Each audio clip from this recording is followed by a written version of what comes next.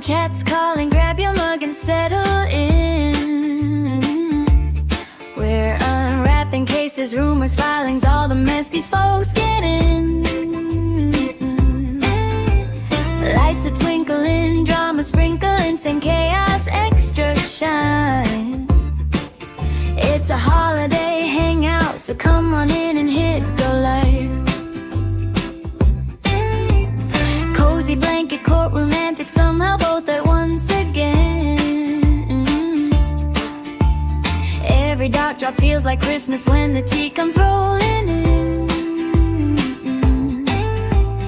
Chats laughing, mods are clapping, trying not to lose the plot. But if the filings go sideways, hey, at least the coke goes hot. Wrap the week up like a present, tie a bow on all the hype. If the judge says something spicy, we'll pretend that it was nice. From the chaos to the comfort, from the hearings to the cheer. Pull up close, the stream is starting, it's our weird little time of year. It's a baker Christmas dream where the tea is warm and the kisses scream, lights are bright, chats in the zone, hit that play or not alone. It's a baker Christmas dream where the tea is warm and the kisses scream, lights are bright, chats in the zone, hit that play or not alone.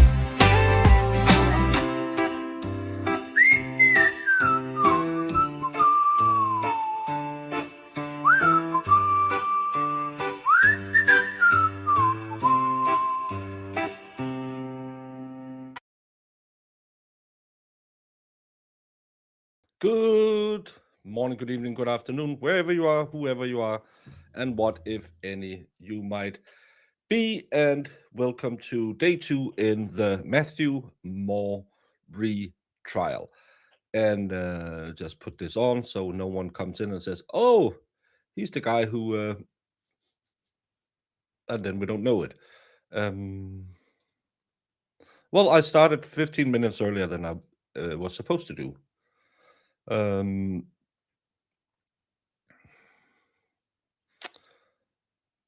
I was thinking about this yesterday. She apparently used a USB cable, and maybe it's just because this is just some random I found. And this is a USB to a USB-C. And I would have a hard time finagling this into a noose, but maybe if it's a longer cable, like a 3 meter or something like that, you could do it, but it's kind of thick. So I don't know. To me, that's just a weird choice to take if you want to go on unalive yourself. It's because again, it's kind of hard to manipulate. But hey, what do I know? It's just Lisa. Thank you so much for becoming a member. Those are from this morning. And sorry for all my mistakes yesterday with the timing. I got you Americans needs to stop being communist and just start accepting that there's 24 hours in a day.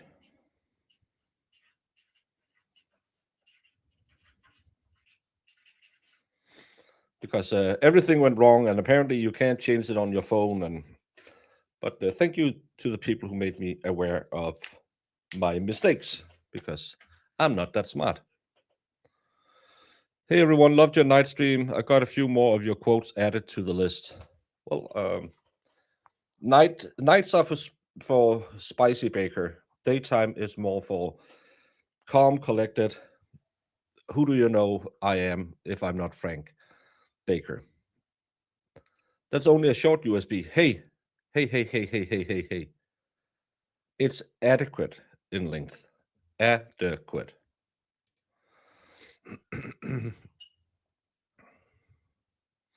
And since yesterday, more people have reached out to me with we can't be seen in chat bug.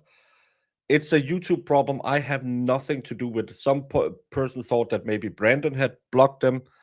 Brandon doesn't block anyone. Maybe himself, but that's about it. So it's one of these fixes that YouTube makes that makes everything go bad. So thank you for reaching out. Please go and tag YouTube on the Twit Twat. That's normally the only way to get in contact with them. They don't listen to creators. I tried asking them a week ago, haven't had a response. I've contacted support, haven't had a response. And I can't do anything. The only option so far that has been successful is making people a mod. But with mod wrenches come mod power, and I'm not thinking any of you would misuse them, but you never know if someone else would do it. And it's a whole process. Then I have to go in, put you in a mod link in the background because I can't find you in chat. Then I have to take you off again at the end of the show, and it's just too much of a hassle. So YouTube, fix your shit. Full of questions. I love that everyone tells me that. I have tried it, and I've said it a million times. I tried exactly the same way Melanie did. Melanie uses exactly the same way EDB does, and I tried that as well. I do know, put their full link into it, ban them, unban them, and it still doesn't work. I have tried it. You have been on the streams where I've said I have tried it. It doesn't work. Maybe it works for American YouTubers. It doesn't work on my channel. It's a YouTube problem. It should be a YouTube fix. It can't be my problem. They are ruining my business. It doesn't work. I've tried it. I tried it with Nicola Maxwell probably 20 times. Both the one where it auto-fills it, the one where I copy her channel URL, none of it works. None of it has worked so far. And I love everyone tells me every time, just do like Melanie Little does. And I say it every time, I have tried it. It doesn't work.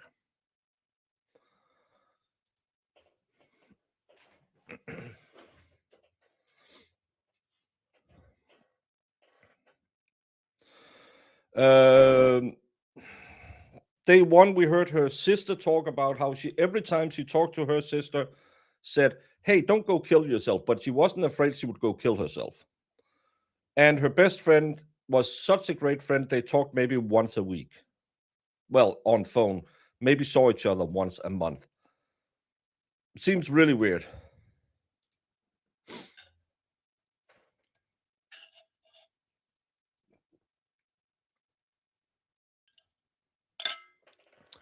Yeah. When it happened to J7 the other day, it was only in mine, in Emily's, and in Turtle Boy's chat. She was affected by it. I don't think anyone can hack anything. I think YouTube is smarter than the idiots that we are fighting right now. So I don't believe anything like that can happen. And no mod can ban someone on my channel that'll then carry over to someone else's channel. So that's not the problem. YouTube has a problem. J7 had her IT guy look at it and it fixed something. And then she disappeared again. So it's a YouTube problem. And it's annoying as all hell. Hey, Mr. the Glarer. Call me Frank, but I don't think Will the Glarer is too big for me. I'm just saying. What am I drinking this morning? I have some latte in this cup, and then I have some electrolytes in this cup. Oh, yeah, and he has a prostate problem as well, so they don't sleep together. This is a thing across YouTube. Yeah, and Melanie found a workaround that works on her channel, and EDB has the same workaround. Maybe it's because they are so big. I think when you get over 100,000 subscribers, you get some special YouTube thingy-mabob that will talk to you. I am talking to AI, and AI can go itself, because every time you ask it a question, it says, "Have you read our Q&A?" Yeah. Can I talk to a human? Can't do anything about it.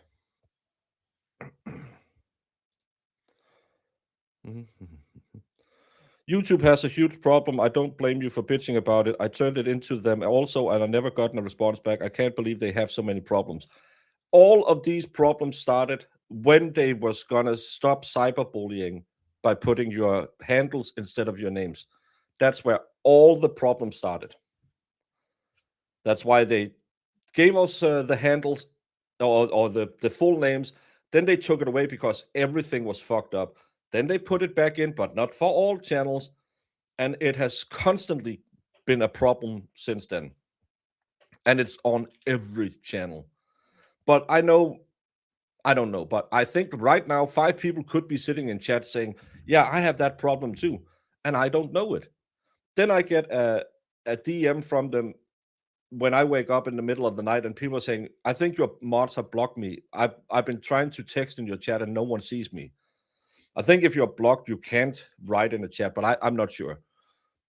I don't know which channels I'm blocked on. Probably a lot.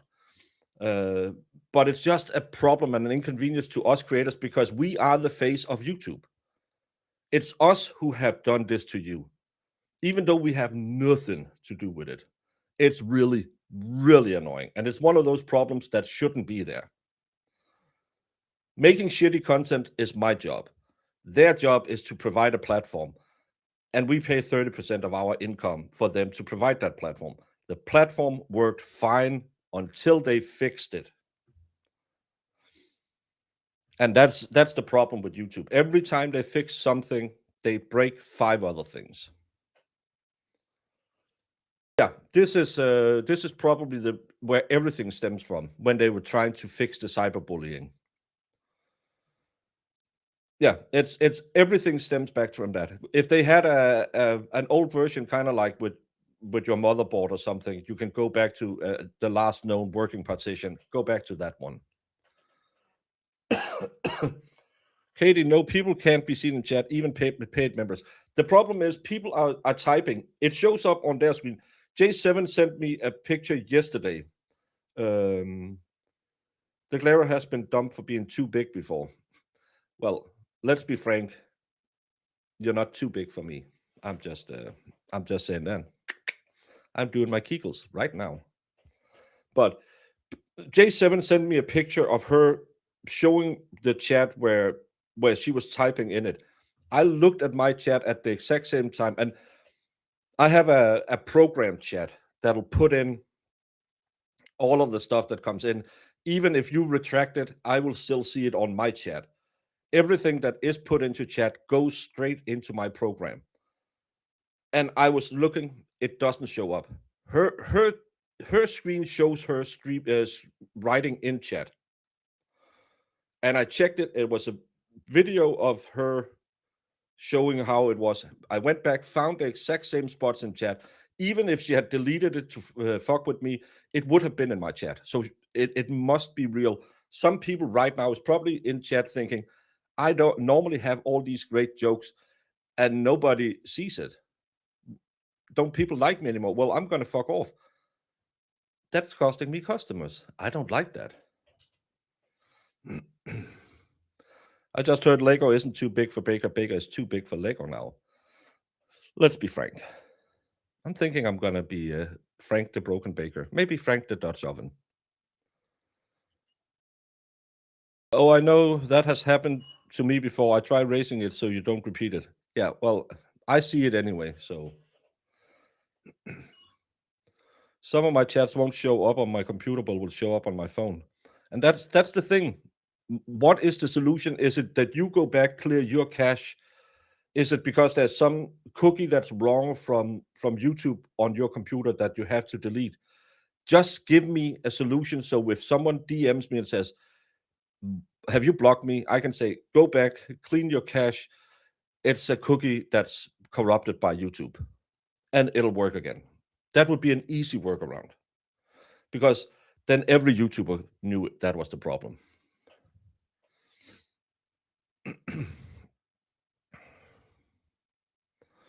Hey, Christine.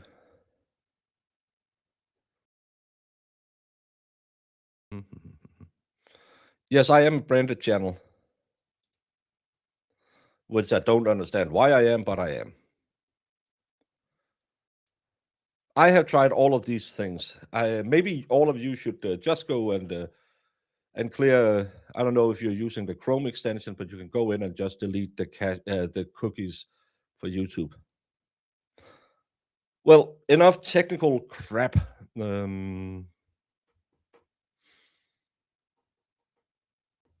It's like Horton Hears a Who. If this YouTube problem gets fixed, I don't know what that is.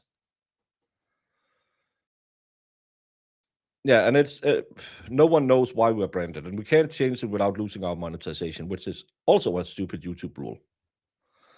But we're not here to fix IT problems. We are here to watch lives get ruined in court, or maybe people get found not guilty.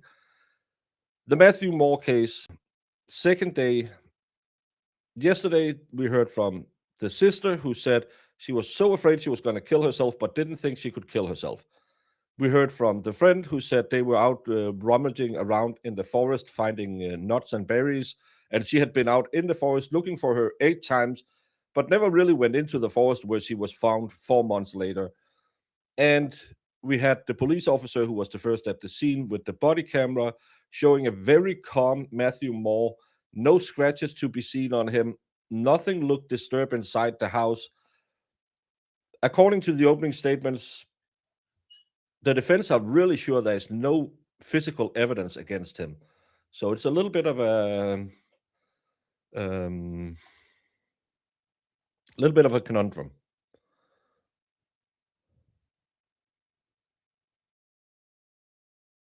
You can change it. I found a way, however, it messes with what you already posted. No, I'm monetized. If I change back to a normal account, it'll remove my monetization. I'll have to start all over again. I don't want to do that. Have you checked on your router to make sure it's on and working? I will go check my router right now to see if I have connection to the interwebs. Clara, I didn't think about that one. Maybe it's in my end the problem is.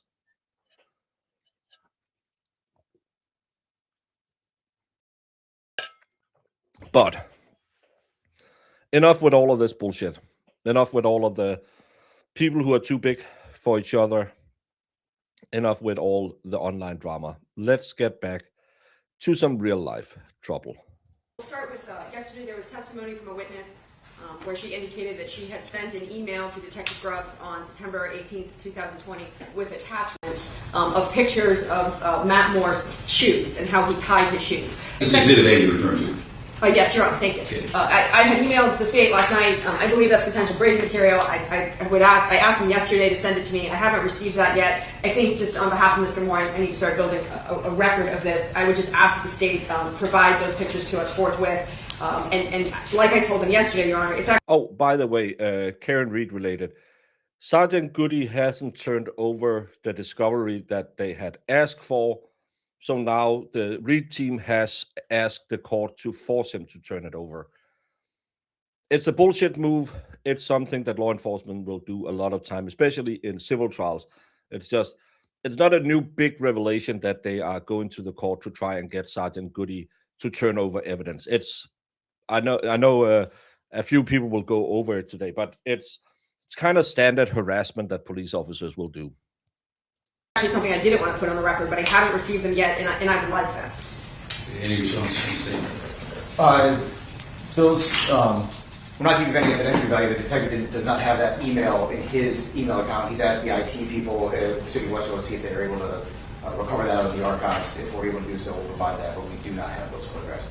Okay, so you believe that there were photographs? Yeah, but as the detective described them, they were zoomed in shots of like Shoes. tying shoes. which didn't have any connection at all with what the cord would look like out on the scene. So we're trying to see if it's possible to recover those images, but the state does not have them right now. So the state's position would be, for the record, you don't have it, but you're looking for it actively. At this time, yes, we're seeing it for WPD is. Yeah, absolutely. Your Honor, I think it's also important to note this email was provided to the defense in discovery ages ago. With the shoes, pictures of shoes? No, they've never had the shoes. Well, that's not what she's asking about. She's asking I about the shoes. understand. I just want the record to be clear. This isn't an email counsel just got. That's not the controversy. That's not the question here. So we will accept the fact that Westerville is going to check the archives, quote unquote, and find out if those are there, and then upon finding those, we'll deal with it Thank you. accordingly. Okay. As the court knows, Brady is not the obligation of the defense, and I just think I heard the prosecutor say the way Matt tied his shoes did not connect to the way the USB tied, which leads to my Brady argument. I want to make sure the record's clear. That's not at all what I was saying. What I was saying is that the way shoes are tied have nothing to do with the location and the manner in which the cord is wrapped around the tree. Just so the record's clear. Well, we'll cross that tie when we get to it. All righty. Thank you. Let's bring the jury in. Oh, no, a few more things. Oh, you got other things. Sorry. Yep. Your Honor, I know that there's a separation of witnesses, just kind of given the tenor, and I don't know your practice. I want to make sure, Your Honor, that it's my understanding in my practice in other cases that where an expert is going to testify, they can listen to the expert testimony of their counterpart expert. Is that not the court's understanding? I'm open on that. What are your thoughts from the state? In other words, you're asking that that's the exception to the rule. That's correct. Like, I think Howe might testify later today with respect to cell phones, and I would ask the court that my expert be allowed to listen to that particular testimony. Well, I will simply say it's going to work for both sides, whichever way you go. So how would you like to do it? That's been our practice too, Your Honor. An expert can listen to other expert testimony before they testify. All right, that's fine. If you both agree to that, then that's fine with the court. Your Honor, furthermore, just for the record, I sent an email to the state last night. I have not to date received any CCHs or criminal records for any of the civilian witnesses. There were 2 civilian witnesses that testified yesterday. The state has indicated that they orally asked the witnesses. I think maybe one is being asked now, but Celeste was asked and she doesn't have any prior record. I would ask, though, Your Honor, that we're not just relying on witnesses and that the state provide criminal records checks for all civilians, even if they're clear, just so that we have those for our records.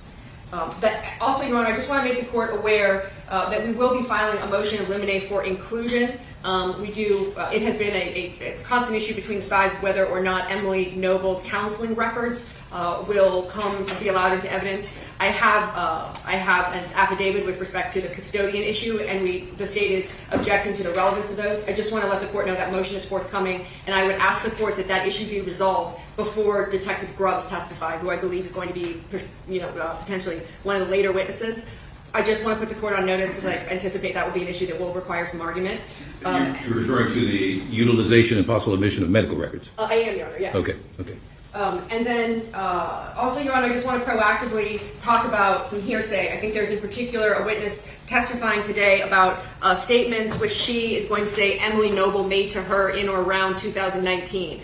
Your Honor, rather than waiting, I would like to address the hearsay rules now with respect to the admissibility of Emily Noble's statements. I think there's also an issue with the state showing text messages which are purported to be from Emily Noble. I understand 803 and 801, and also, of course, 804. I just don't think that, for instance, text messages that are between Emily and a dentist's office come in under the hearsay rules, nor do I think the anticipated hearsay statements come in under the testimony of state witness Zink. I just want to be proactive because, of course, this court knows once the bell is rung, it can't be unrung. But I see the exceptions under 803 and 804, and just Emily's statements, just because she's unavailable or deceased, doesn't mean they all come in. Okay. She's kind of laid out the table here. Do you understand what counsel's referring to? I can talk about the dentist text messages. I think that's one thing issue that I know we're talking about. The rest of it was a little vague. I'm not entirely sure even what statement she's seeking to exclude. But let me talk directly about the dental text messages. We do have a witness here from Westville Dental Associates who's going to testify. These are a record that is kept in the ordinary course of their practice, that they do communicate with patients via text in order to schedule cleanings or other dental treatments. I think that... That's the same in the Wooded case from Michigan, Wisconsin. That was also a dental record that kind of effed him over. Here's the exception 803.4 would come in that the statements that Emily Noble makes are for the purposes of medical treatment. What is the statement that we're referring to? She reaches out to Westville Dental Associates asking to schedule a teeth cleaning. They respond back about what scheduling is available. She ends up originally making the appointment for sometime in July. There then is a further communication that they had a cancellation for May the 27th, and Emily Noble then on May 22nd schedules a teeth cleaning at the dentist for May 27th. Those records, not only do they come in as the business records, but also her statements would give context to the statements from the business and also explain why the business scheduled her a dentist appointment. They didn't just pick that date and time out of the blue. It was because of the direct communication from Emily. Well, the relevancy of this is for what purpose? The state will certainly argue Back that to the someone who is Fanakis? intending to commit suicide doesn't go through the... All right. So you want to simply get in the fact that she set an appointment on May 27th. Right, and that she did so because she initiated that contact with the business and scheduled it herself. It wasn't, just a random 6-month follow-up that had been scheduled in advance. Those All right. things. Okay. I'll just tell you up front, that's probably going to be okay. For purposes of the record, Your Honor, 803.4 is statements for purposes of medical diagnosis or treatment. I know the court is well aware of the rule, but they're statements made for purposes of medical diagnosis or treatment and describing medical history. Your Honor, I want to say for the record, because this has now become a real issue, we have an ongoing objection to any statements or text messages that are purported to belong to Emily Noble with respect to the admissibility of those. Also, Your Honor, I just want to say, I don't have any issue with her dental records. These are text messages that were part of a report, or they're screenshots of text messages. So with respect to business records, there's also an authenticity issue there for me as well. I'll bring it up. We need a foundation We do. that would establish that it is what it purports to be. But other than that, I'm probably going to allow that to come in, although we don't need to go into a lot of detail. I mean, the point is, what the state's seeking is Emily Noble scheduled an appointment on May 27th. You can make the argument you want after that. That's the point we need to make. I'm not sure how much beyond that is probably going to be part of it. No, especially if you make that dentist appointment five days prior, and then 2 days later you wake up and you're really sad. Why the hell would that? Why would that indicate that? Nope, she was so happy she was getting her teeth cleaned. Just going to the dentist would probably make me suicidal. It's one of those, we don't really have anything, so we're going to prove it by, hey, would you schedule a dentist appointment and then unalive yourself 3 days later? I'm really, really sorry, but if I'm really depressed and want to go, I'm not going to cancel my appointments. Yeah. No, that it makes no sense, but that's what they need to do. But because it doesn't seem like they have much more. Are you sure she didn't get a bad batch of shrooms from the Magic Forest, saw illusions, accidentally offed herself? So far, well, we haven't heard the medical examiner. So far, the state hasn't really given me a reason why I have to believe he did it, because there were her best friends didn't say anything about a relationship in trouble. Her sister said something about he drinks vodka. Well, her best friend says that she drank hard seltzer. So that's vodka as well. I'm just, but it's the first day. This case. I don't expect that this witness is going to be long, and I'm certainly not going to ask her to opine as to what she thinks this means. We're just going to say that this was scheduled. Right, absolutely. Yeah. It's direct evidence that you want to create circumstantial evidence from that. People will do it. Anything else either one has? Anything else you would like to cover? Exactly, side-eye. That was the thing I was thinking about. She was actively going around doing normal housework. This is an appointment she set up I think she dies on the 24th or 25th. So that's 2 days before she passes away. If Sandra Birdsmore's laundry had been in the machine for 2 days, yeah, I wouldn't have said, okay, well, she left it there, and then because she just had a massive depression, and then she offed herself. But when they're actively cleaning and she's texting all her friends, I can't wait for this, I can't wait for that, it's very different than having an appointment 5 days down the road. Not this time, Your Honor. Thank you. Okay, thanks. Okay, bring the jury in. I had a friend who ate shrooms and got attacked by a dragon. He's still in the hospital. It's only been 25 years.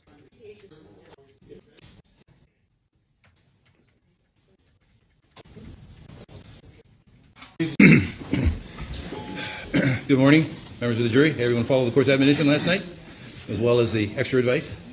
Johnson.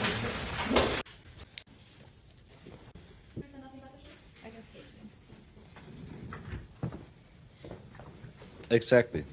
Because when other people see you, you will put on the brave face. You will be out there saying, yeah, everything is perfect. And you'll be your normal, bubbly self. And then you'll go home and you'll just be even more depressed because then you have, oh, I can reach that level again, but I really didn't feel it. It's a horrible, horrible way to be fixed. Good morning. Good morning. Can you please state your name for the record? Sarah Johnson. And are you employed somewhere? I am. I work at Westerville Dental Associates. And what is Westerville Dental Associates? It is a small dental practice in Westerville with 4 doctors. And what is your title or position at Westerville Dental Associates? Office manager. So what does the office manager do? Everything and anything. Overlook everybody, make sure that the schedule is filled, supplies, make sure everybody's happy, clean up, everything. All right. You said Westerville Dental has 4 doctors there? Yes, sir. And you also employ dental hygienists, other people as well? EFTAs, assistants, front desk, call center. So we have about 20 employees.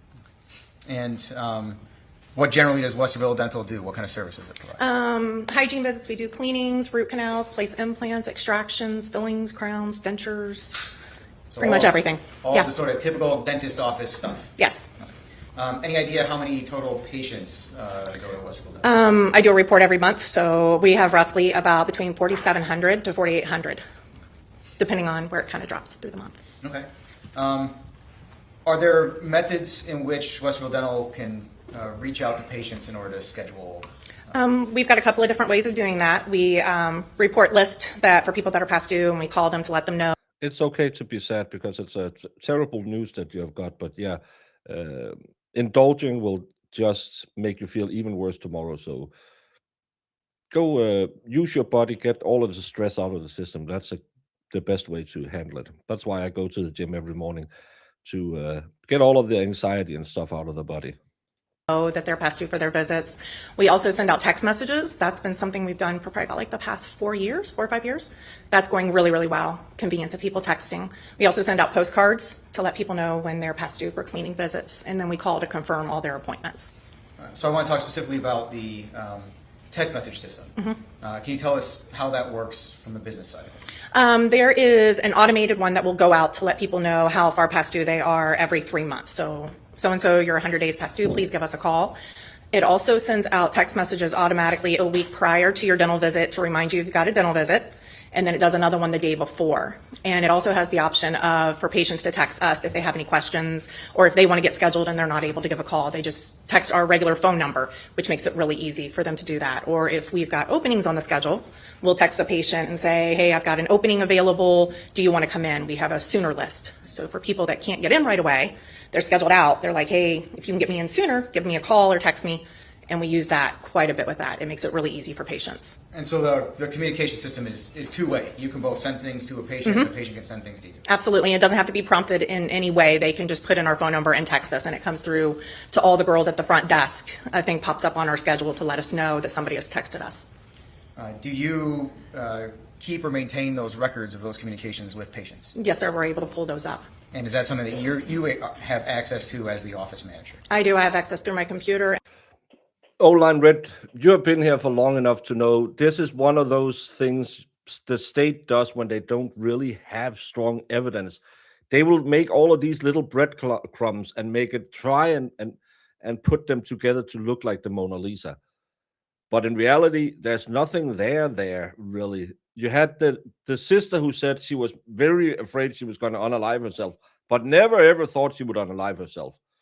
You have the best friend in the world who only talked to her once a month, but they went foraging all the time. Well, they talked once a month. Now you have a dental appointment she didn't keep. maybe it's because I'm a little jaded after watching the Wisconsin case. I didn't think they had anything to prove that he did it in that case either. Or at least I could have reasonable doubt about 20 other reasons she could have been passed away. And I know it's early, but I'm just getting that. Is it another one of those cases where the state will just show you an outline and say, hey, can't you see this looks like a murder? Yeah. I don't like this. Monchichi. What's Monchichi? The evidence will show. It will. And I have God Almighty by my side. I wonder if she got charged $150 for not showing up. Dentists are getting stricter for missing appointments, even in situations like this. I'll bet you that they would send it to a collection agency as well. Yeah, she might have been dead, but she didn't show up. We are going to take it out of her estate. If the state can't prove murder like in the Alex Murdoch case, they could not prove that he did it. Then the state went into his financial records. Sebastian, that case was, I know a lot of people will, who else could have done it? Yeah, but there's still so much reasonable doubt in my mind in that case. And giving 6 weeks out of a 7-week trial to financial records is absolutely abhorrent. That would be the same as the Karen Reed case got another 8 weeks where we looked at her, I don't know, her gym memberships and lectures at the university. And also, everything is through my cell phone because I live 24/7 at the dentist office. So. All right. I want to talk to you briefly about Emily Noble. Do you know that name? I do know the name. And did you know Emily Noble? That She had been a patient for roughly about like a year, so I knew who she was in a good way. Sometimes you tend to remember the patients that are a little bit more rough, but I recognized the name whenever she was on the schedule.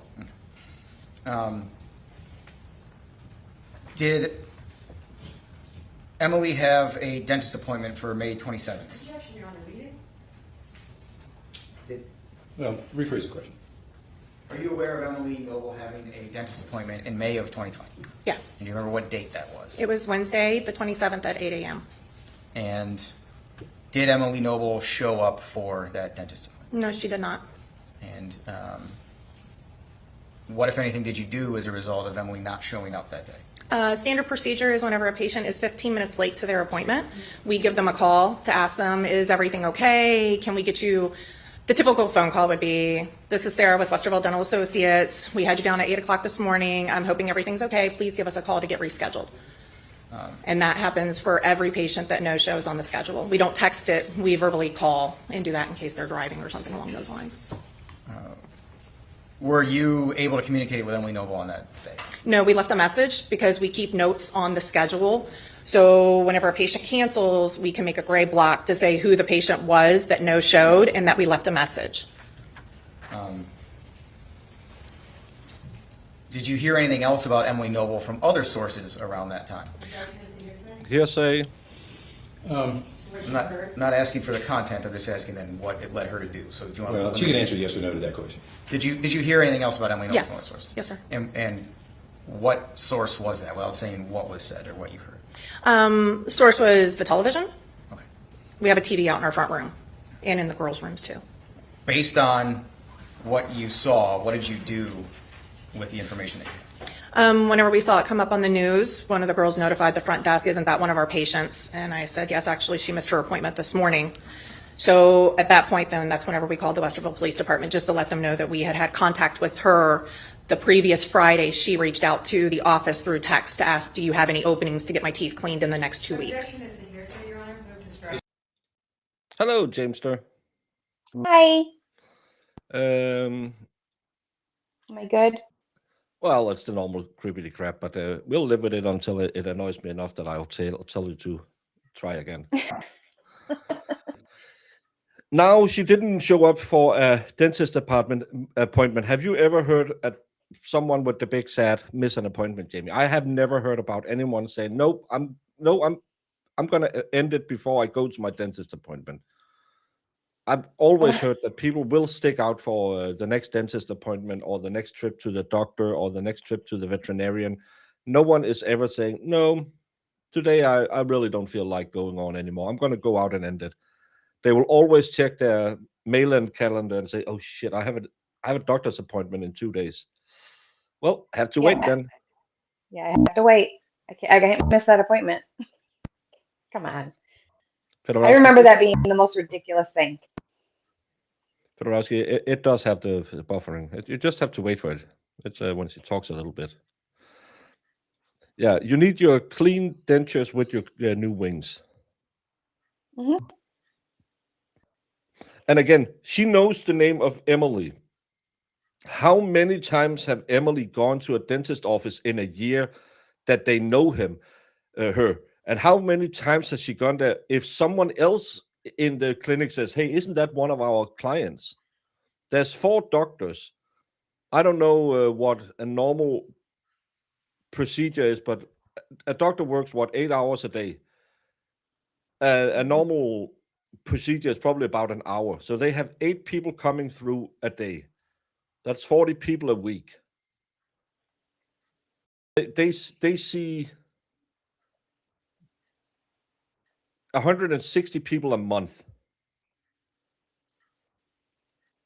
in 12 months. That's more than 1,000 people. How would they remember this lady unless she had some very, very serious dental surgery? Why would you remember one person out of? Mhm.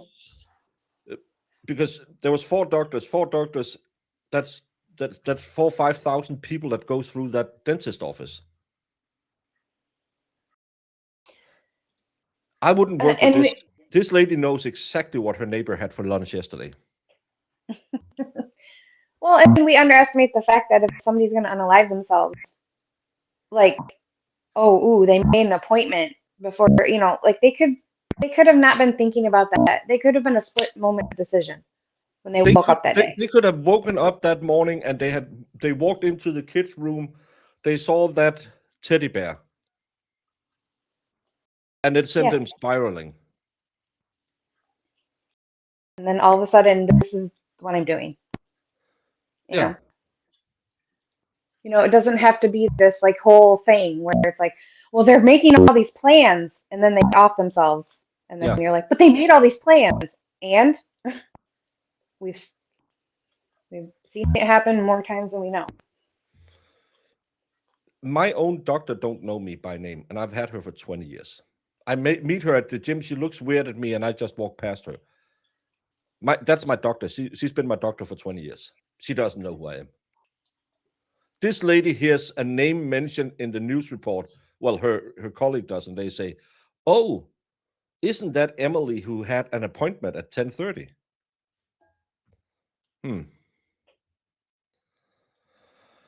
It doesn't prove that she didn't unalive herself, but it's a piece of evidence that makes it seem someone less likely. Yeah, that's the thing.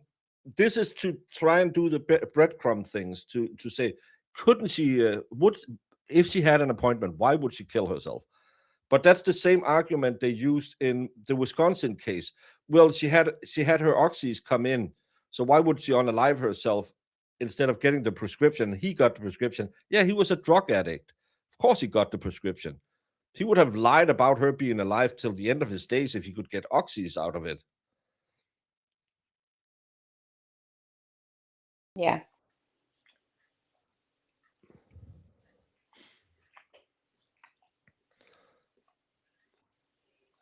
Of course, Penella. Of course, you. Yeah. Did we know if she called to make this appointment or did they call her? This is on the 27th or 29th. She had an appointment in June or July, but they called her on the 22nd and said, hey, we have an opening. Do you want it? And she says, yes, please. So again, 5 days before, if you have a manic depressive person, they can have been really ready to go, and I want my dentures fixed, and I'm going to look really good, and I'm going to start being on Instagram, and I'm going to be super hot, looking great. 5 minutes later, they could be trying to eat a Magnum, and I'm not talking about the Danish ice cream. it doesn't prove anything other than it could indicate that she had plans.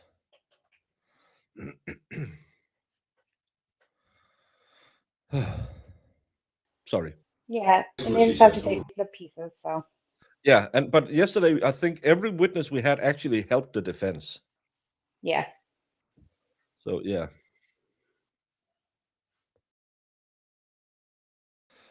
It's totally legitimate. Yes, it's totally legitimate. It's just one of those. I like to call it breadcrumbs because it doesn't really show anything, but it could lead you somewhere. And yes, the defense just have to go up there and then turn it around. And I think they did it with every witness yesterday. Not that I thought that the prosecutor got anything good, but the defense took that away they had and then got something good for the defense.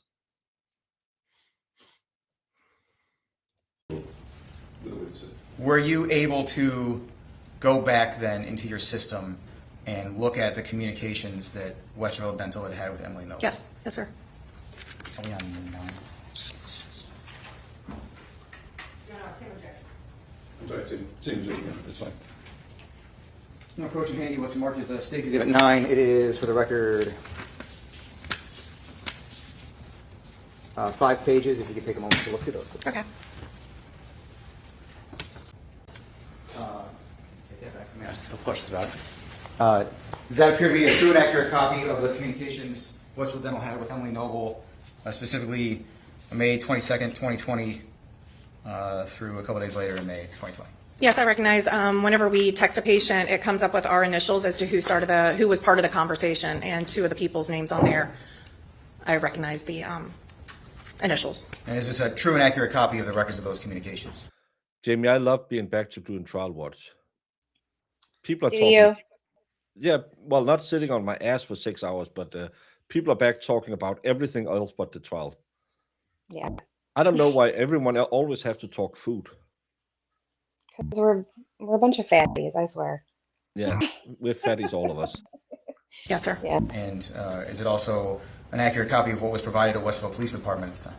Yes, sir. Your Honor, this time I'd ask to publish Stacy Exhibit 9 to the jury. All right. Such as noted.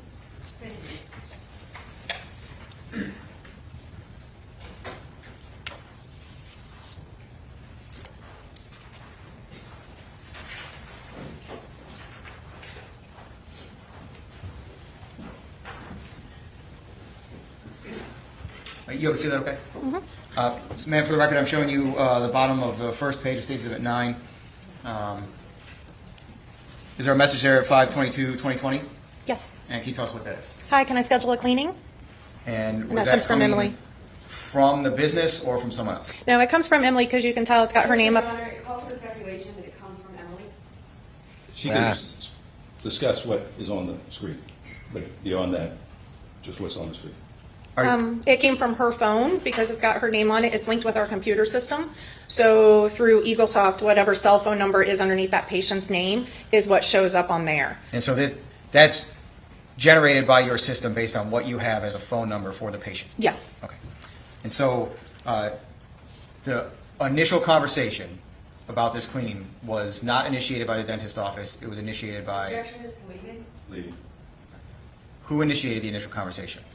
She did because the previous text was just telling patients that we were closed due to COVID and all that, and then we were going to be reopening and all that. So she initiated that conversation because there isn't a text before it stating, can I get you scheduled? Okay. Is there then a response from the business? Yes. We always ask, is there a good day or a good time? So that way we can kind of narrow down what they're looking for.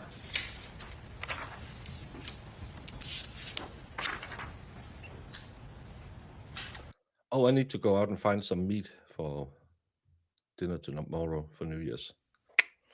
Well, What do you always normally try- have? What? Sorry? I said, what do you normally have? Well, back when my parents were alive, we would have like it's called hamburg. It's like a piece of ham that you'll boil, and then you'll eat it with potatoes and some chopped up green cabbage in a sauce, and some caramelized potatoes. Really good, but I don't want to cook a full ham. And So the last couple of years, I've just been. When I go home from the gym tomorrow, I'll just pop into a store and whatever piece of meat they still have that I can put on a frying pan. Then I have some. I bought some béarnaise sauce today, bacon béarnaise. It's going to be great. And then I'll just have some tietas, and I need some dessert as well. I think I have a busy day tomorrow, Jamie. I have cougar class, so it's going to be chest workout, cougar class, having a New Year's cake with my buddies at the gym, out to find some meat. I know that's the same kind of day you are having, looking for meat. My God. New Year's Day is our wedding anniversary, so having Chinese. We have an Asian restaurant, but it's just a buffet restaurant, and it's not good. It's just everything from the wishing well. But no, I'll have some kind of steak or something, whatever I can find at the store. Make it a little fancy, you know.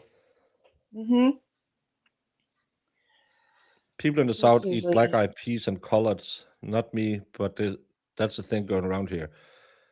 I think isn't collard green is poisonous if you don't make it the right way. I don't know. It always looked gross to me. It's green, so bleh. 13 kilos of beef. That's about 30. Somewhere between 25 and 30 pounds of meat is going to be delivered. That sounds good. Brandon was getting extra meat yesterday too.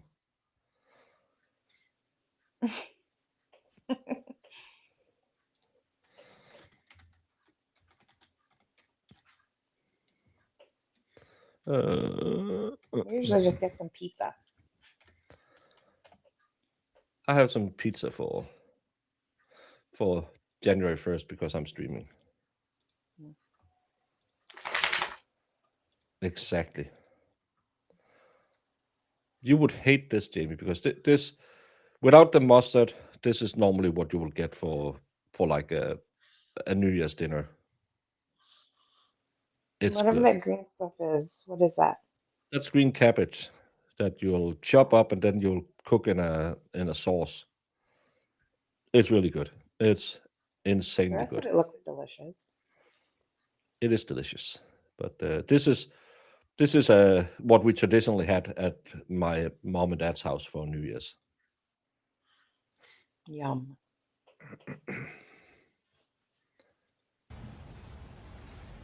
And what was the response that was received?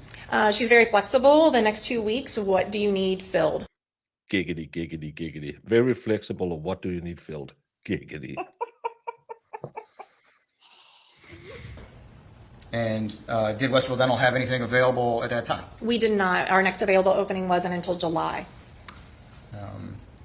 And was there further conversation then about scheduling a dentist appointment for July the 10th? So yes, she ended up taking the July appointment that we did have, but she does ask if she could be put on our cancellation list, which a lot of patients do. Yeah, And, We get a strong sooner. mustard. You need Is that strong what, I mustard. think you said sooner earlier? It's what we call it. It's a sooner. So that way, whenever patients, like I said, get scheduled out, they'll ask if you get any cancellations, please give us a call. And we have a whole list generated for that. But she's verbally asking for that in the text. Now showing you page 3 of the exhibit. Is that the discussion you're saying that I'll take 8:15 a.m.? The 8:15 on the previous one was the appointment in July. Right. Yeah, Okay. so she That's- took an 8:15 in July. And so as a result of that initial conversation, she was going to be scheduled for July 10th at 8:15 a.m. Yes, sir. Did the business then reach back out shortly after that? We did. We ended up getting a cancellation that Wednesday, the 27th, at the 8 a.m. appointment, and her name popped up as, well, one of the girls had a conversation earlier, so she thought right away, oh, I talked to Emily. Objection, Your Honor, as to what someone else thought. Sustained. Move to strike. Ladies and gentlemen, the answer is inadmissible, so please disregard that response. Next question. I want you to talk about what other people said or did. I just Okay. want you to talk about what the business did as a result of these communications. Does that make sense? Yeah. Okay. So, was there communication from the business back to Emily Noble about a cancellation? Yes, sir. And when was that for? That was for Wednesday, May 27th at 8 a.m. And did the patient then indicate that they would accept that date and time as an appointment? Yes.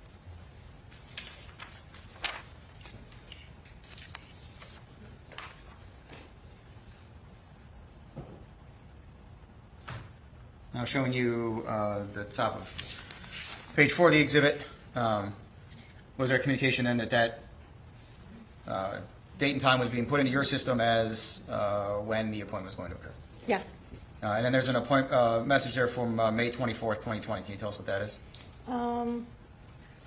Wishing her a happy birthday. And how does that happen from your system? It's automated through the computer system. It can read off of the EagleSoft system that we have as our dental software, and then it just texts patients whenever their birthday pops up. And then finally, this next message goes on to the second page. Was there another automated message sent out by your system? Yes, it's the one that happens right before the appointment, just as another reminder.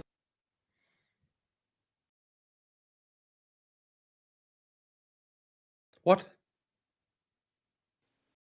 What? Yeah, that's what I'm saying. Shrimp and cabbage at midnight.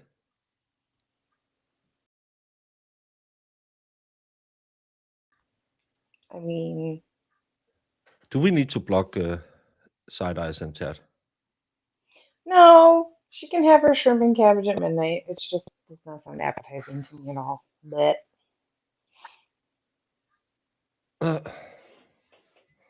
Yeah. We eat kansake. That's what normal people eat at midnight. mhm. Lefse just is eat a drink a at little midnight. potato pancake, I think, is lefse. It's a Norwegian specialty. Hmm. We're German but don't like the fish and cabbage, so we choke down the shrimp. Why the hell is German people eating fish at midnight? Some people here are starting to get weird, so instead of just eating cake and drinking champagne and blowing your hands off with fireworks, they eat hot dogs.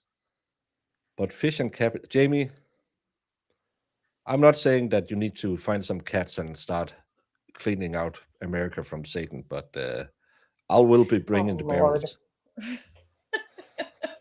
And then we also were reminding patients to wear masks due to COVID. And so you had some type of COVID Automated. restrictions going on at the time? Yes. How stupid does that sound? They need to wear masks, but we're gonna go dig around in their mouths. Yeah. Thank you. Well, there was a lot of stupid things going on for 2 years. I know. I could work out for half an Good morning, hour a Diane day, Ashley on behalf 3 of days a Matheau week. Moore. Showing you what's been previously marked as States Exhibit 9. And I never had the coupe Just until so we have a the frame coupe of ended. reference here. Would you I agree didn't with me until it was that the technically blue over. bubbles, if you will, I had it are before. coming from? I never had it technically because I've never tested positive, but I think I've had it Yeah, 3 me neither. times. I had it like a month before it became a global something. I was sick as a dog. I thought I just had hangover because we had been drinking all night, and I might have passed out, not remembering where the hell I was. But when I drove home the next day, I had to stop, go into a McDonald's, and just sit and drink coffee and eat burgers to try and get some energy because I almost fell asleep behind the wheel. That was kind of crazy. And then all of the shit happened. I had nothing. The shit ended, and I got it again. And then I had it in Tennessee. Well, I didn't test positive. Everyone else around me did. Yeah, same here. I'm never tested, but I'm pretty sure I had it a couple times. Yeah. But yeah, I love Westerville that. Dental. Yeah. It was just Mask to the dentist, but we're gonna be in your mouth cleaning your teeth. Yeah, but it's the same. We could, as long as we tried to keep some distance, we could train. But everyone was just going up and down each other, and we were sweating. Yeah. But we're doing it outside, so it was safe. If we had done it inside, everyone had been dead. Yep. Yes, ma'am. And none of the text messages have your name on them, correct? No, ma'am. So you're just the office manager that pulled these text messages? Yes. I noticed, though, that you didn't pull all the text messages. Like, for instance, this begins cut off with March 27th of 2020. So this is actually an incomplete record of the communications between the office and Emily. Wouldn't you agree? Yes.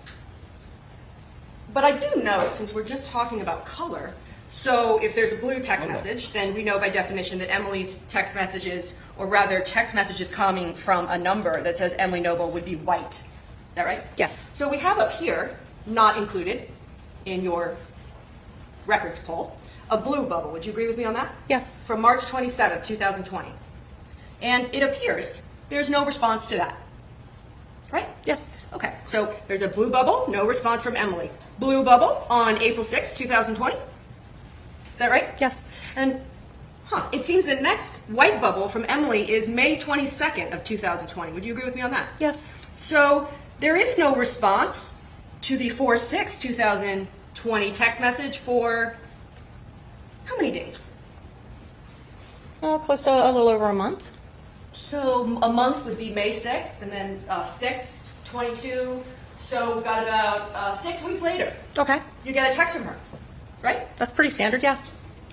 Standard. And tell me when you talk about standard, you have a whole policy at your office with respect to cancellations? Yes. Okay. And when you talk to standard, I assume there's no one in your office that kind of is measuring metrics, right? As to what individual persons do with respect to communications, right? There's no data like that. No. Okay. So then I want to go to the second page that you were asked about.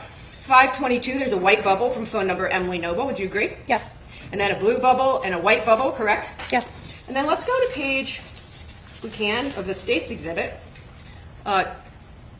22, where you're wishing her a happy birthday. I'm sorry, 5/24. Do you see that? Yes. Okay. And after the green bubble is another green bubble? Yes. No white bubble. No. And Emily Noble, is it your testimony was a patient there for about a year?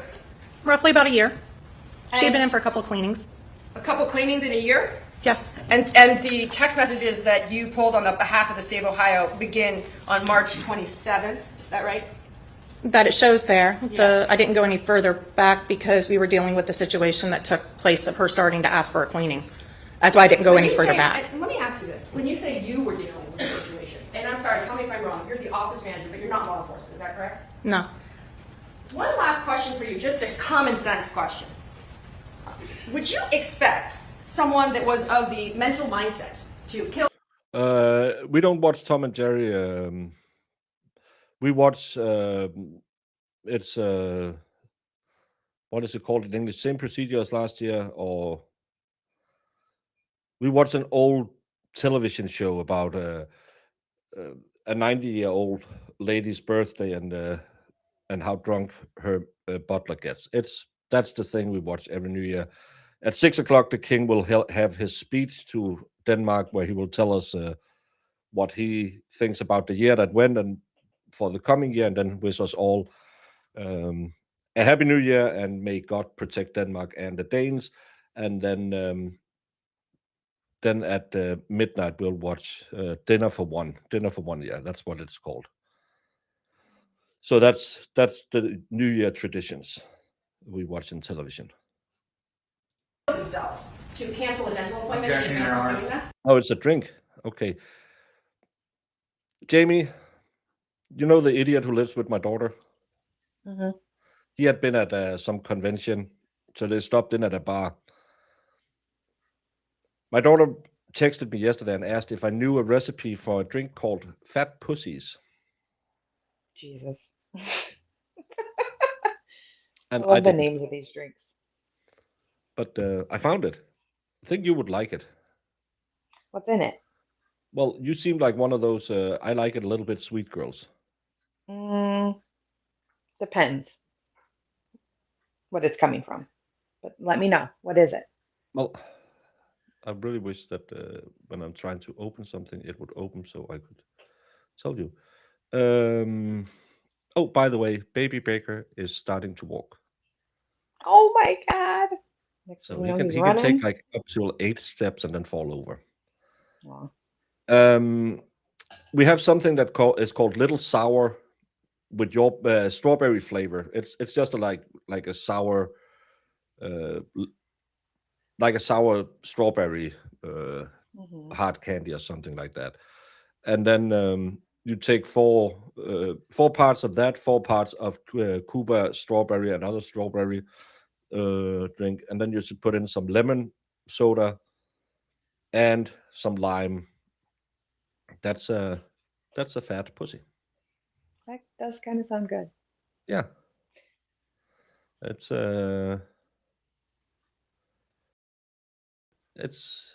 I think I would like it. I don't mind a little bit of sweet drinks if I'm drinking a long Yeah. drink. I can only have a few because usually they give me a stomach ache. But if it's got a good balance, I'm fine with Yeah. it. Yeah, that's why I need to get closer to him. I've only seen him like 10 times this year. It's not enough, Jamie. It's not enough. That is not I need enough. to grift harder so I can buy a house. Yep. Everybody get Baker's booty closer to his little babe.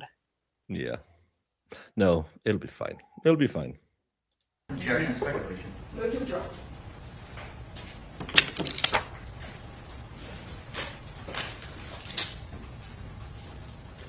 Nothing further, Your Honor. Thank you. You're right.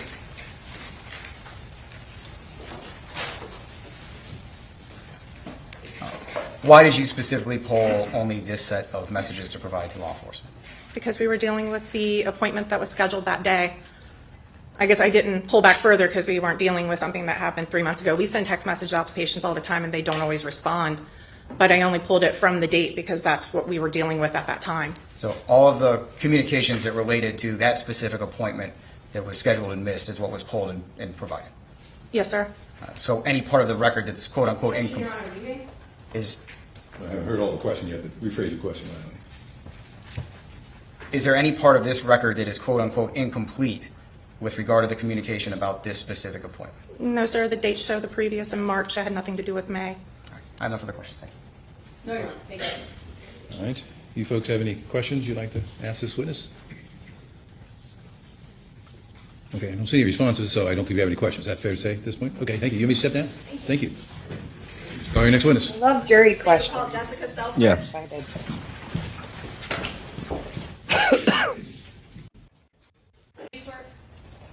Oh, she's pregnant. Testimony you're about to give in this case should be the truth, the whole truth, and nothing but the truth. I do.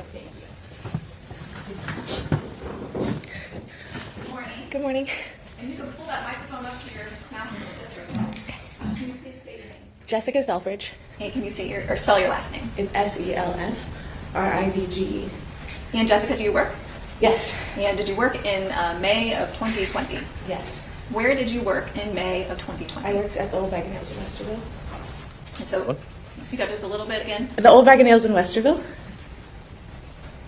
Is that In where May you got of knocked up? 2020, That's how a long bar. did you work Old at bag the of back? nails. Yeah, but is that where she got knocked up? 3 years, I believe. What did you do there? I was a bartender.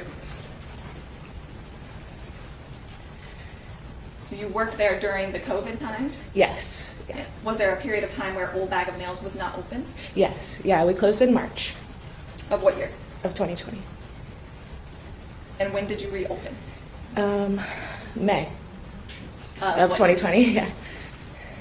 How do you know? No, you don't really know how strong Ohio's lockdowns were, do you? No. I mean, they were crazy up here, so. Yeah, because we were Sweden was open all the way through. I could drive to Sweden, work out, and drive home to Denmark, and had to just go back in my apartment. Sweden was open the entire time, and during the first lockdown, it was really bad. The second lockdown, everyone was just fuck that. Let's meet up and have some beers. Mhm. Yes. Yeah, like businesses were shut down. Like you could, like if they did takeout, you could come pick it up, but like nobody was allowed in anywhere. Yeah. That was how it was. Old bag of nails. No, nails. Like nails. Old bag of nails. I'm not bad. What was business like in May of 2020? It was really slow, and it was weird because people were just unsure if they should go out or, things like that. We had to wear masks. The employees had to wear masks. So Were you working on May 24th of 2020? yes, Do you recall that day? Yeah, it was a Sunday, and we were pretty slow. It was one of the first Sundays we were reopened, I believe. And we kind of got like a little lunch business, and then there was like a slow period around like 3 or 4. And I was there all day, so I opened. I was there at like 11 until 9 o'clock at night that night. For the record, I'm showing homes open to mark. That's 6 exhibits 10, 11, and 12.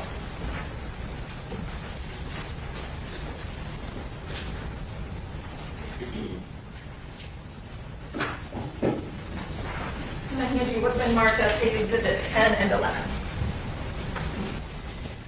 Take a moment and look at those, and when you're finished, look up at me.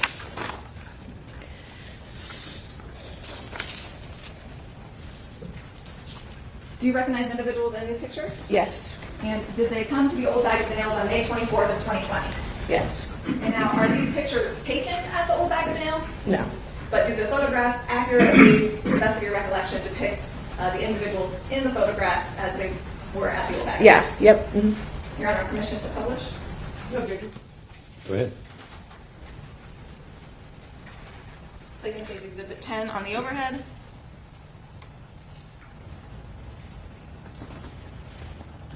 And placing state's exhibit 11 on the overhead. Now, Jessica, these are 2 individuals that you served at the Old Bag of Nails on May 24th of 2020. Yes. Do you recall about how long were they there? Probably like 45 minutes to an hour, I would say. Did you get to interact with them? Yeah. Yep. I was behind the bar the whole time. Like I said, we were pretty slow. They were the only people I had for those probably like 45 minutes that they were there. So yeah, I definitely interacted with them. Did you get to observe them then as well? Yeah. Yep. And how would you describe the female's demeanor? She was in a really good mood. It was her birthday, she told me. I said this the other day about playing music at old people's home at New Year's, at Christmas.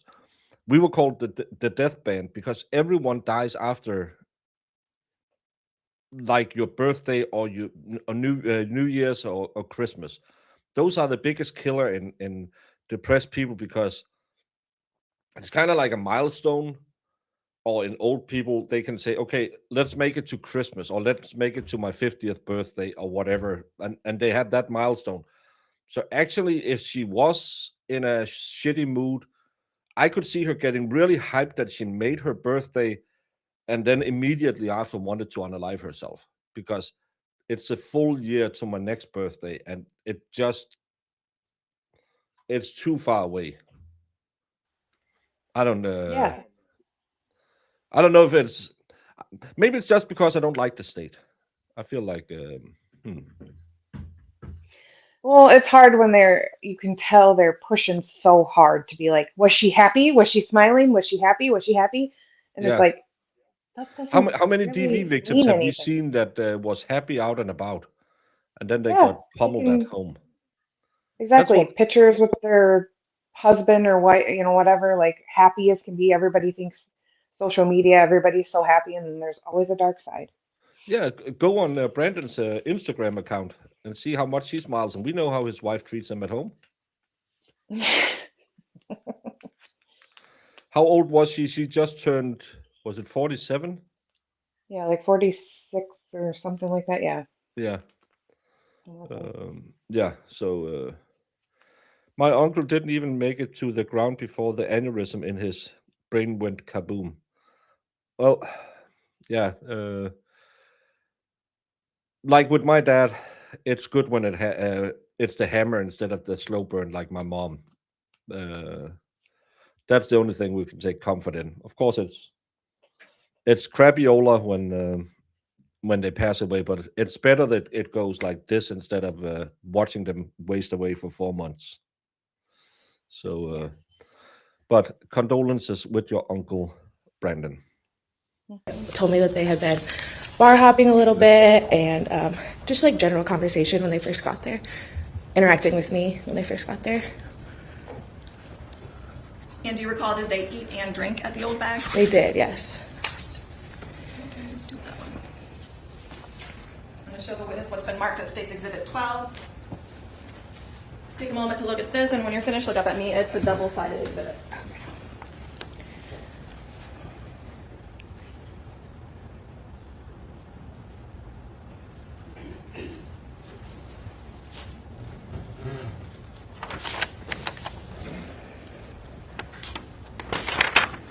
Are you familiar with that? Yes. And what does it appear to be generally? That is their bill from that day. Well, is it a bill Or it's generated their, at the Old Bag? yeah, it's their receipt from that day. Yeah. Their receipt. Yeah. And your recollection is that this is the couple's receipt that was depicted in the photographs? Yeah, yep. All right. Your Honor, permission to publish to the jury. Any objection? No. Go ahead. Placing State Exhibit 12 on the overhead. We will just walk through this generally. Can you explain to the jury what is at the top that I'm pointing to with my pen of this document? So it says like we were at the bar at the top. You mean like where it says 700? Yeah, Or- just generally what is this? Is this Oh. just saying the date and the time? Yeah. So that's just saying like what seat they were at the bar, and then what time they were there, where they were sitting, basically at the main bar of the Old Bag. Yeah. All right. And what is the date and time? It was May 24th at 6:00 p.m. And then how do you record what people order? So basically, it's a POS system, so the point of sale. So you just type it in, whatever they order, you type it into the computer, and then it gets sent to the kitchen. So they ordered food, so the kitchen knows that they ordered the fish and chips, and it records everything that I serve them. So I serve them. It says Rhine Ice Bubbles, which is a beer, and then a Maker's Mark, which is a whiskey. So that's what I serve them, and then I ring it in, so I'm able to charge them for it, basically. And then if they order something again, you ring it in again? Yeah. Yep. All right. And so from your review, this receipt is a fair and accurate depiction of what you rang in on that day? Yep.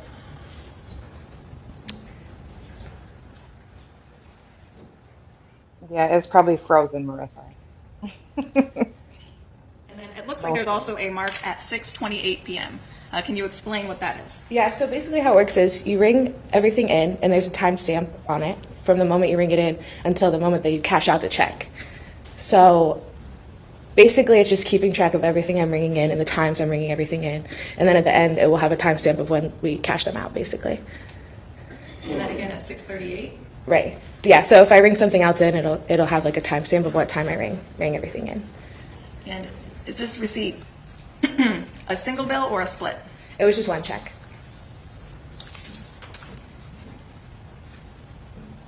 And then finally, what's the last entry on the back of this exhibit, the time? It is 6:47 p.m.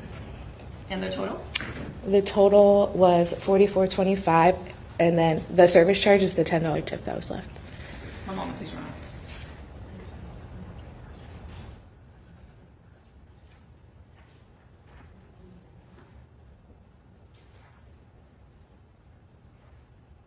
She was 52. I had to look it up just so we could clarify. But she was 52 when she died.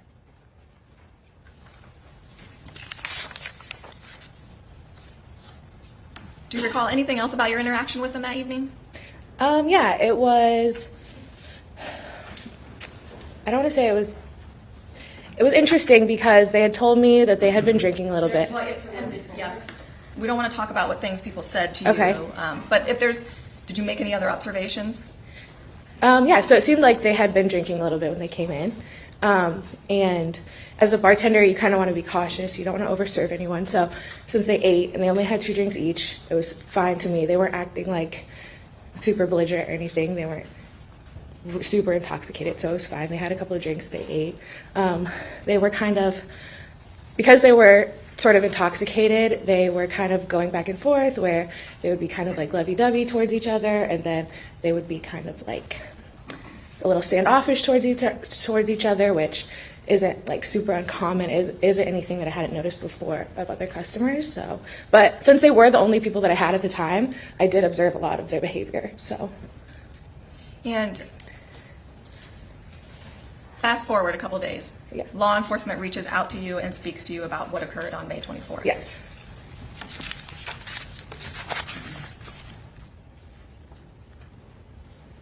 Thank you, Your Honor. No further questions. Ross, please. Yes, thank you.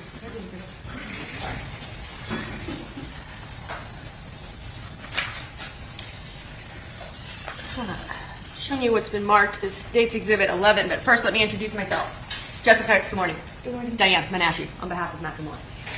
State's Exhibit 11. Just want to, and you sat at the bar.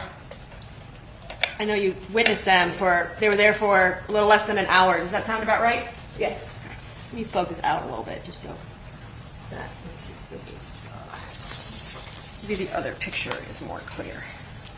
And it's hard to tell on this picture, but Emily was wearing two necklaces, was she not? There was a shorter one and then a longer one. It's hard to tell from that picture, but happy to show you State's Exhibit 10 as well. But I'm assuming that you have independent recollection since they were... Objection to the whole comment. We have a question, please. Well, let's finish the question. Sure. Showing you what's been marked as State's Exhibit 10. Also, do you see, Emily, it appears Emily's wearing two necklaces, does it not? Yeah, it's kind of, yeah, it does. And Matt, if you can, showing you now State's Exhibit 11 again. It appears from that photo, you can see both of his hands. Would you agree with me on that? Correct. And he's on his cell phone? Yes. Or on a cell phone? Right. So it appears in that picture that she's the one actually taking that selfie of them? Probably, yeah. And State's Exhibit 10 and 11, those are actually, they're from different vantage points, are they not? One straight on and one... You're not gonna be lost if you didn't watch yesterday. Not much really came in. We saw a lot of body camera where we didn't really see anything. So yeah. Yeah, I don't think we've gotten to the nitty gritty of like. No, we day 4 is when we see the body. From the side? Right. Okay. I want to ask you about, I think if I recall back when you guys were open, showing you State's Exhibit 12, that Rheingeist was on tap. Was it? No, it was in a can. Oh, because the bubbles wasn't on tap? We didn't have it on tap now. So I want to talk about Rheingeist bubbles for a second. I have Maker's Comes Mark. in a pink I like can, it. does it not? Correct. And the liquid inside of Rheingeist bubbles is like a pink peachy color? It's considered like a rosé. So, Like a rosé ale? yes. And so to my question, because it's considered a rosé, it has like a pinkish color to it, does Correct. it not? Yep. And not assuming that you know the alcohol of every beer, but do you know Rheingeist bubbles, about 6.2% alcohol? I honestly don't know, but it could be. I don't know if it's that strong, but And let me ask you one other thing. Beginning time 6:01 p.m. Is Yeah. that correct? yes.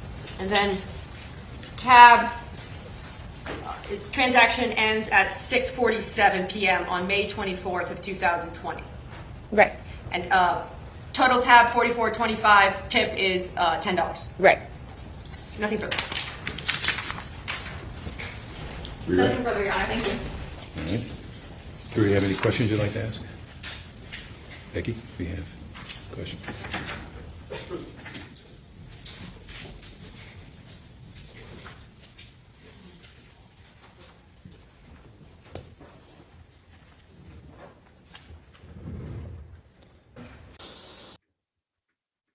Drinks are ordered. You noted in Exhibit 12 the nature of the drinks that are ordered. Did you see who had each drink? Yeah, so the gentleman had the Maker's Mark, and I believe it was They had a total bill of $34 and they gave a $10 tip. So that's 30% tip. That's pretty nice. Jack Daniels, and then the woman had the two bubbles drinks. Thank you. Yeah. Questions from the state? One moment, please.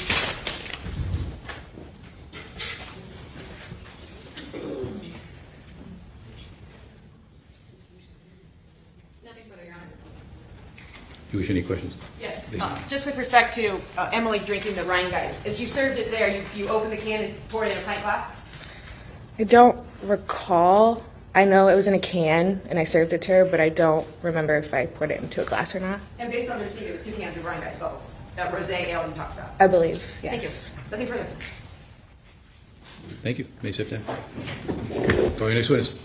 Civil Suzanne Kavanaugh.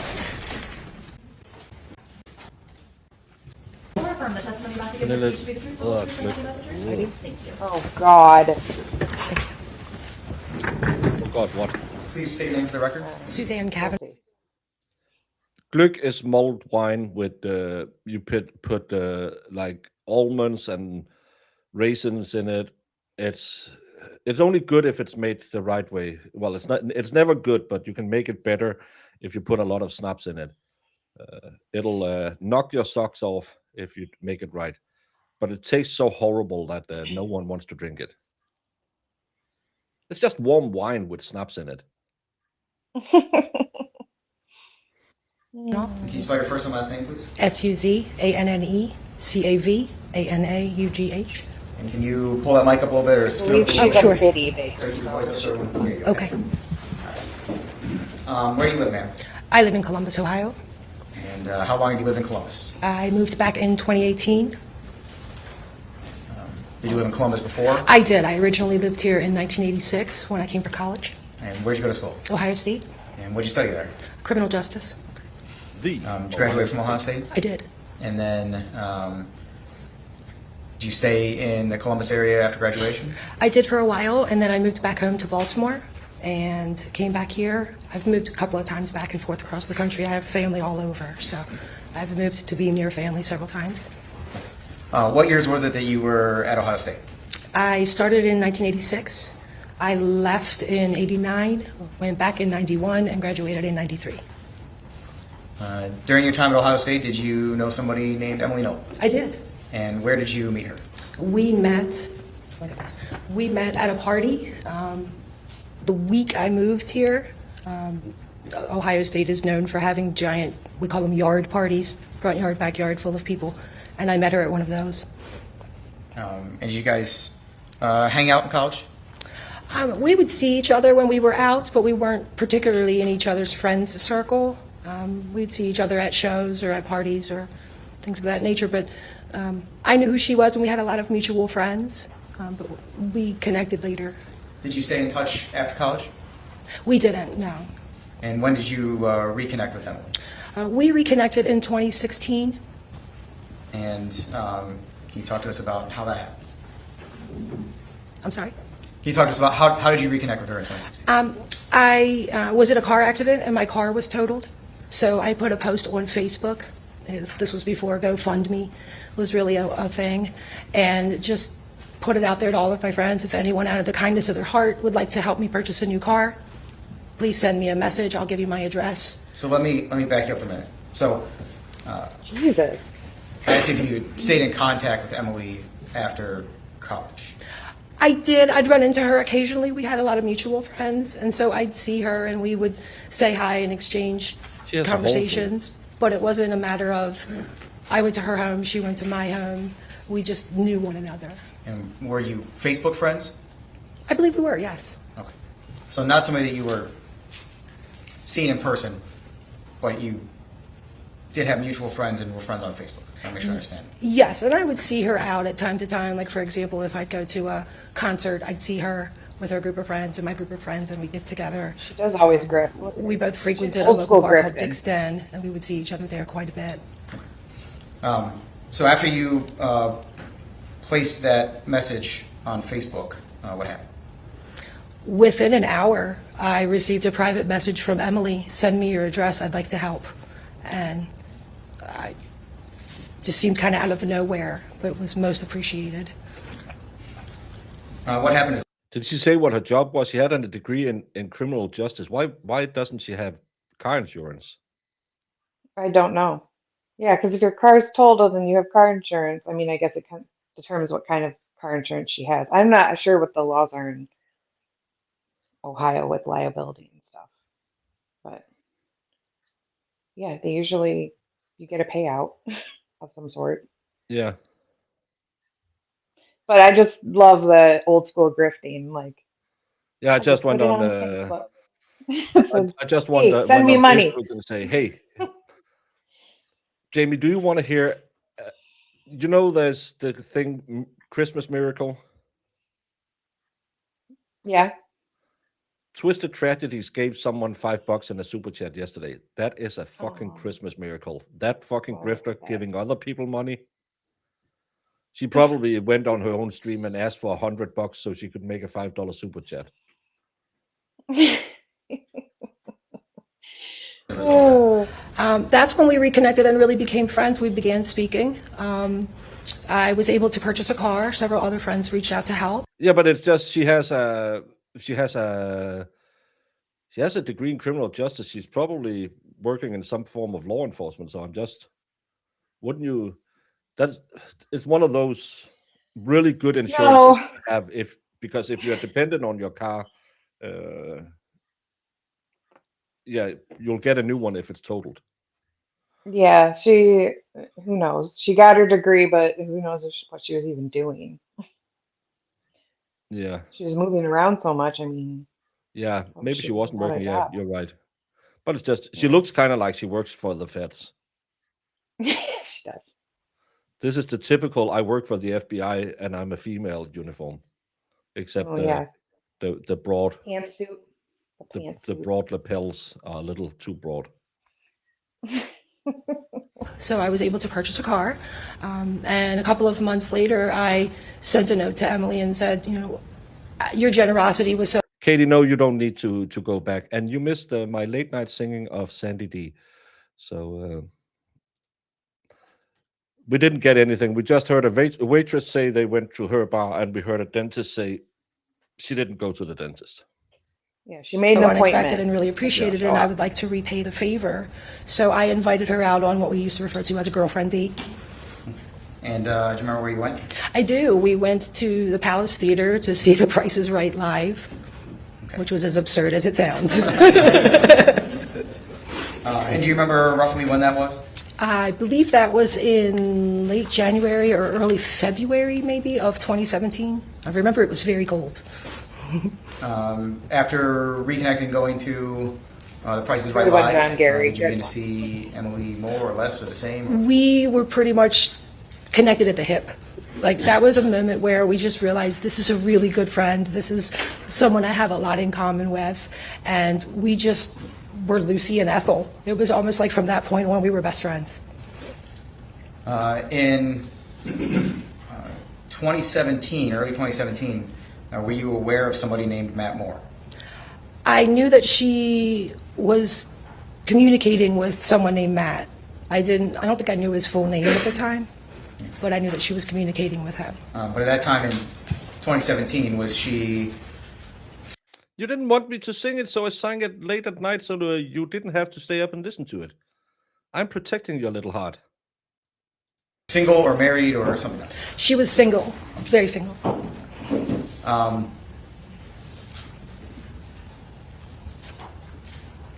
Did you... Let's talk about, from 2017 on, how long did you live in Ohio from that time when you really reconnected with Emily? I lived here, I moved in April of 2018 to Northern California, and I made it exactly 100 days, and then I moved back here in August of 2018, where I... Yeah, she doesn't have a job. She's flaking around all the time. Yeah. She's one of those people who will just, no, I can't. Yeah, there ain't no way she has a job then. Yeah. currently reside. So that time between early 2017 and the time you moved to California, by the time when you said you and Emily were super close. Correct. And then when did you come back from California? I came back in mid-August of 2018. And do you remember anything that was going on in Emily's life around that time? Well, we had spoken weekly while I was in California. We stayed in a lot of communication. And she indicated that... Suggestion as to what Emily indicated? So when I ask you to say what she said, I just want to know if you were aware of what was going on at that time. I knew that she was dating. Okay. And when you returned back to the Columbus area in August of 2018, where was Emily living? At Abbey Cross. And was she living there with anyone else at that time? I was not aware that she was living with anyone else when I moved back. When you came back, what happened next in Emily's life?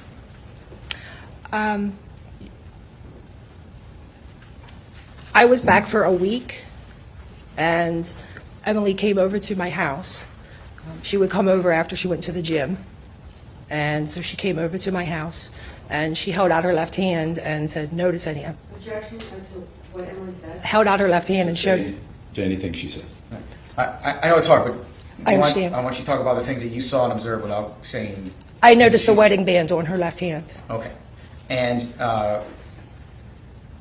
When about was that, if you remember? Late August. I had only been back about a week or two. Did you know who she had gotten married to? I later learned And was that Matt Moore? it was.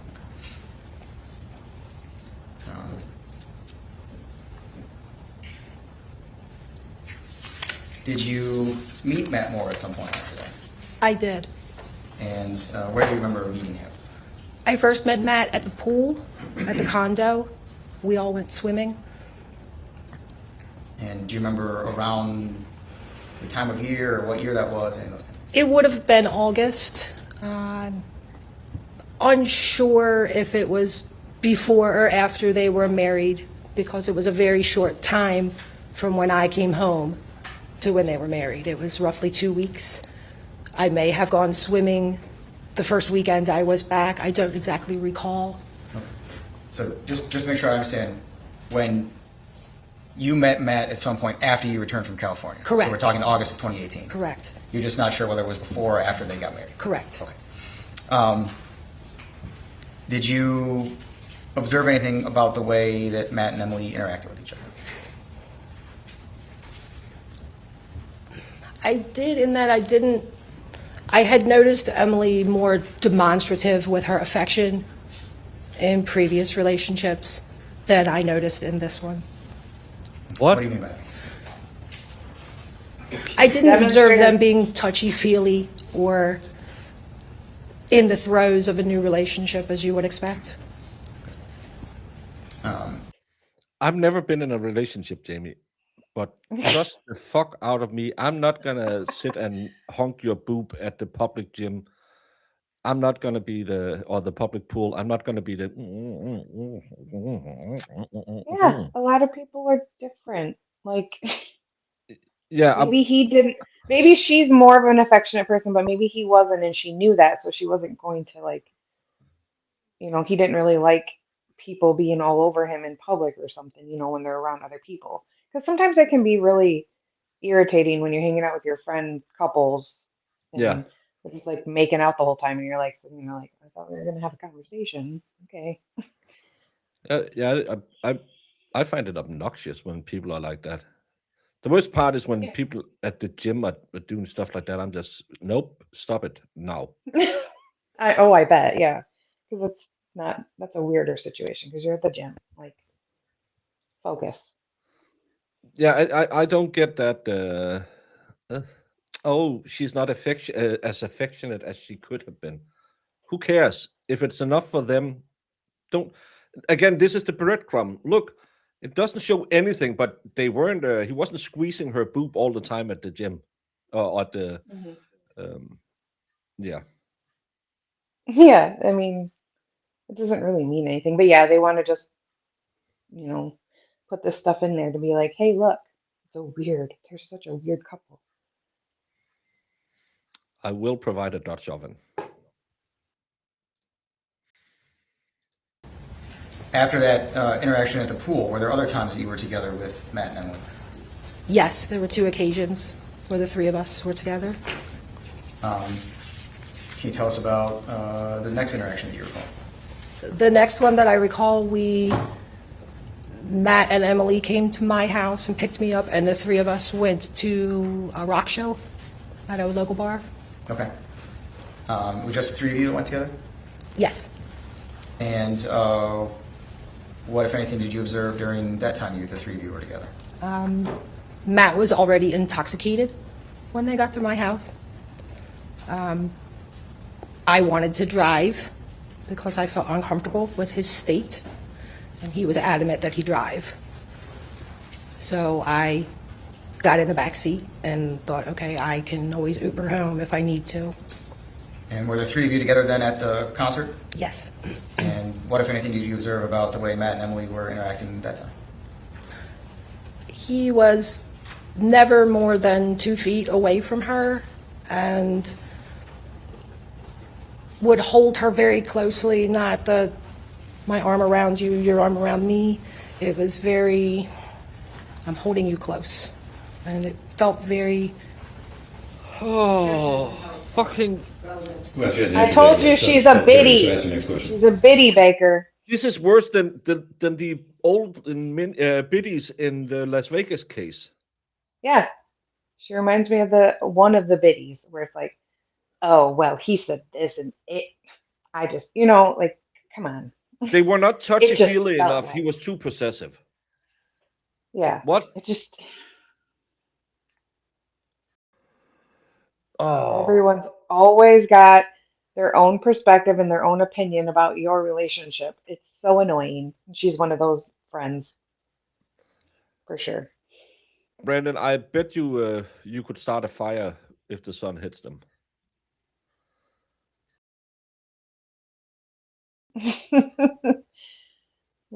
I forgot about her until she started, like, she came up and I was like, oh, that's why I said, oh God. Because I They remember, didn't touch oh each yeah. other enough. Now he's holding her too much and too close. Yeah, this is you're always wrong, no matter what.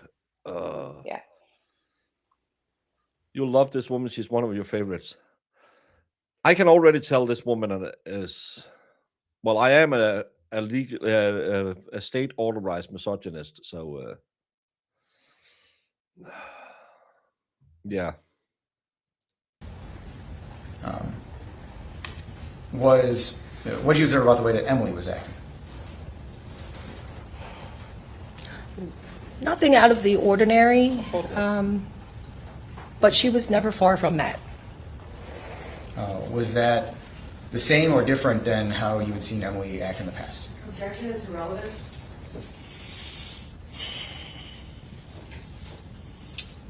This is in 19, 18 or 19, yeah, she's not. 18 or 19? After I was this, saying after that. this.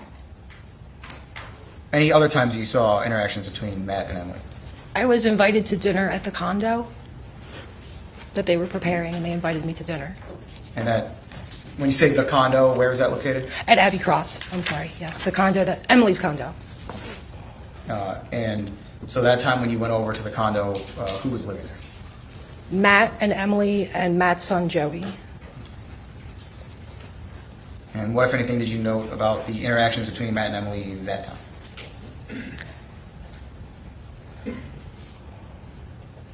It felt tense when I arrived. Can you describe that for us? Hey, honey, my friend is coming over. Which friend? That fucking weirdo that I helped get a new car. You always look at you judgmental because you don't squeeze my boobs enough in front of her. Remember that concert where you were just hugging me because I had a really bad day and you just wanted to make sure that I could feel you all night and you really just helped me with my depression? Oh, yeah. Do we need to have her over? Well, she's a weird fucking woman who travels around the country and can't hold down a job. And she has glasses that can see the moon in daytime. Well, I would be a little bit tense as well if this... Jamie, invite me to dinner and invite this hoe back. I will also be tense. Well, I'll be tense after the attempted murder in your garage to begin with, but... Oh God. Yeah, we'd already, like, that's the thing, is you could have been tense from that and had nothing to do with her. But you're tense with me because I almost tried to kill you earlier when you crashed. I was at the gym with my gym buddy today, and she was talking about they're having their New Year's Eve tomorrow, and they had invited some friends, and then some other friends had said, "Hey, can we stop by?"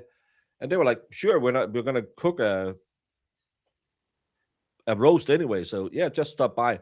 Then the other friends got mad because they thought it would only be those them four people being together with the kids. Go fuck yourself. What? I hate these people. Oh, let me decide how your house should feel like when I come into it. Oh.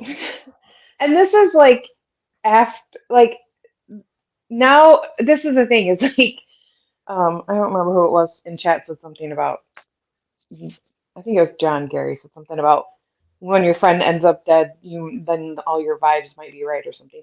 But you're gonna tailor your vibes to what you think. And like I said, all these people don't think she offed herself. They think he did something. So now this time that he didn't really touch her enough felt that she's like, well, that was weird. You start Yeah. to trigger your mind into thinking all these little things that really don't mean anything are now weird. But anyways. It's yeah. What? Whose channel has gone? Sorry, I just saw something in chat. And, I don't know what's happening. Who? What? I just got on and was watching a channel before coming here, and it was abruptly ended and taken down. Oh, it happens sometimes if you have copyrighted material on. Yeah. I've had that happen to me as well. Why would they think he did it? Because she was dead, and no one else kind of either she did it or he did it. And most people would think, well, she would never do that because yeah. Well, that's what we're getting from all of her friends is they all thought she's so happy. She loved life. Like, why would she possibly do this to herself? So they don't believe it. Oh, it was Clara's clubber walk that got shut down and went private. Something happened while he was walking his dog. That's weird. Hope everything is absolutely lootly with him. He was in here before. I hope maybe it's just a button or something that was touched the wrong way. Maybe this lady didn't feel like he streamed the right way and turned it down. Just the way you can read a room or take the temperature of a room when you walk in, it felt tense. You don't know what had gone on before. Did you see Matt that evening? I did. And anything that stood out to you about the way he was acting? He was drinking vodka straight from the bottle. Oh, so he wasn't he just ended the stream abruptly. Okay, that's way different. Thank you. Is that the last time that you remember being with Emily and Matt together? Yes. Did your relationship with Emily begin to deteriorate or change? Most definitely, yes. And can you tell us how that started? I had expressed reservations to Emily prior to my leaving and returning from California. I was aware that they had previously dated and that he ghosted her. Sustained. Next question. I want to make sure I understand what part of that was. Just ask the question again. What caused the beginning of a deterioration with your relationship with Emily? I had concerns about Matt. And did you communicate those to Emily? I did. Of course you did. And were those concerns based on these observations that you've talked about or something else? Overruled. You can answer. Okay, I'm sorry. Could you repeat the question, please? The reservations that you had about Matt that you expressed to Emily, Yes. what was the basis of that? The fact that he'd already broken up with her before, and I Okay. knew she was upset about that. We had several Holy discussions I hate this movie. about their prior relationship. And I always felt as though, and I still, Objection as to how she felt. It's not relevant. We don't even know what. Yes, Answer it's question. not. Yeah. You can continue on and ask the question again.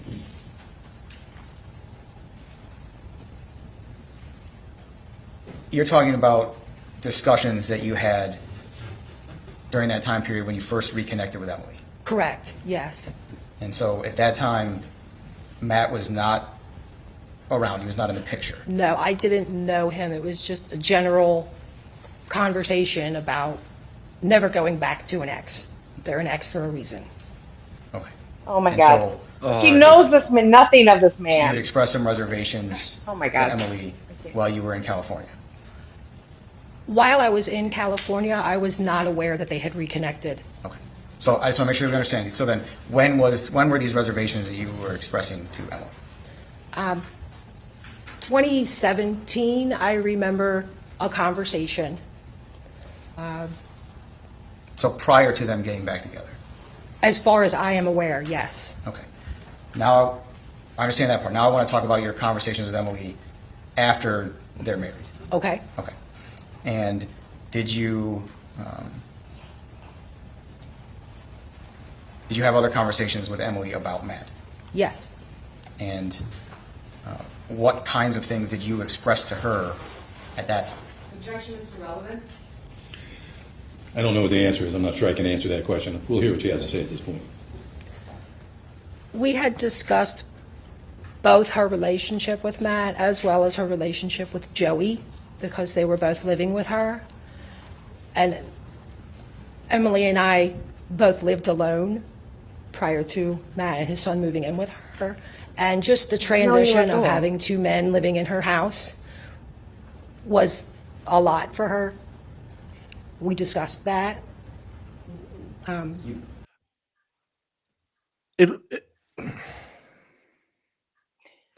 here's the thing is like Emily and Matt, as far as I knew, what they said, dated previously before she was even married to the other husband that offed himself.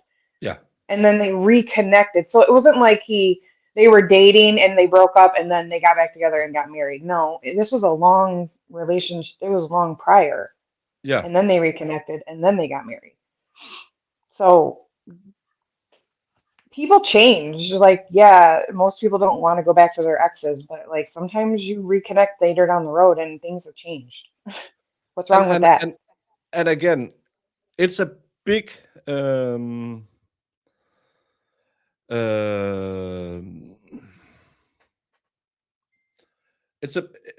it's a big change, especially at my age, 27. If all of a sudden I had a lady move into my house with a kid, of course that would be a big change, because I've been single for a really, really long time. It's always a change because she has to then get rid of all my stuff and put in all of those weird throw pillows you ladies have everywhere in the house. And I have to say, well, I really like my Lego. Yeah, we don't use Lego in this house. Oh, I forgot. It's not my house anymore. And all of those things that you go through in a relationship. What is weird about her feeling a little, Yes. oh my God, I used to be alone. Now I am with a husband and a kid. Mhm. Exactly. It's a difficult transition when you have to bring somebody else's stuff into your home and you have it the way you want it, and now you got to kind of share it, the space, you know? It's a little change. Yeah. She's annoying. AF. Talk about some of the things you noted about their interactions together. Yes. Matt and Emily. Yes. Did you ever communicate those observations to Emily? I did. And without going into what she said, how did she react when you raised those issues with her? She became very defensive. Because I would she too. I'd didn't be like, want get off you your to- high horse. Sorry. Yeah. And No. did your relationship change or stay the same or something else after you? It was very strained anytime the subject of their relationship would come up, because I did not approve of Matt for her. I did not think that they were a good match. Objection as to what she thought about. What makes you the judge of everybody? Hold on a second. You don't need to go on record. How many successful relationships have you been in? I hate this woman, Yeah. Jamie. What I do is this? too. Why you wanted me to watch this stupid trial? No, not for her. Do you recall when the last time you saw Emily was? The last time I saw Emily,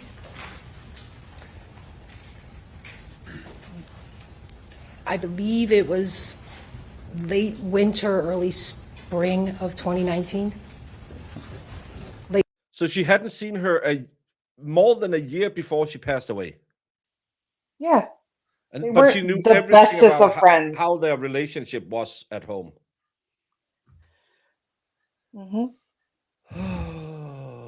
Yeah, can you please go trash my husband some more and make it really weird whenever you come over, because she's that girlfriend who has all of the weird friends, and she's like, well, it's kind of like stray cats. I have to bring them into my house. And he's like, could you just leave that fucking weirdo with the binocular glasses out of it? No, she had a rough time. She moved to California to meet with this dreamboat she hooked up on with on eHarmony, and it turned out that he was a Nigerian prince scammer. And she's broke again. Her car's broke down. She's coming to beg more money. This is Twisted Tragedies just in a suit. Well, my problem is like, if you want to be single, you be single, but don't shit on other women for wanting to be in a relationship or having. And that's the thing is like, of course, you're going to go to your girlfriends and you're going to nitpick about things that your spouse is doing, but it doesn't mean I want you to be like, well, maybe he's not good for you, because nobody is perfect. Relationships aren't perfect. People aren't perfect together. There's always going to be something. But don't just completely think like, well, then you need to leave him. No, and it's like the old biddies. I didn't like him, so she should break up with him. It's none of Yeah, your exactly. fucking business. None of your business. You should be supportive as a friend. Say, hey, you need anything, come to me. But, you're not going to tell her how to be in her relationship and who she should be with. It's not your decision. I hate women like that. I don't think he's good for you. Why? Well, Hmm. he drank straight vodka out of the bottle the time I came over. Yeah, because you give him anxiety, you witch. Because you hate him. Yeah, but Unsolicited advice is worth the price you pay for it. oh my God, Nothing. unsolicited advice, I could kick everybody in the junk for that. Like, did I ask you? Yeah, Unless I ask you, leave your advice in your own brain. it's my life. Yeah, you're right. Before I go, that witness makes me think she did it. Yeah, she probably unalived her just to save her from evil Matt. Oh my God. I know every friend group has one of these, but Jeepers Christ. Perch her. Jamie, you knew this. This is why you lobbied for this trial. I did. I knew she was a biddy. The minute I remembered when she popped into the scene, I was like, ooh, Baker's gonna love this one. She's a biddy. It's taking us more to get through her testimony than the entire trial up till now. Yeah. Winter 2018, early 2019. I have one moment. 2019 Yes. is when you thought that might have been? Yes. Okay. Did you observe anything about Emily on that date the last time you saw her? Yes, I did. And what was that? I observed bruises on her arms. Without year going into the before. conversation based on observing bruises, did you ask Emily about it? I did. And could you describe for the jury her emotional state based on what you asked her about the bruises? What? I'm not sure I understand your question. I'm I- sorry. So I'm not asking you what was said. I'm asking you just to describe emotions, demeanor, if you can. Very He's asking her to defend- read body language. Well, yeah, like what does she have to do with describing somebody's emotions? Like, how do you know? You don't know. I Jamie, mean, yeah, if you see somebody can you read crying, my but that emotions could be right their. now over this witness and this prosecutor?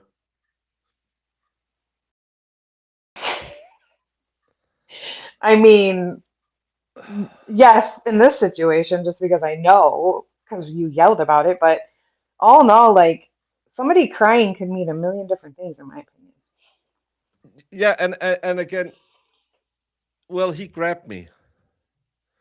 Okay, what was the situation? Maybe she was going insane and flailing her arms around, so he grabbed onto her and said, "Relax." Maybe he was beating her senseless. Maybe he was showing her affection, and some people like it a little rough. pulling up the hair and stuff like that. Well, I mean, she was a fragile like 95 pounds. You probably Yeah, could have just you probably could have just tapped her on the shoulder and got a bruise. I mean, who knows? he's a mean man. Our handling- conversation became very heated. Yeah, he's a mean man. And again, without going into what was said, how did the conversation end? crying. The conversation ended.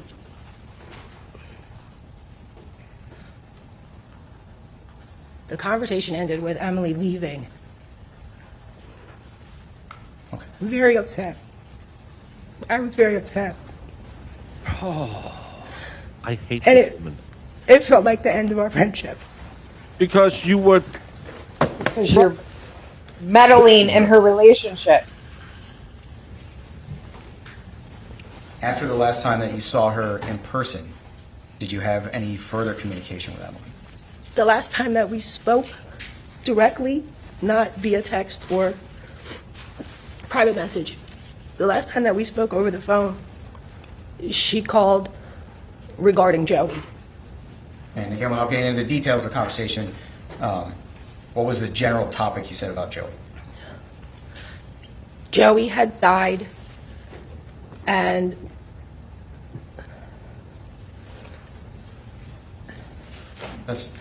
Do you remember the time frame of when that conversation occurred? July, I believe it was 4th of July, actually. And I assumed she was calling to wish me 4th of July. Happy And- 4th of July. Do you remember what year that was? 2019. July of 2019? Mm-hmm. And was that the last time that you had a verbal conversation? why is she understand? with Yes. Emily? No. One moment. To Oh, speculate. I hope the duh. defense tears her a new one. I hope so. I can't remember, to be honest. Yeah, she's blaming Emily for leaving their friendship because she was too nosy. Yeah, she's over here giving her unsolicited advice, and she sees bruises and probably accused. And then Emily got mad because she's like, "That's not what happened." But hey, you knew how much fun we had back when you were single. I really feel like you changed since you and Matt started dating. Oh, and now you're taking care of Joey, his kid, all the time. You know you're not his mom. Why are you acting like that? Back in the day, you and I would go out like Ethel and Mermel or whatever the names were of a show I don't know anything about. And it was really fun. And I had these fancy glasses, and someone hit me with a little bit of a laser beam from a pointer, and it burned a hole in a building behind us. We laughed and we laughed so much that day. I bet you she's like the biddies. She was nagging constantly about how fucked up it is that she chose Matt over her and how they were the bestest of friends. Oh, Yep. Oh my God, he keeps going on about her glasses, and I can't. You're killing me, Baker. She can see the moon from where she stands. yeah, in daytime. And telescope glasses. Oh my God, I've had a friend like her, and they are absolutely exhausting. And I don't talk to this person anymore, by the way.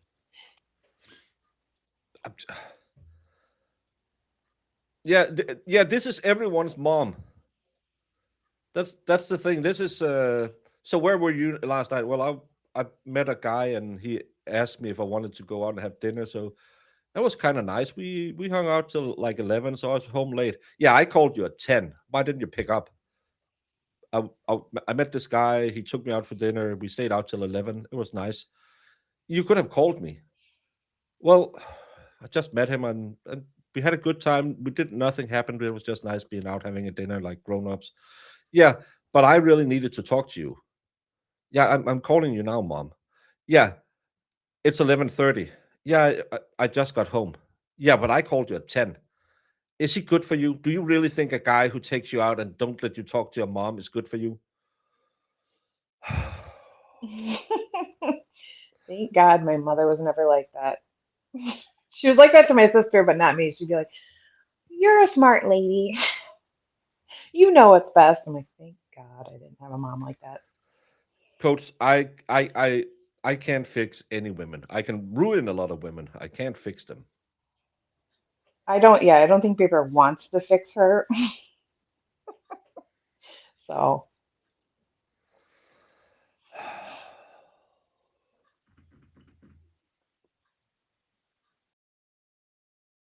yeah, she's crying. Yeah, because Her friendship ended. I was such a cunt to her that she didn't want to talk to me. And the next time she called me, she told me her stepson was dead. And I just said to her, "Well, imagine if you didn't hook up with them, then you wouldn't have the big sad now." And she got mad about that. And I just tried to help her. Jesus Christ. I have no further question this time. Yes, please. One moment, Your Honor. Matt Moore. Got some follow-up. Good morning. Good morning. Sue, Diane Menashe on behalf of Matt Moore. Got some follow-up questions for you. I want to really make sure of the dates here. The call when Emily called you to let you know that Joey had killed himself was 4th of July, as you remember, of 2020? No, 2019. 2019. So 2019, and then before that testimony, you had talked about the prosecutor asked you when was the last time you saw Emily. And I want to make sure that I've got the date right. So you said late winter of 2019 or early spring of 2019. Is that right? No, it was spring of 2019. Okay, spring of 2019. Well, late February, March, April, around it. I would say probably February of 2019. And I wanted to give you a chance to really pinpoint it. February of 2019 is the last time you see Emily in person. Is that right? Yes. And then July of 2019, you remember, based on your testimony, sometime around the 4th of July, she called you and let you know that Joey had killed himself. That Joey was dead. Oh, but she didn't tell you, did she tell you how he was dead? No, Okay. She didn't share that information with you. she did not. And that was the last time you spoke with Emily. Correct. And it is, what's today's date? August 17th. 2022, Correct. obviously. And you're aware that she went missing on May 25th of 2020. Correct. I want to go back then about the 3 times that you saw Matt and Emily together, now that we kind of have that bookend at the end. You saw them the first time at the pool in the complex, is that right? Yes. And you noted that they weren't that touchy-feely. I think that's what I wrote down. Correct. And, I mean, you guys were at the pool Yes. swimming? And then, Question. You Yanks are very much more uptight about personal things in public than we are in America. Just ask Jamie. She's seen our BDSM stores. Yeah. Let's say I went to the pool with a lovely young lady, age-appropriate, consenting adult, and we were in one of those cabana seats, whatever they're called, and I rested my hand on her pelvic area. How many people will take that as almost indecent exposure? Yeah, it depends on the person. Yeah. I might not like it. Again, just in Denmark, it would be perfectly okay if she was tits out for Harambe and he was stroking her butt. People will just be, oh, they like each other at the beach. Not a big problem. Just don't go too far when there's kids around. But maybe it's just me, but I think you're a little more. Your morals are a little more tight than it is in Denmark. So maybe I'm wrong, but that's just how I. No, most people are prudish. Yeah. Prudish. That's for sure. No one would even notice if someone was stroking his girlfriend's butt at the beach. Yeah, that'll be fine. Just don't go. Yeah, it's just don't go full. Like a wow, wow, waka, waka. But I think I'm aware of that too. It's just like I don't personally like touching and feeling and just making out like with somebody I'm with in front of, like, if I'm with like my family or my friends, like, I just find that kind of rude. But that's just me. I wish I could be a nudist, but the neighbors would object.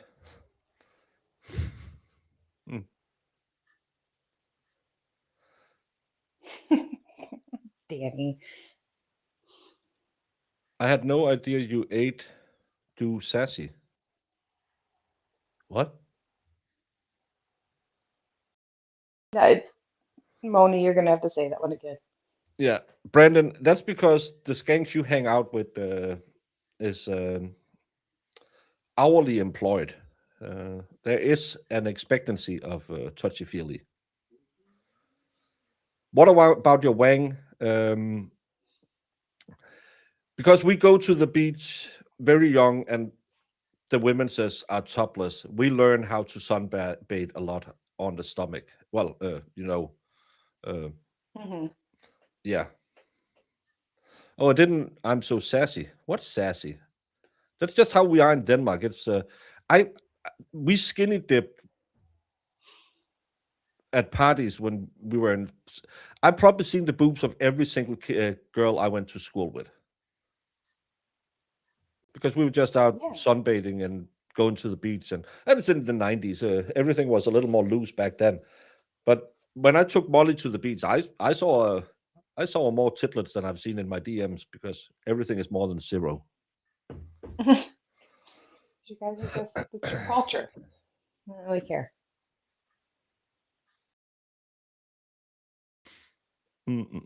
Women do that stuff for free, especially if you don't pay up front. Yeah, then they'll get way more interested if they think there's Benjamins at the end of it.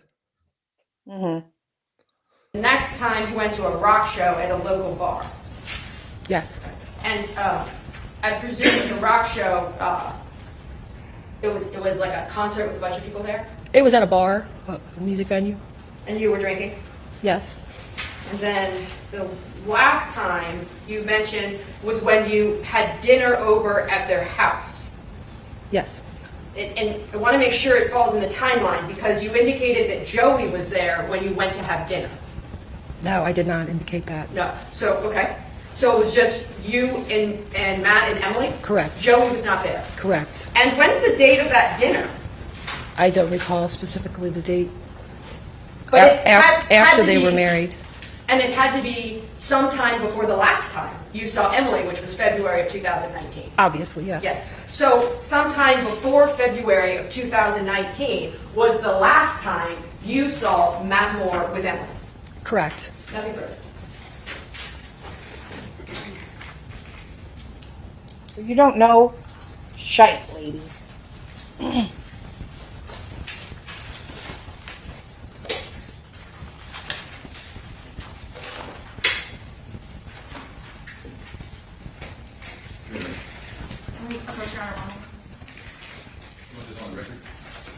Yeah. Yes.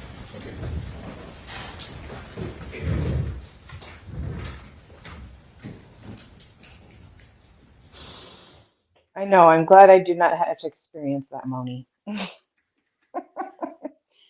to take a morning break. So we'll take a 10-minute break. Remember the course admonition. Thank you. We'll be back shortly.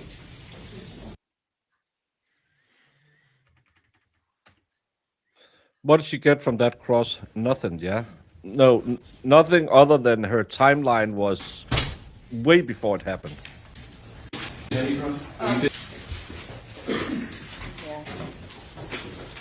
I didn't say I could, that I know how everyone looked, because I just said I think I saw everyone's boobies. I can't remember them. Probably there were some happy ones, some sad ones, but it's like pizza; they're always great. Jamie, my pause game is absolute. It's been a long time since we've done pauses. I'm back, baby. I'm back. She's a looker. That's for sure. There's 2 jury members who just died from that stare. They're like, God, lady, stop it. Look over there. Yeah. Eyes on the wall. They're gonna do the Paul O'Keefe thing. Can you make her stop looking at us? Move them to the back of the courtroom. That's gonna be one of the questions on the yeah. Jury question. jury questions. Are you insane, or is it just a look in your face? Yeah. Can those glasses, can you see the moon? Can you see the moon during daytime? If somebody asks for that, I'm out of here.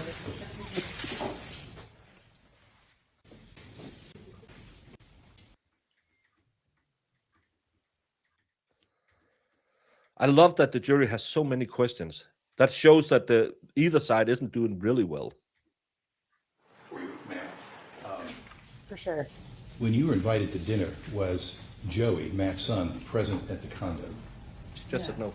Okay. Another question, did you ever meet Joey? Yes.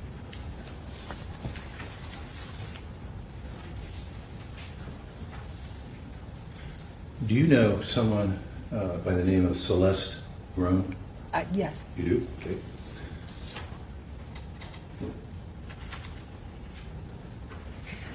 And I think you indicated, but the question is, was Joey at the dinner before February 19th? No, he was not at dinner.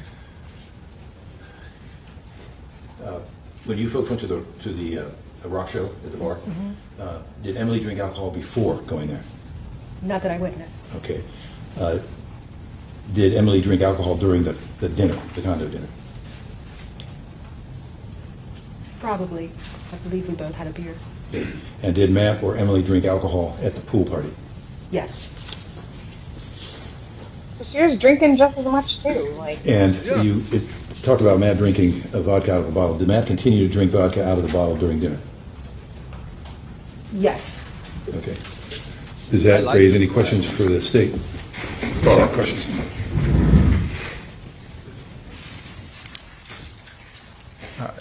Do you know where Joey was during the dinner? If I recall correctly, I believe he was at work. Okay. So he just wasn't physically present in the condo when you were there for dinner, is what you're saying? Correct. You were asked about whether you know Celeste Grown. Yes. How do you know her? I met her at the pool at Emily's condo. And then you were asked a question about drinking during the pool party. It was kind of a compound question, so I'm not sure what you meant. Was Emily drinking while you were hanging out together at the pool? Yes. And was Matt drinking while you were hanging out together at the pool? Yes. I have no further questions. And you were drinking at the pool Yes. and at the concert. Jamie, I know Americans are a little more prudish than us in God's only country. If I'm at a party and I'm drinking, would that be frowned upon, or would it be expected when you're at a pool party where everyone is fucking drinking? yeah. I mean, you're actually a pariah if you aren't drinking. Yeah. People are like, what's wrong with you? Well, when I go to the Lanai at Expert's house and Valhalla shows up, I will have a Yingling in my hand within 2 seconds. Yeah. Because that's kind of what we do. When I'm just sitting there with the expert, I'm drinking coffee and eating Twinkies. But, well, I don't do that in the morning time because, well, I do eat those, but don't talk to the expert because it doesn't get up till 5 p.m. But when me and Valhalla hangs out, we're drinking beers. That's totally normal. I really, they were drinking at a pool party. My pearls are clutched. Exactly. Celeste Grown sounds like a dirty name. Yeah, she could probably be working in some not A, not B, but maybe some C tier corn movies. Celeste Grown has her. No, I'm not going to say that. Yes. Amy, it stays on. And the house. Yes. Just want to be clear again about dates. When Emily showed you her ring, we know, based on your prior testimony, that she got married at the end of August in 2018. Because she was just moved back, right? Yes. And then we know from your prior testimony that the last time you saw Emily was February of 2019. Yes. So August 2018 to February 2019 is when you talked about these 3 instances of when you saw Emily and Matt together. Correct. Nothing further. Thank you. You may sit down. Thank you very much. Call your next Only witness. saw Emily and Matt together 3 times. But I You saw know everything. and I disliked him instantly. He didn't listen to me, and she got mad when I butted in their relationship. I think. Can you swear more from this? Yeah. Ma'am, can you state your name and spell your last name for the record, please? My name is Brandy Zink, Z-I-N-K. And are you currently employed? No. Were you previously employed? Yes. What did you do when you were previously employed? I was a paralegal secretary at a law firm in Detroit, Okay. Michigan. And how long were you a paralegal? From 2009 till 2014. Okay. And did you go to school to become a paralegal, or what education Yes. did you have to do that? I worked as a volunteer and an intern at a firm in Columbus, and so I learned on the job. Okay. Were you? Katie, I have to give you this.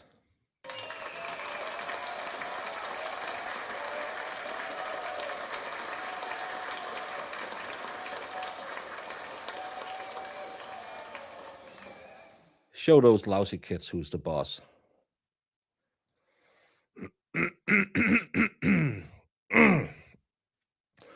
On Tuesdays, we do arms, because if you want to light up a blonde before spelunking this compt and Emily's a drunk runt, your arms better be effing swole. I agree, Brandon. Facts. I think I would light up a blonde if I had her. Oh, she's coming over. Let me get straight to the Colombian party. I just go partner. to bed. I'm going to bed. You guys have fun. Yeah, I would instantly have the coof. Yeah. I would be making myself throw up and be like, I have the flu. I don't know what happened. Yeah. Oh, your friend's coming over. That's why he was drinking vodka straight out of the bottle, just to try and chuck. Just try and puke a little. You could pretend like he was sick. Where did you grow up? I grew up partially in New Jersey, and then my family moved to Florida. Okay. And how did you end up in Detroit, Michigan? I had a job opportunity, and I moved from Columbus. Okay. So talk to me about the time period that you lived in the Columbus area. I lived in Columbus from 2000 till 2009 Okay. And then from 2009 until present, you've lived where? in Detroit, Michigan.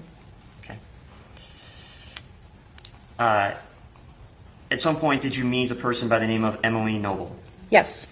And how did you first meet Emily? I met Emily in the summer of 2001. We were both volunteers at the community festival, where we worked together at the Volunteer Central. Is the community festival, does it go by something else? It's called ComFest. Okay. And where does that take place?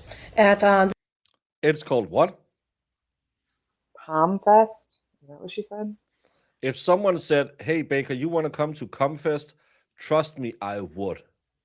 And if it's a community service festival, I would be effing livid. If someone invites me to Comfest, there better be a lot of pineapple juice around. Oh! Now that I know Oakdale what Park that in is. Columbus. Okay. And how often does that take place? It's every year, the last full weekend of June. So tell me about meeting Emily back in 2001. When I met Emily, we were assigned to work together at the Volunteer Central, and we hit it off. She's very warm and friendly. I never had a Bloody Mary in my life. So, no. She's very funny, personality, and so we worked together every year at the Volunteer Central. We just clicked and became fast friends. Other than working at the community festival every year, did you have interactions with each other between those time periods?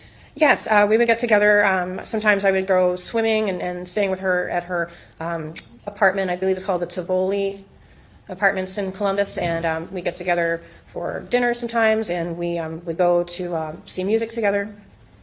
Okay. Back in like 2001? How often Come on now. would you say you would get together with Emily to either go to an event or to do something? Nearly weekly for a while. Okay. And did that continue until you left the area, or did it end previously to that? When I moved, she would visit me in Detroit. Okay.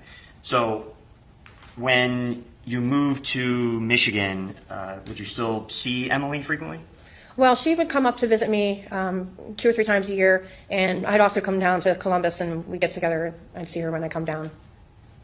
Okay. And in between those times you would physically see each other, did you remain in contact other ways? Yeah, we'd talk on the phone. We'd send pictures, text messages. She loved photography, and we shared pictures together, and we'd also communicate on Facebook. And how often do you think you were communicating with Emily during that time period? Fairly frequently. Okay. You mentioned that you would get together and volunteer at the community festival every year, and that was done with Emily, correct? Yes. Okay. At some point, did that stop or did that continue? When I moved to Detroit, I did come back for Confest a few years and still volunteer, but I stopped going. I think 2012 was the last time I went and volunteered at Confest. Okay. And when was the last time that you physically saw or physically got together with Emily Noble? It was June of 2019.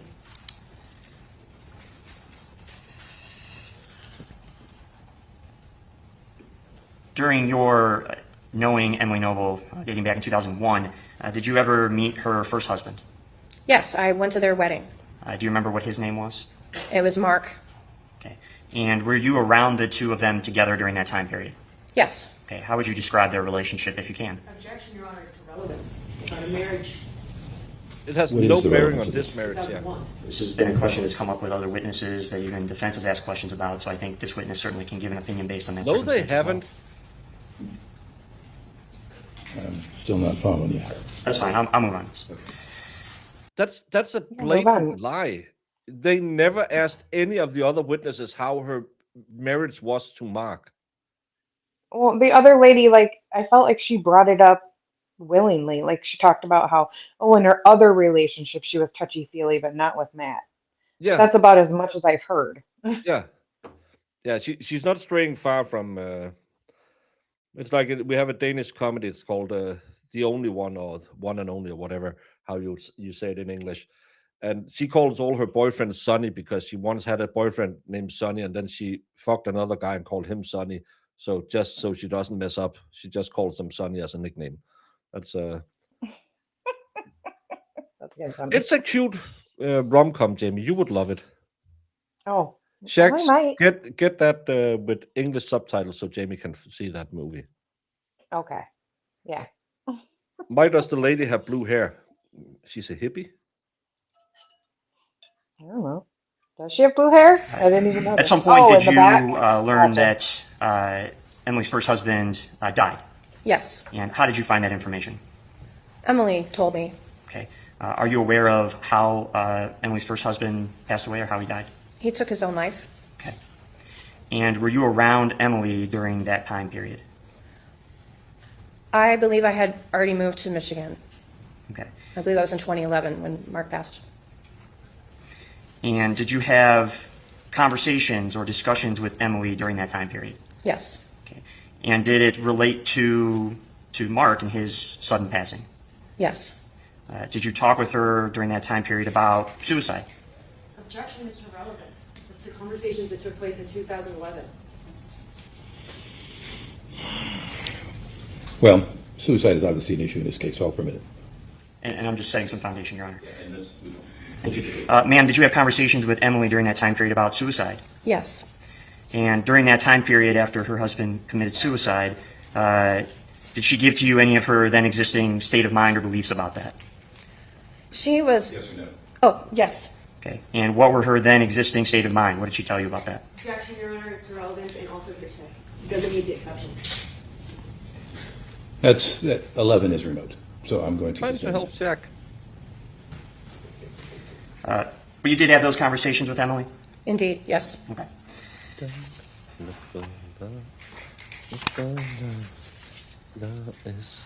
Hi, Christine. Now, at some point, did you meet someone by the name of Matheau Moore? Yes. And how did you first meet Matheau Moore? Met him with Emily at Confest in June of 2019. Okay. And if you know, what was the relationship between Mr. Moore and Emily in 2019 when you first met him? They were married. Okay. And prior to you meeting Matt, were you aware that the two of them were married? Yes. Okay. And how did you find that information? Emily came to visit me, and we in Detroit in August of 2018, and she told me that she was considering getting married to Mathew. And did you have conversations about that? Yes. Okay. When you first met Matt in 2019, you stated that was where? She was visiting me in Detroit. When you first met Matt? I'm sorry. When I first met Matt, it was in Columbus, June 2019. Okay. And what were your interactions with Matt at that time? How were your interactions with him? I was uncomfortable. I was uncomfortable. When we tried to take pictures, he would want to force his way into the picture, and he was uncomfortably affectionate physically towards me, and I just met him. Oh, so I did not. I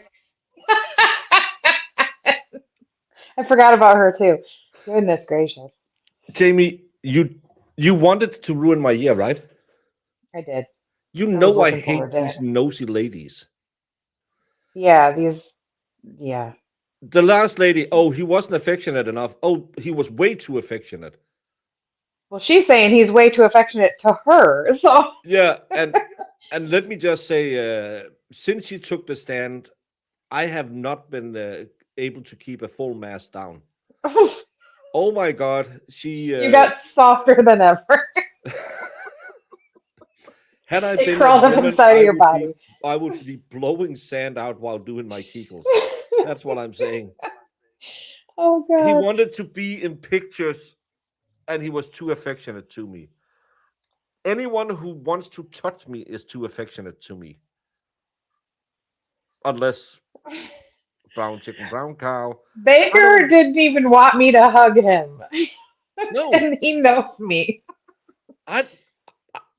I've only known you for 3 years. Come on now. It's not like we're that close.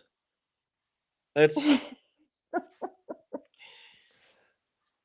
I hate these women. Yeah. Oh, he was so cold and so he was way, way, way too Creeped feel me comfortable. out, and he was all up on my business. That was the first time you physically met Mr. Yes. Moore, correct? Did you have any conversation with him prior to that, or is that the very first time you spoke or saw him? First time I saw or spoke to him. Okay. Did you witness any interactions between the defendant, Mr. Moore, and Emily during that event? Yes. And what do you recall about witnessing those interactions? He would interrupt her when she'd be speaking. And he was from Las Vegas. Aren't they known to be a little more out there than in Ohio? I mean, I only know really Midwest people, and we're very friendly. I mean, you know me. I'll hug people I don't even know, and they're probably like, "Get off of me, lady." You have to come to Tennessee next year. You and Valhalla in the same room could be a perpetual machine because both of you are huggers. We'll You make don't everybody stop hugging uncomfortable. for 3 days while you're down there. You get I on the know. horns. You and FD Food Ferry is going to drive down, and so you can just hug it out with Valhalla. Yeah. See, I can make everybody uncomfortable. And then something will happen, and you'll be at my trial going, "She was really creepy. She was." Yeah, she was she always hugged trying me to and hug then me. she punched me. She was very crazy with her emotions. I get excited and I hit. I'm sorry, but I don't hit hard. Chief Little Bighorn, no like sexy photo bomb. No, she was really upset that this man beast came into her photos Yeah. at Comfest. And was she another single lady that was like, ugh, like it's supposed to be me and her, and Yeah, I Eddie thought is we laying had with it. you know what I good. mean? Yeah. Yeah. Hey, girl, we've been doing this for 6 years now, and I'm bringing my new boyfriend. Oh, I thought we were having this as a special thing between us. I thought we were girlfriends, but okay. Yep. I interrupt a lot when I speak, and I'm quite stupid, but I hate when people go slow, especially if people who wants to tell the same story over and over and over again and try to explain why it's funny. I'll cut them right off, or I'll just walk away. He seemed to just want to put himself in the middle of us so that if I wanted to sit next to her or be with her, he would want to sit or stand in between us. Were either Emily or Matt drinking during Comfest? Yes. What do you call about that? Matt was drinking a lot of beer. And Confest, they have giant 20-ounce beers. What about Emily? She was not. Okay. Was that the only time you had met Mr. Moore? I met him, well, that was the only time. I did go to their condo. Giant 20-ounce. It's half a liter. Come on, lady. Oh, and wait, Oh. Jess said I wasn't that bad. Panilla, have you ever, and we know you're a petite little lady. Have you ever, as a Swede, gone for the half a liter can instead of only the 33 centiliter? Oh, they have giant 20. A normal pint, or you can have like a small pint, a medium pint, and a big pint at a restaurant in Denmark. The medium is half a liter. That's 20 ounces. That's the normal size you will order if you'll have a meal. You'll drink a couple of those. Hmm. Yeah, these people are such rigid prudes. Yeah. Well, they are, and it's all this. It's because they don't believe their friend did this to herself, so it had to be him. So now all of these little occasions where these things were happening, now we want to make them sinister. Yeah, she did say giant 20 ounce. Giant 20 ounce. Now, when you're sitting and eating, it'll grow stale, and you can have two of the little ones instead of just one big one. Well, yeah, like a lot of people go out to like places and just get the big one so you don't have to keep going back. Yeah. Well, if I'm drinking, but if I'm eating, I'll take the medium sized. Yeah. The parade of After Confest and spent time with him there. During that same time period in 2019? Yes. Okay. And what do you recall about those interactions back at the condo? He was drinking, and I brought some food.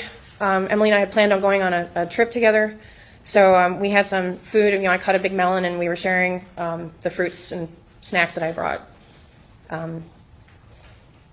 I did spend some time with him in the morning, and Emily had gone to work very early in the morning so that she could get some hours in at the office before we were going to leave on our trip. So I spent a few hours with Matt alone, and I wasn't entirely comfortable with him. Was anyone else living in the condo at that time? Yes. Who was that? Matthew's son, Joey. Okay. Did you have the chance to speak with Joey? Yes. Okay. And did you see any interactions between Joey and Emily and Matt? Yes. What were the interactions like at that time between Joey and Emily? We were just standing around their kitchen island, eating snacks and, getting to know each other. He was very pleasant. He was kind of sweet, and it was a pleasant time. And was that the first time you'd met Joey? Yes. Okay.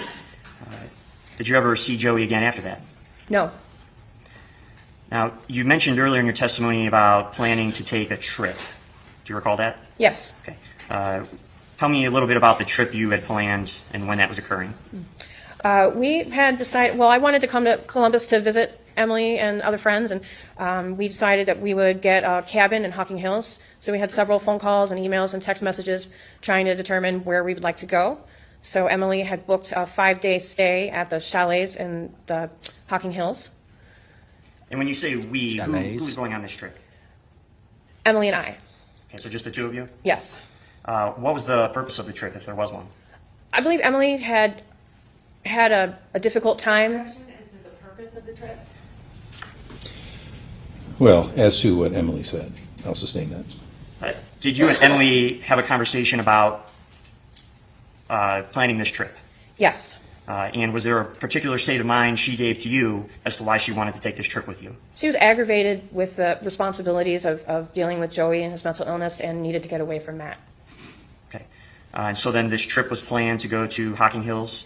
Yes, as a girl's getaway. And how long was this trip supposed to be taking place? We were supposed to be there for 5 days. Now, you said you were supposed to be there for 5 days. Did that change? Did you stay for less time or more time? We only stayed for one night. Okay. And can you explain to the ladies and gentlemen of the jury what happened during that one night that you were there? Emily received a text message in the morning, about 8 o'clock in the morning, after I had prepared breakfast, and the text message she received from Mathew was Objection to what the text said? It's the defendant's statement, Your Honor, came from the defendant. It's not. It's Matt's statement, you idiot. Well, this Your is, Honor, I believe that what are you offering this for? to explain what happens afterwards, why they only stay for one night, and secondarily, I don't think it needs to come from law enforcement if it's the defendant's own statement. Ladies and gentlemen, the answer to the question is to provide context as to what she did next. It is not being offered for evidence of the truth of what the text was about. So I want you to understand that. You can answer the question. What did the text state, ma'am? Joey is gone. He is dead. He hung himself. Jamie, I might be judgmental, but at 1 p.m. this year on Comfest, Sacred Mushroom Revelation with Amy Samuelson. Join us as we share personal stories of what was revealed to us in the sacred mushroom space, what led us to be there in the first place, and how developing a relationship with sacred mushrooms or other sacred plants have impacted how we navigate our world. It's a fucking drug fest. Damn hippies. That's what it sounds like. So he texted Emily that his son, he's gone, and they could only stay one night. Is that a problem? Because she's making Well, that was her pretty demeanor. inconsiderate of her because she had just because she had just made breakfast, Jamie. She just made breakfast and she was trying to get some peace because they were so obnoxious. And now this. I hate these women. And were you with Emily when she received that message? Yes. And can you describe what her demeanor was like in that moment? She was in shock, wondering if this was a sick joke or if it was the truth. 5:30, Nikki the Death Doula, Death Cafe. A death cafe is an informal gathering to discuss all things death related. This is a unique opportunity to openly talk about death, share stories, and ask questions in a supportive environment. Whether you're curious, scared, or just want to have a meaningful conversation, let's break the taboo and embrace the topic that impacts us all. What are you doing? No wonder everyone is offing themselves in Ohio if that's what you do for a festival. Hey, God. are you really depressed? Come into this safe space and talk about, do you do it lengthway or across? I mean, I don't want to sit She was around pacing- and talk about it with a bunch of community members. No, and half of them are fucked off on mushrooms. I just feel like death, man. It's a transcendental thing, man. And I talked to this lady who said, I can see the moon from my tent, and I'm gonna follow her, man. And panicking and wondering what to do. She tried to call Matt, and Matt multiple dozens and dozens of times, and I tried to call him as well, and he would not answer the phone. Okay. Oh, that Based on that inconsiderate information, prick. what did the two of you do next? His son just passed I thought away. that and we should probably take it seriously because no one would make that kind of a horrible joke.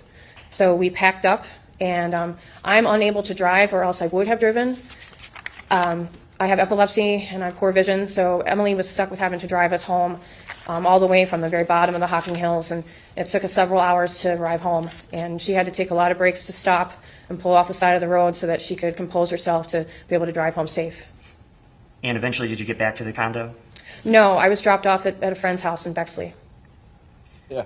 And listening to was you. that the last time you saw Emily Noble alive? Yes. After that time period, did you remain in Not that contact she with would her? even think it was a Yes. joke. And how would you remain in contact with her? Through texts and phone calls and Facebook. Up to that point, you had still been getting together with Emily at least yearly, if not more than that. Is that fair? Yes. Okay. Did that stop? Yes. Okay. And do you know why that stopped? Objection is to speculation. Thank you, Holly Mack, for gifting 10 Broken Baker memberships to Kylie, Mother of Ducks, quack, quack, Brian Haley, Mermaid, Nettie, Anna, Kelly Landry, Mystic Mimi. They had a guy at Comfest who did magic at a burlesque show.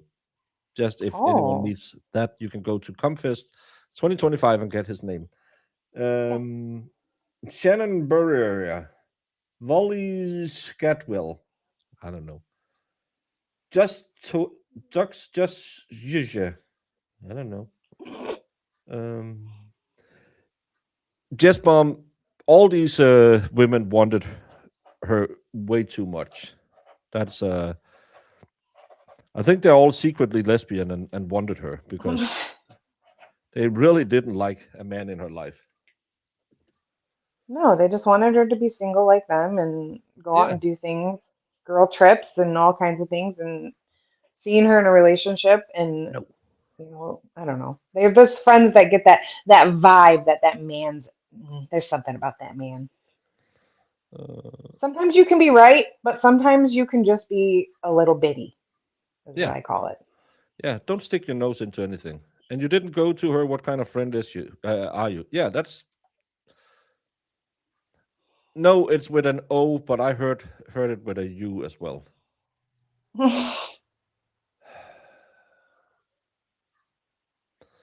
Oh, she Yeah, but wasn't like super her immediate. talkative after that. Was it maybe? Maybe she was overwhelmed, potentially shame for the shortened trip association with SI and depression. Yeah. Oh, she lost her first husband and her brother-in-law to self-deletion. Now she just lost her stepson. She didn't really want to talk about the weather on the way home. I found it weird. Yeah, That's really weird. yeah. These people. These people. These people are biddies. Ugh. Yeah, bitter biddies. That's what I want to call CC Jinx. them. Oh, the man haters. Oh, yeah. Comfest is a Yeah. vibe, everything. Stoner, hippies, weed witches, artists, hallucinogenics, even titties out. You will find me at Comfest 2026. I will be there performing my world famous palm reading. Price of admission, B's at least. I hope you show up. Well, she can answer yes or no. Well, I do my palm reading. Do you know why that this way. stopped? Yes or no? That's how I can tell your fortune. Okay. Did you attempt to schedule meetings or events, things to do with Emily? No. Okay. No, because she and didn't how like often you. would you speak after that last time you saw her in person? It was much less frequent than before.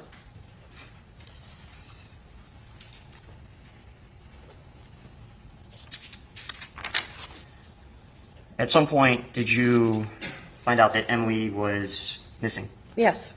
And without getting into what you heard or saw, where did you find that information? On her Facebook page.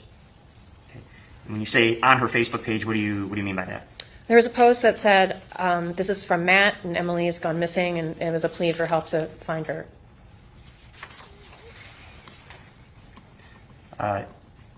Did you, based on that information, reach out to people, talk to anybody, or what did you do? Yeah, she got mad and thought it was a joke that he wrote her, she's dead. Are you sure it's not a joke? Yeah, because remember when he said vodka and that was a joke? Yeah. I reached out to multiple common friends that we had, begging that, I lived in Detroit and I felt like I couldn't do anything to help find her, so I reached out to multiple friends, and I also made a phone call to Detective Grubbs. When you say you felt like you couldn't do anything, was that based on your inability to drive or something else? Yes, I felt like I was helpless other than trying to share the information as it came, and ask What local information people were to you help going her. to share, ma'am? Just That one- you had a I vibe? saw her more than a year before, and we didn't talk since because I was a cunt when she lost her stepson. Can you please put me in the middle of this trial? Yeah, tag me in, coach. Like, seriously, like, what, like, what information are you going to have? That this one time he butt himself into a pitcher and you found it creepy, So he must have done something to her. Like, come on. Yeah, the one she picked berries was didn't seem to be very man-haterish. And I say No, this she as seems a pretty confirmed okay. woman hater that these women seems like they hate men. We have a club, so we don't hate on the same. Yeah, she seemed to be fine, but the other two wanted to be like, there was a vibe. I hate when people say vibe like that. Well, Stephen, have you considered he drank 20-ounce beers? I drank 40s, old E in when I was in Tennessee the first time. Taste is pretty good. Good. Kelly Bean, only if you want to go back and see me yell a lot at women. Just continue. I'm going to do it a lot. Moment, Your Honor. Yeah.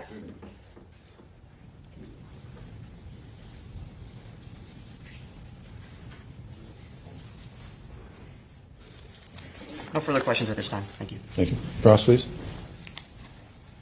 One moment, Your Honor. Matt Moore. Good morning, Brandy. Diane Menashe on behalf of Matt Moore. How are you? I'm well. How are you? I'm fine, thank you. I've got some follow-up questions. I just want to be sure about the timeline.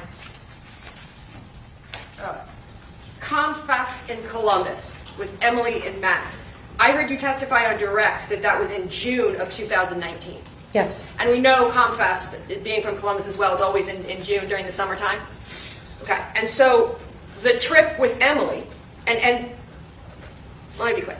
That's the first time you met Matt, was at Confest. You just testified to that to this jury, is that right? Yes. June of 2019. And Joey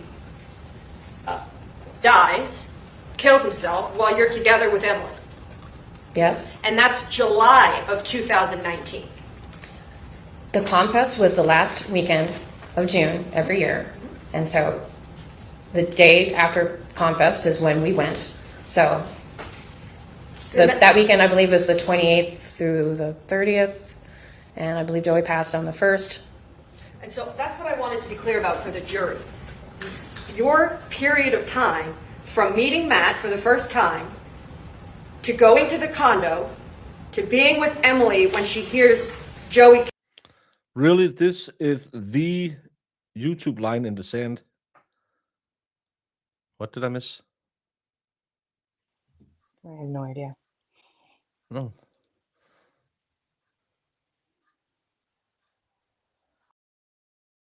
Oh, I'm maybe it's drugs, Jamie's drugs, and beer pong. He stole their ace teammate.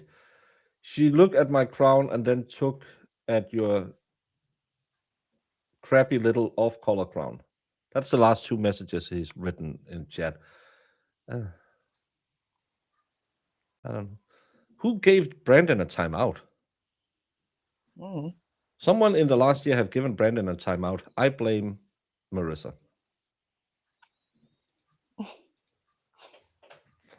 Thank you, Brandon. What? Did you get blocked on YouTube? Killed himself is literally a few days. Yes. Okay. So you're at Confest the last weekend in June, 28th, 29th, and then you're in Hocking Hills with Emily on July 1st when she gets the text from Matt, right? I believe we were there the 30th and the 1st. Okay. And then you're there with her when she gets this text message, and she drives you home, and then she drops you off at or someone's place in Bexley, and then that's the last time you saw her. Yes. Nothing further. As those areas, any read right? No additional questions, Your Honor. Thank you. Any of you folks have any questions? Oh, YouTube is censoring super chats. Well, yeah. I have given Brandon as much freedom of speech as possible. But even YouTube is saying, fuck no. Yeah.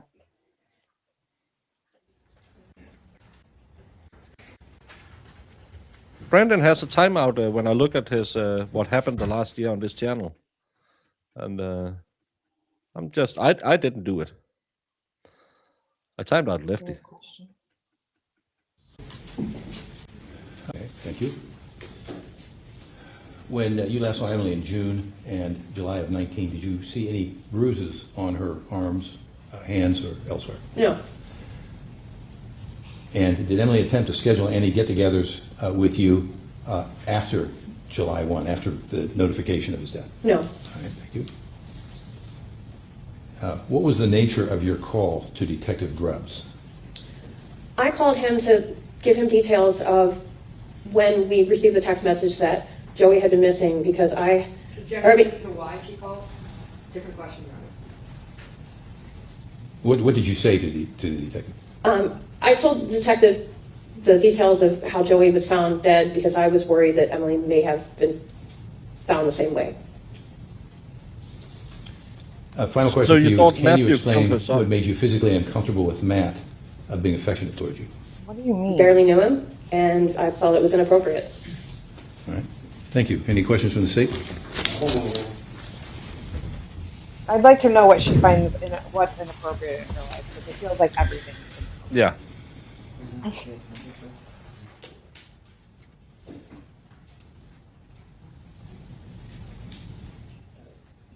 You were asked about worried that Emily would be found the same way.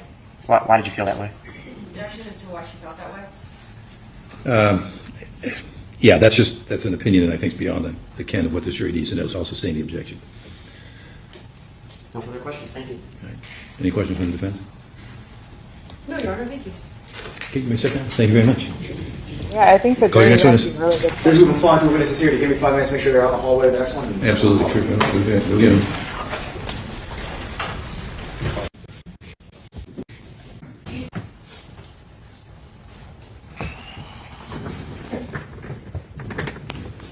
Good morning. Well, think Good about morning. it too. Can you please Baker. say your name for the record? Can you pause a sec? Sorry. The other lady said she saw bruises on her. Wasn't that in July last time she saw her? Or No, that was no, maybe before she that. was. Okay. I was just like laughing because I was thinking, oh, that lady said she saw bruises, and then this lady said she didn't. So if it was close to the time frame that they were together, like, wouldn't that be funny? Sue and Anyways. Danny, Baker's own biddies, but with nice TDs. Oh my. Oh my. You're the fun biddies.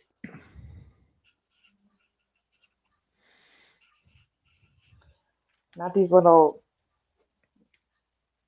man-hating, nasty biddies. It's just Baker hating biddies. Yeah, they just hate Baker. That's fine. Yeah. Everyone does that. John G. Kramer with a K. Hey, can you spell your last name, please, for us? Kramer. And where do you live, sir? I live at 8 Spring Lake Court, Delaware, Ohio. And how long have you lived in Delaware? Been here since December. Moved from Westerville. And whereabouts in Westerville did you live prior to this? 51 Abbey Cross Lane. She's the neighbor who saw her. And who'd you live there with? Oh, this is the neighbor, yeah. My father. I was a caretaker for him. He recently passed away at 94. And he had some problems, hips and stuff of that nature. He needed help and assistance. Okay. And so how long did you live at that Abbey Cross address? Approximately 8 years. And so do you remember around about when it was that you moved in there? No, I don't recall, sir. Okay. And you said, when did your father pass away? December of last year. Of last year? Yes. And he was 94 years old at the time? 2 days before his 95th birthday. I'm sorry to hear that, sir. So how old was your dad when you moved in with him at Abbey Cross? Do the math. 25. He was about 87, 88. Okay. Why are we, what? Did your dad live at 51 Abbey Cross prior to you moving in there? Yes. And how long prior to that did your dad move to that address? Approximately 15, 20 years prior. So, all told, high 20s, how long did dad live there, both alone and then the times when you lived there with him? Right. Pretty much when my mother passed away, I moved in. Okay. And when did your mom pass away? In 88. Would you go and visit your dad there in the neighborhood? Yes. And then, did you talk to a lot of the neighbors and the people that lived around? Yes, I was very familiar with the neighbors. During the summertime, my father would go down to the clubhouse and once a week would supply tomatoes he grew. Do you remember meeting a family with the last name Noble? Yes, sir. And when did you first meet them? Well, the mother, about 3 or 4 years ago, she moved in. I talked to Amy and her mother. They coming through looking at condos. She purchased a condo and then was not present a whole lot. She had the whole house refurbished. So I knew Emily's mother and obviously Emily also. Okay. Do you know what happened to Emily's mother? Yes, I'm to the understanding she passed away hitting the backside of the semi. And after Emily's mom died, did somebody else live across the street? Yes, Emily moved in pretty quick. Just so we're clear, where was 51 Abbey Cross in relation to the address where Emily was living? I do believe that was 46. Yes, it was directly across from our condo. After Emily moved in, how often would you see her? I would see Emily probably, it depends on the week, but at least 5 or 6 times a week, at least. Quite often I would see her out there working in the yard and we would talk, and whenever there was a storm or clouds moving in, Emily, you'd see her out in the middle of the street taking pictures. She never went anywhere without her phone. She was quite adamant taking pictures of everything. When was there something that brought you outside of your residence a lot? Yes, I am presently a smoker, and I smoked out in the garage. Is that where you smoked all your cigarettes? You didn't smoke inside the house? I did every once in a while. I did have a hip replacement and a knee replacement, and yes, I did smoke in the house. Would you say you smoke more often in the garage or inside the house? In the garage. And would you see Emily and other people when you were outside smoking in the garage? Oh, yes. Neighbors walk around there quite often, walk their dogs or just take walks.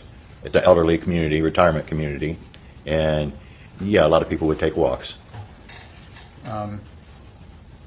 Do you know if Emily smoked? I seen her with a vape. Okay. And can you describe what a vape is? It's an e-cigarette. I don't know much about them. All I see is people taking in the smoke, and either they give a whole bunch of smoke out or just a little bit. Fair to say not the same kind of thing you smoke? No. All right. You smoke traditional cigarettes? Yes, okay. I'm old school. All right. Did anyone move into the condo with Emily? I do believe Joey moved in with them, and Matt Moore moved in with them. Okay. And who was Matt Moore? The gentleman placed over here. Let the record reflect the witness identify the defendant. You want some more details on it? Okay, so noted. Oh, thank you. Did Matt smoke? Yes. And do you know what he smoked? He vaped and he smoked cigarettes.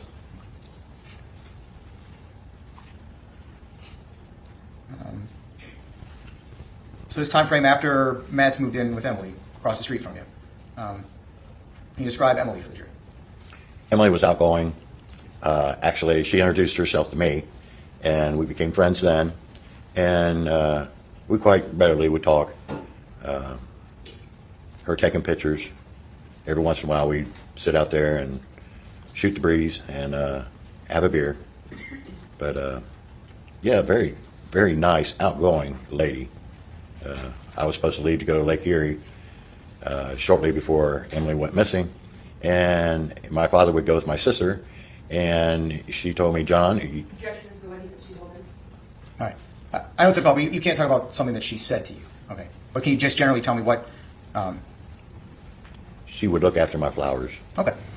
She would take care of the place when you were gone. Right. Okay. Again, talking about this time frame If you after understand for an the defendant hour. moves in with Emily, before Emily disappears, can you describe Matt? Matt didn't come out very often at all. It was normally Emily out working in the yard. Matt really wasn't present for that. I really didn't talk to Matt a whole lot until Emily went missing. Okay. So I want to talk to you a little bit about that time frame. Do you remember when that was that Emily went missing? The time frame she left? Do you remember when that was? Do you remember what date it was that you became aware that she was missing? It was the 24th of May, day after Labor Day. You remember what year? It was 2 years ago. Okay. In that week or two before that time frame, what, if anything, did you observe or hear between Matt and Emily? Yes, one evening when I was out in the garage smoking, I did hear Emily and Matt very vocal and screaming. It sounded like an argument. I don't know the particulars, what they was arguing about. I didn't want to be a nosy neighbor. I turned around and went back into the house. So what was actually said during that argument, I don't know, and you can't say anything more on that. Where were you when you heard that argument? I was out in my garage. Smoking? Yes. Okay. I'm smoking and choking. I want to talk to you then about, I think you said Labor Day. You mean Labor Day or Memorial Day? Memorial Day. I flip them back and forth. No problem. So I want to talk about Memorial Day of 2020. Do you remember what you did on Memorial Day? Yes, I got up and I went to Wendy's, went down to Hoover Dam Park, ate breakfast. I came back home and got ready for a party at my sister's house. Excuse me. And did you go to your sister's house that day? Yes, sir. And you mentioned taking your breakfast to Hoover Dam Park. Yes. Can you tell us about that? I enjoy fishing. I go up to Lake Erie quite often and fish. And I enjoy watching people actually catch fish. So I sit at the picnic table and watch people around me in the park fishing. I would go to the end of basically Polaris, and they have a park there. So I would drive down there and have my breakfast and then return home. How many days a week would you say you were taking your breakfast and going out over there? Yeah, at least 4. Do you have a time normally when you'd be doing that? No. Just whenever you decide to go get breakfast? Wake up and I'm ready for breakfast, have my father all situated, and yeah, I take off and get some me time. When you were getting up in the mornings and going for breakfast, would you see Emily? Sometimes, rarely. Normally when I was coming back, I might see her out in the yard doing different things. She was an early bird. You said you went to your sister's house on Memorial Day 2020? Yes. And where does your sister live? She lives in the area of Cook and 71. Okay. And do you remember what time you came back from your sister's house? Yeah, 6-ish, maybe 6:30, quarter till 7. And do you remember anything unusual when you came back to your house that day? Yes, when I returned home, I noticed a police cruiser in front of Emily and Matt's condo. And what'd you do then when you saw that? Well, I pulled in, and before I could get my father out and me, the officer came over, and he asked me if I seen Emily. And I asked, what's going on? And he told me she was missing, which kind of put a shock on me right there. And he asked me if I seen her. And what'd you say? And originally I said, yes, I talked to her last night, and I think I may have saw her. Well, no, I didn't say I think. I said I saw her between 9:30 and 10. Now, as I brought my father into the home. Hold on a second. Okay. So I'm going to back you up. So you said that you had seen Emily the night before. Yes, we talked a little bit. And what do you, without going into what you discussed, just what do you remember about seeing Emily the night before? It's, hello, how you doing? And she would return. She goes, well, I'm going on a walk, John. And I said, well, you have a good time, Emily. And I returned into the house. Do you remember anything specifically about what she was wearing when you saw her? No, but I'm sure it was black. And why do you say that? She constantly wore black. I think she owned one pair of blue jeans I've seen her in one time. But when she's wearing something different or colorful, that you notice that. Okay. So you saw her the night before, and then told the officer that you had seen her that morning, the same morning that officers were at the condo. Yes. Okay. And make sure I understood, you said that you believe you saw her between 9:30 and 10 o'clock. Correct. Okay. After you had that conversation with the officer, what did you do next? I took my father in, got him situated. During that time, I started thinking, and I see Emily almost every day, and I'm like, was this morning? Was it yesterday?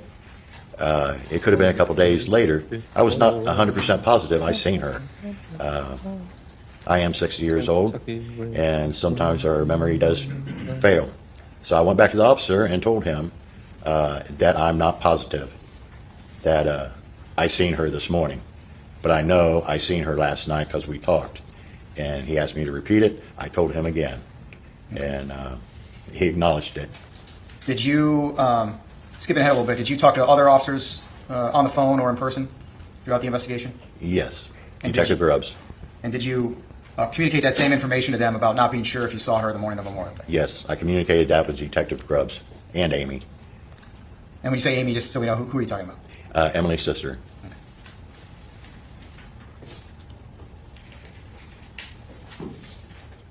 After Memorial Day, when you came home and the officers were there, did you have any conversations with Matt? Yes, I did. And do you remember what the first conversation was you had with him after that? Well, as I was talking to the police officer and gave the timeline of when I seen Emily, I don't know what Matt told the police officer, but as soon as I mentioned, it was dusk, I don't have an exact time, the officer got out and confronted Matt. Now, what I want to talk about is your interactions with Matt. I want to talk about any law enforcement. So let's go beyond that day, beyond Memorial Day. We was at that time we was talking. As a police officer left, I do believe, I'm not positive. He made statements like, "Oh, she's just mad, and she'll be back here in a couple of days. She'll be walking in this door." And I'm like, okay, still have an open mind then. So after that day, did you have any interactions with Matt? Yes. The following day, I was out in the garage smoking. Matt came over and asked me if I could buy, I was going to Kroger's anyways, buy him a fifth of, Jack Daniels and a pack of cigarettes. And he then told me, because I'll buy you a carton if you do this for me. And I'm like, at $80, I'm not going to do that. And then he said, I'll give you $20. And I did take the $20, and I gave him the change afterwards. Did you go and buy the booze and cigarettes? Yes. We don't know if she did it, but she was found with a cord around her neck, yes. With his money. And what'd you do after you purchased them? I returned home and gave it to him. He thanked me. Where did you give it to him? At his door front. I knocked on his door, and he opened his door for me. Did you make any observations at that time? Yes. I noticed cigarette smoke in the house. Why we don't know it? Because we didn't look ahead. We don't know how the trial ended. We want to see the trial. Which really depressed me. I don't think the detective has. That's when I started thinking Emily's not coming home. Or was it the 80 bucks? Why did cigarette smoke make you think that? Because Emily would not allow anyone to smoke in the house. That she's a pet peeve with cleaning, keeping everything in order, and she always wanted her place of residence in very good shape, and would not allow people to smoke in her house. So that led to the conclusion, he knows she's not coming back. Here is the. Yep. Go ahead. His girlfriend is missing, and he's probably at home, worried, sick, drinking. Yeah, fuck her rules. I'm smoking as well. So him smoking in the house. When I go on vacation in the U.S., I'm allowed to smoke on vacation. I don't smoke on a daily basis. But if the day my dad passed away in my arms, the first thing I said when I stood up and walked out of that entranceway where they were trying to give him CPR, I saw a young kid with a cigarette. I said, "Give me a cigarette, please." And he ran down to a store and bought me a pack and a lighter because he could see I needed it a lot that day. If someone went missing, yeah, fuck her rules. I'm smoking inside if I'm worried sick.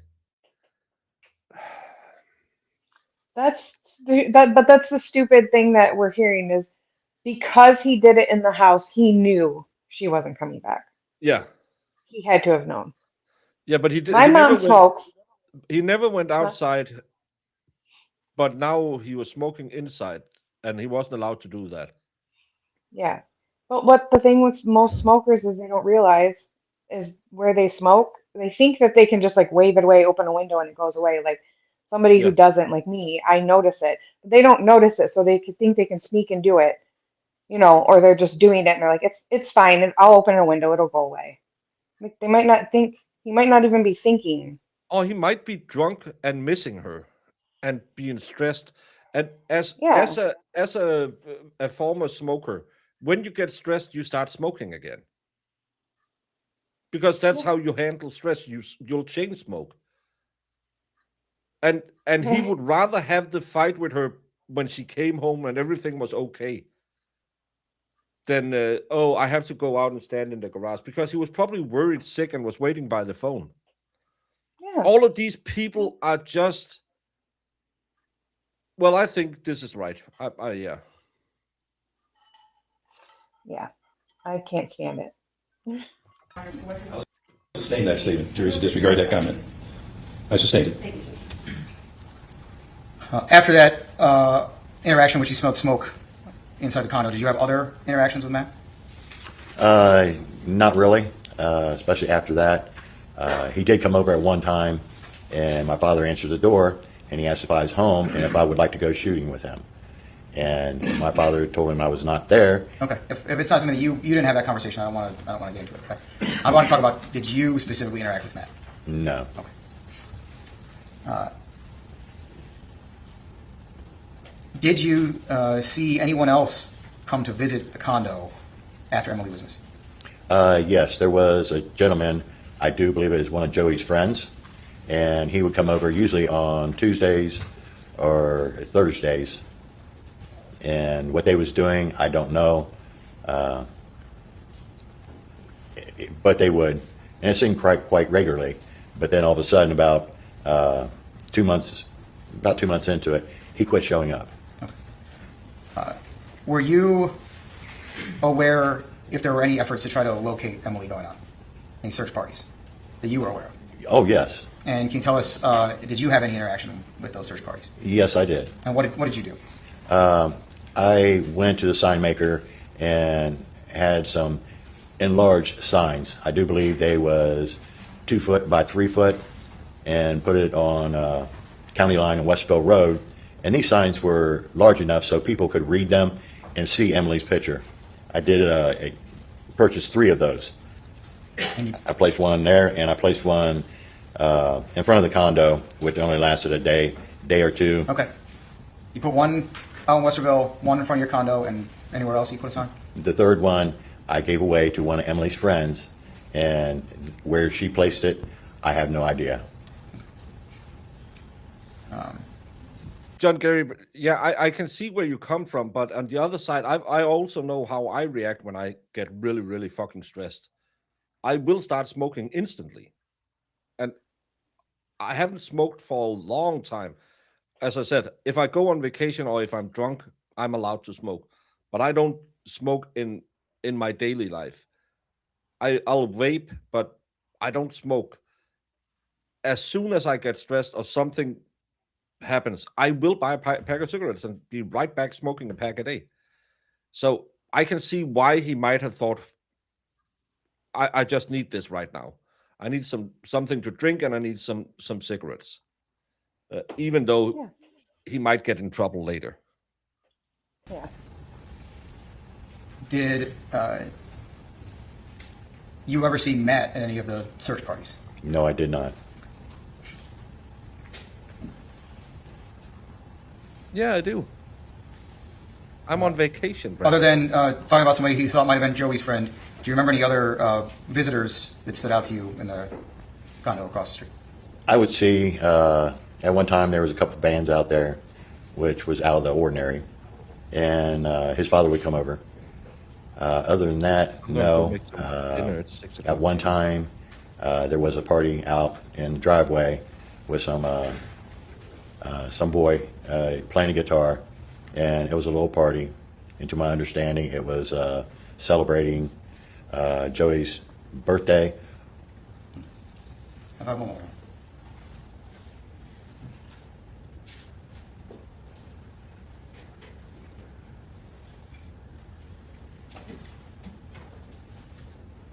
He said he'd smelled smoke, assuming that Matt had smoke in the house. So he didn't, it wasn't like he saw him doing all this, but maybe it was.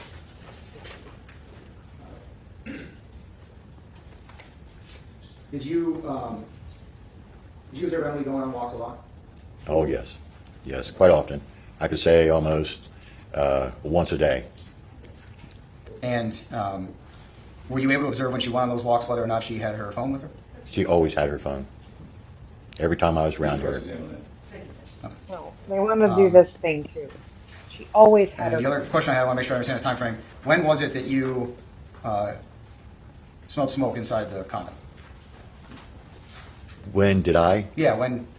Yes, during the time of my knee and hip replacement. No, I'm sorry. I'm sorry. Oh. I'm not talking about you smoking inside your condo. I'm talking Okay. about when you smelled smoke in 46 Abbey Cross in that condo. Okay, I have never smoked in the condo. I knew Emily would not allow that.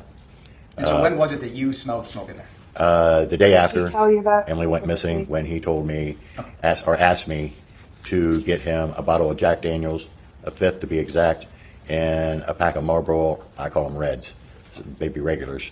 And so that was the day after law enforcement had been there. Yes. I have no further questions. Yes, thank you.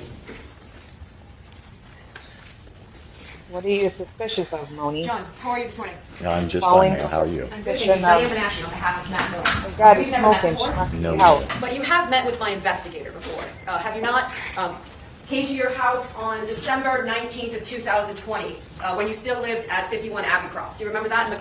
I remember a gentleman coming in, I'll call him a child, but Well, a young I don't know adult. if you said that. Yeah, a young adult. Yeah, a young adult came in, and I think you let him in, and he asked you some questions about, very similar to what the prosecutors asked you about. Correct. About the day that Emily went missing. Correct. And you were kind enough to let him in and answer the questions. I'm going to ask you about that, but I just wanted to jog your memory there if we can. Let's go back to the night before Emily went missing. You remember speaking with her at 8 p.m., do you not? You know, I cannot give an exact time. It was dusk. Okay, and dusk, we're talking Memorial Day weekend, right? So sort of, obviously. It would be in the 8 o'clock range, give or take 15 minutes. And it wouldn't surprise you to know then that you had told officers it was 8 p.m.? I do believe I used the word dusk. Okay. And so dusk it is. Okay. And so you saw Emily on the night before, and you spoke to Emily that night at dusk. Yeah. You had a Yes, I conversation. did. And she said that she was just going to go out and go for a walk, as Yeah, you recall. yes. And that wasn't unusual for Emily. I think you just told us your Emily went No. for a walk every day. No. And so I want to talk then about, so we know that you had the conversation with the walk, and then the prosecutor asked you about Memorial Day itself and how you began that. And I think was it McDonald's or Wendy's? My fault. Yeah, I go to Wendy's and then sometimes McDonald's. Okay. I change it up a little bit.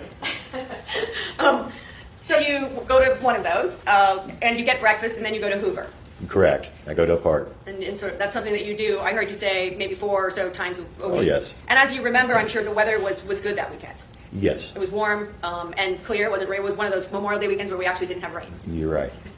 And so you go to Hoover Dam, and as you told the jurors, you're kind of people watching or watching people fish. Yeah, watching them fish.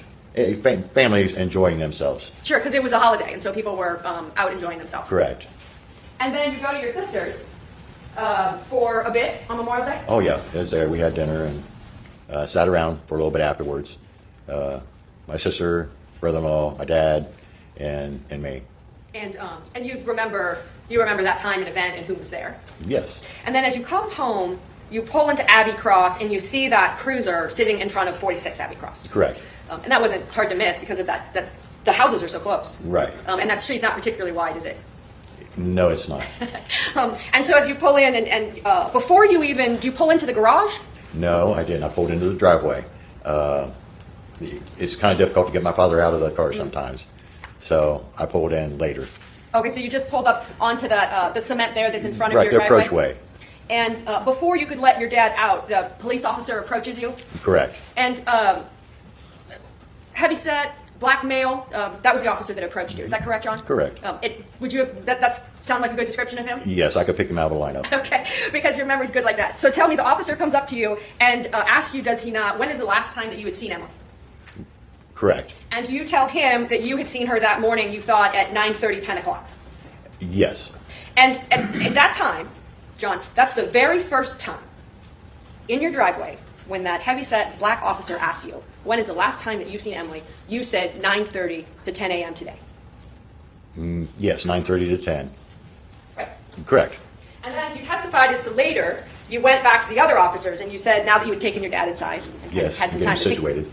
So some time passed and you went back out and you told the officer that you weren't 100% sure. Is that right? I said I wasn't. Yeah, I don't say 100%. I said I am not sure because I see Emily almost every day, and almost every day she's wearing black, and I'm not positive it wasn't the day before. Okay. And when she's always wearing black, she was always wearing tennis shoes, wasn't she, John? I really didn't notice that part. Oh, you didn't notice her shoes. Did she, like when she was going for walks in May, she would kind of wear that tank top, wouldn't she, with like the straps on it? Do you remember that? I remember Black. the outfit. Okay, Yeah. right? Yeah, an outfit. I remember her wearing that at one time or another. Okay. To say she was wearing that at that time, no. Okay, and she would always just wear something that was black. Yeah. And so then I want to fast forward to when my investigator came and talked to you, and you let my investigator and again asked you about when you saw Emily last.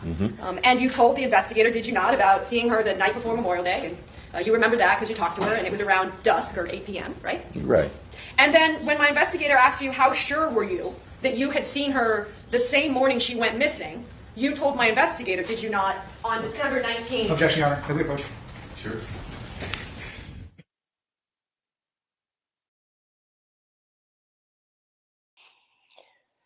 Yeah, the phone thing that they keep trying to, squeeze in there is because obviously the phone was found at the house.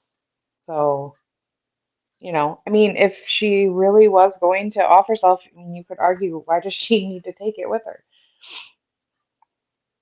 So it could go either way. I mean, maybe somebody that does something like that would take it with them, but also, why would they?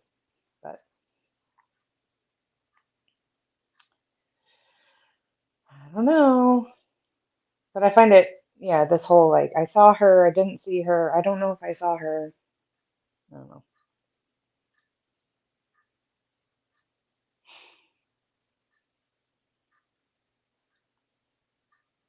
But Sorry, John. Hang on. Hey, that's okay. Oh, sorry, Becky, sorry. You okay? Proceed. Perfect. Thank you, Judge. Sorry, John, let me pick up where I left off. And you know what? Let me step back because I want to make sure for the jurors. At no point since, do you remember his name being Officer Hollis? The heavier set black male? I'm terrible with names, and no. Fair enough. That officer. From the moment the officer approached you as you pulled into your driveway to today, fair to say you've never written a handwritten statement about what you recollect seeing? No, I have not. Okay. So you were interviewed or asked some questions by the black male officer? Correct. Right when you pulled in. And then you subsequently have talked to Sorry, I didn't know she was coming back, so I have to put the down speed. Detective Grubbs. Is that fair? Yes, a I have fast talked to talker. Detective Grubbs Sure. on numerous occasions. And then, and taking us forward, and then there's this conversation with my investigator when you, and I being nicely let It was on a table with her wallet. my investigator Yeah, in it and was in talk to the them about what bedroom. you remember as well, right? I do believe the guy said he's representing a company. Ready investigations. Do you remember that, sir? I had a card at home. Perfect. He left you his card. So I just want to make sure that there's not a written statement of yours anywhere. No. Okay. So, and then let me go back to where I was, John. When you asked, my investigator was asking you about the conversation with Emily the night before, and then on Memorial Day, seeing her at 9:30, 10 a.m., and he asked you, did he not, how sure you were, and do you remember telling my investigator that you were 90% sure? No, I don't recall. Okay, fair enough. One moment, Your Honor. well, her and Matt were married, so that's why they lived together. And Yeah. if she was You going to talked off herself, about a young man, Joey's friend. of course she would leave her house. That was at 46 Abbey Cross, kind of in the days that followed. Do you know that boy or man, young man? Yes. Yes, to be Cameron Kissel? I don't recall. I was told his name a couple times by Amy. Okay. And would it surprise you to know, or It was one of Joey's friends. and let me describe him, maybe that'll help. He kind of had curly, light brown hair, tall, not, but like skinny Yeah. kid. And if you remember, because like you're right across the street, did he drive a Volvo, John? It was an odd-looking car. It stood out. Very well could have been. Okay. And so it was that young man that we're talking about that was at the house for the month or two after Emily went missing. Yes. And you remembered him being Joey's friend. Yes. And it would surprise you to know that he was there doing searches with Matt for Emily? No. Okay. All right. And Cameron Kissel, how many conversations have you had with Cameron? Or the man that you saw at the house, the young man that would go there that was Joey's friend? Oh, okay. Did you ever talk to him, John? One time when I placed a large poster in front of the condo, him and Matt came over and Matt wanted to thank me, and he was just going, thank you so much, John. Covering his eyes, one tear in his eyes, and he went out to embrace me, but it's COVID, and I did not want to embrace him at that time, not just because of COVID, it is because I was upset. I understand. And there's not a question as to why you didn't want to embrace Matt. I just wanted to know that if you had a conversation with the man that All you these people, say was man. Joey's friend, that you would see at the house with Matt. Yes, I do believe Matt introduced him. Okay. So at some point, he's introduced you. I want to go back to how many times have you talked to Detective Grubbs since your very first conversation with the heavier set black male officer? I would say maybe 6 times. I would let him know when something suspicious, something out of the abnorm would show up across the street. Like I said, I smoke in the garage, and when I see something out of place, I would call him. Yeah, and you have his cell phone number, do you not? So you can just call the detective directly? It rings into the office. Okay, and then was there times when he would call you back and you would tell him things that you would see, would you not? Yes. Yeah, like the one time you called him and you said you thought there was this black suspicious car there, and you even gave Detective Grubbs the license plate. Do you remember that? Yeah, I've given him a few license plate numbers. And so you look out there, and then you see the license plate, and then you provide those to Detective Grubbs. Yes, that turned out to be his father's car. So one of the cars that you thought was suspicious was actually his own father's. Yes. Yeah, because you're a nosy I wanna little make bitty, sure just like the women. This testimony that you gave the jurors about the 5th that Mr. Moore had you buy, and I know you've never written a handwritten statement, right? No, I haven't. Okay. And you've never, no recorded statement? No. Okay. I presume that's something that you would have told to Detective Grubbs in all those at least 6 times, would you not have? I did talk to Officer Detective Grubbs. Yes, I did. You did. I did, and I told Amy also. And so you would have told Detective Grubbs that information? Yes, I would have. And what date did you tell Detective Grubbs that information? I do not recall. John, I asked this just kind of as a person, and I think you said you were 60, but I don't say it to No, that's fine. I'm about to turn 49, so I'm not far behind you, John. Would you agree with me, though, just based on your experience, that memory doesn't get better with time? No, it does not. Nothing true. Are you ready?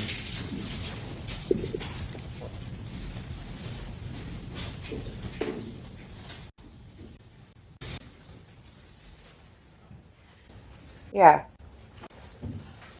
Yeah, he's the biggest biddy, this one.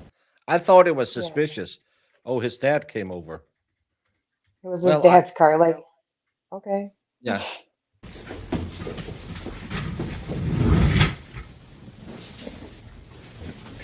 Could you imagine your neighbor calling the Sir, I have a cops couple about questions. everybody in your Sure, I'd like driveway? to ask you. No particular order here. Where was the sign placed in front of the condo? Was it your condo or across the street? It was my condo. Well, it was my father's condo. Right, but we understand. It's where you Okay. live. Yes. Okay. And why did the sign in front of the condo only last a day? It was a day or two. Somebody complained about the sign, so the condo community asked me to take it down. Okay. And Do you recall the date that you heard the argument between Matt and Emily that you I retreated have from? no date, especially being 2.5 years old. Fair enough. No, I do not. Okay. I do believe it was about a week and a half to 2 weeks prior to her going missing. Okay. Fair enough. Have you had occasion to meet someone by the name of Celeste Groen? Name sound familiar to you at all? No, I'm terrible with names, but I've been involved in the walks and stuff of that nature, and I may very well have. Okay. You testified that you had seen Emily around dusk the evening before the police came out. What was her mood at that time when she was going to go for the walk? It was normal to me. I can't say she was overwhelmed or excited, but in the same part, it wasn't. If she's down, she doesn't converse that much. But she was normal. She seemed normal to me. Okay, fair enough. When you had indicated in your testimony that you'd heard the two of them arguing sometime, did you ever hear them arguing before that time? No, I have So not. this is the only occasion you heard. Is that the answer? Correct. Okay. And it was very loud. Right, the time you testified to. Yeah. Okay, but that was the only time. Right. Okay. Had Matt or Emily ever asked you to purchase anything like that in the past that you indicated Matt had asked you to purchase? Had that ever been requested before? No, I worked for a Budweiser company, and I was able to get free beer, and voluntarily I brought over and would leave on their doorstep. But not at their request? Not at their request. That was your choice? Correct. Okay, thank you. There raise any questions for the state? Yeah, we just wanted some free beer. Vince? Okay. Thank you, sir. You may sit down.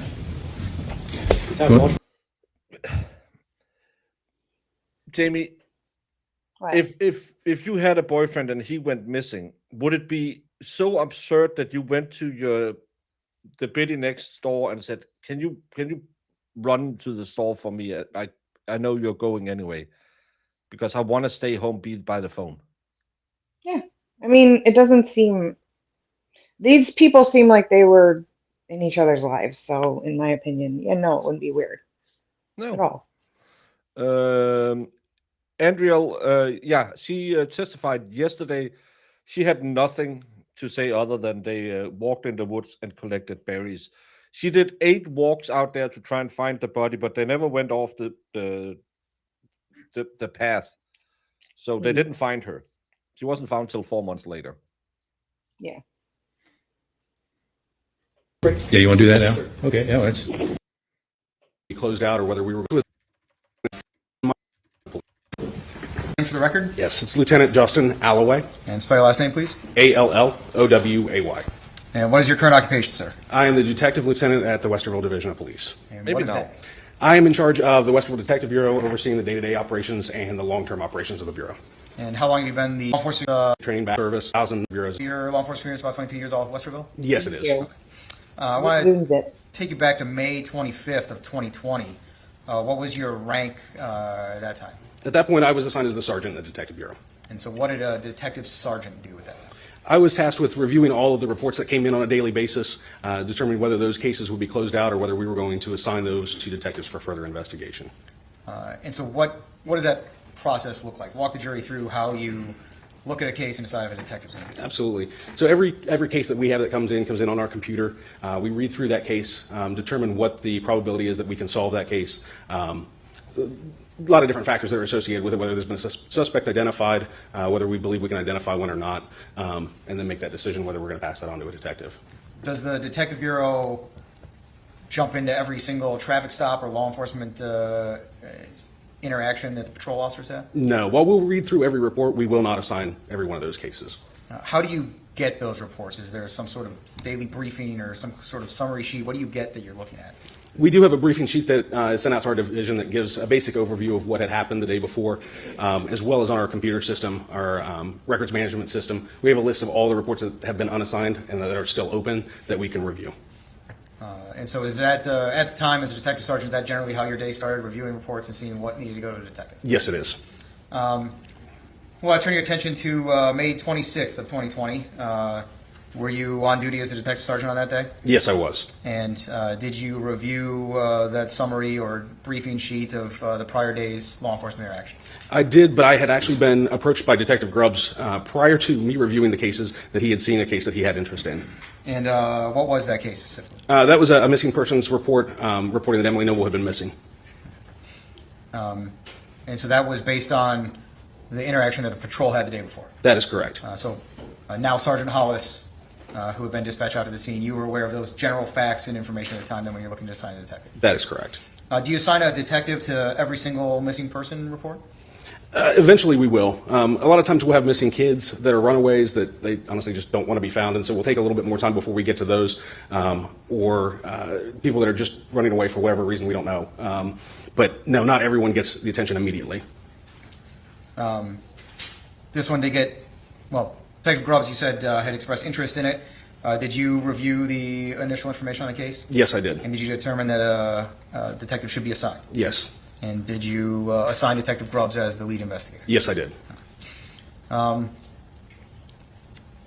Did you have, at that time, a general understanding of what had occurred with the initial patrol response? Yes, I did. I'd read the initial report and had a general understanding of it. And what was that general understanding? Just that a 52-year-old female had gone missing from her home. There wasn't any other type of extenuating circumstances, no notes left that she was going to leave or harm herself, and that it just seemed strange to the patrol officers. And were you aware about the location of Emily Noble's belongings, those types of things? Yes, I was. I was told that her wallet, phone, and keys were left at the residence. And were those all factors you considered in your decision to assign a detective to investigate? Yes, they were. To your knowledge, as of May 26th, had there been any, again, we're talking morning of May 26th, right, as you're assigning the case, had any areas been searched at that time? Yes, I had been told that the patrol officers had searched the immediate area around the residence. And as of that time, Emily was not located? That is correct. When you assign a case to a detective, is that detective then responsible, or is that, let me back up, is that detective going to conduct the entire investigation by themselves? It depends on the case. Any larger cases, they are kind of responsible for the overall delegation of tasks that need to be completed during that investigation. And so Detective Grubbs was appointed as the lead investigator? He was. And did you periodically interact with Detective Grubbs about how the investigation was going, stay involved, that kind of thing? Yes, I did. Okay. I want to talk first about initial, let me put up the map here.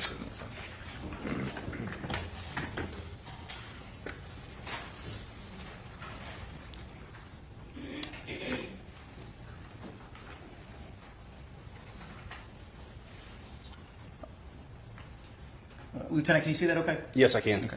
Can you tell us, for the record, this is Defendant's Exhibit D up on the overhead. Can you tell us generally what it is we're looking at here? Yeah, absolutely. This is the neighborhood to the northeast of the intersection of state and county line. Okay. And is that neighborhood the neighborhood where Emily Noble lived? Yes. Did you have any knowledge generally of the area that had been looked at the previous day? Yes, I did. And where was that? I was told that the officers had searched along the wooded area along the bike path that runs north and south on the rightmost part of the... And you can actually draw right on the screen by touching there if you want. So. Right in this area. Okay. Did you discuss with Detective Grubbs what the kind of first steps of his investigation were going to be? Yes, I did. And what was that, sir? The initial task that we wanted Detective Grubbs to complete was to go out and talk to Mr. Moore to gather more information and see if there had been any updates from the previous day to the next morning. Is there a phrase used to describe that kind of law enforcement interaction? Sure. In law enforcement, we call it a knock and talk. Basically, we're going to knock on the door and just talk to somebody. Okay. And to your knowledge, did Detective Grubbs go out to do that knock and talk with Mr. Moore? Yes, he did. As I understood the opening statement, they kind of believed that he strangulated her with his hands at the house and then staged the scene. That's how I understood the opening statements. Yeah, that's what they are implying. Yeah. So they better find some evidence of anything that leads to that. Were you involved in setting up anything with the investigation there on on May 26th? Yes, I was. Due to the nature of the missing, we wanted to get a bloodhound involved in the case as quickly as possible to see if Emily might have walked off someplace. So we contacted actually the Delaware County Sheriff's Office to begin with because I knew that they had a bloodhound in the past. From there, we were referred to the Crawford County Sheriff's Office, who did have a bloodhound, who sent their dog down to help us. And what was the idea of getting a bloodhound involved? A bloodhound is typically able to track someone based on the scent of that person. So we wanted to see if Emily maybe left the condo and walked in a certain direction that would lead our searches to a certain direction. Were you able to locate a canine bloodhound from Crawford County? Yes, they did respond to the scene. And did you go out to the scene when that canine arrived? Yes, I did. I accompanied them during the search. Generally speaking, can you describe where you went as a result of that bloodhound coming? Yes, we left out of the residence and worked to the east. May I mark on the exhibit? Yeah, absolutely. Let me clear all that out so we know where. Okay, go ahead. We started at the residence here and came to the east. And we had 2 different dogs throughout the process that we'll talk about. I can't remember if the Crawford County bloodhound came through here or around here, but came up this way and through these woods and stopped at that driveway there.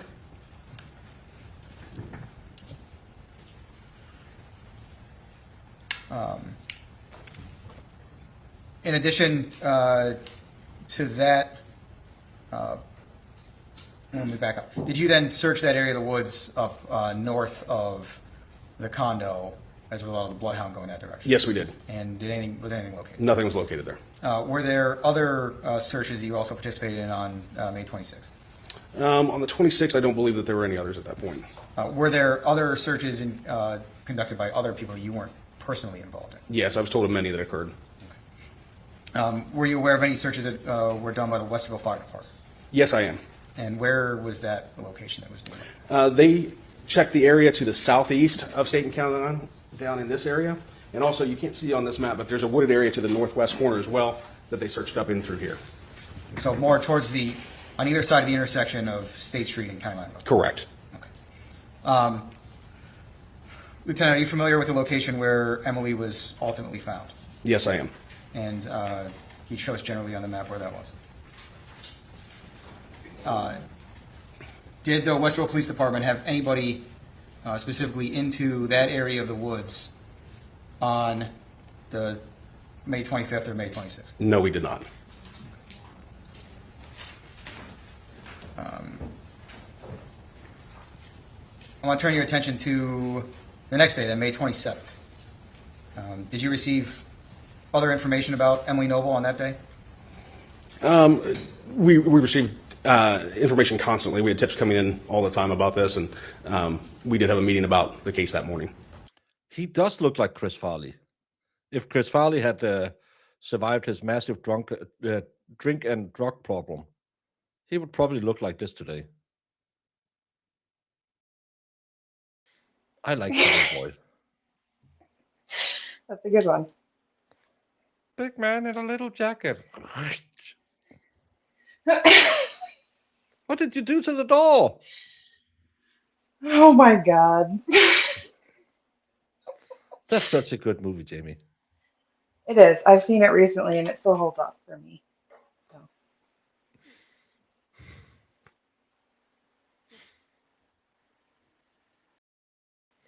But the prosecutor looks like a tennis ball.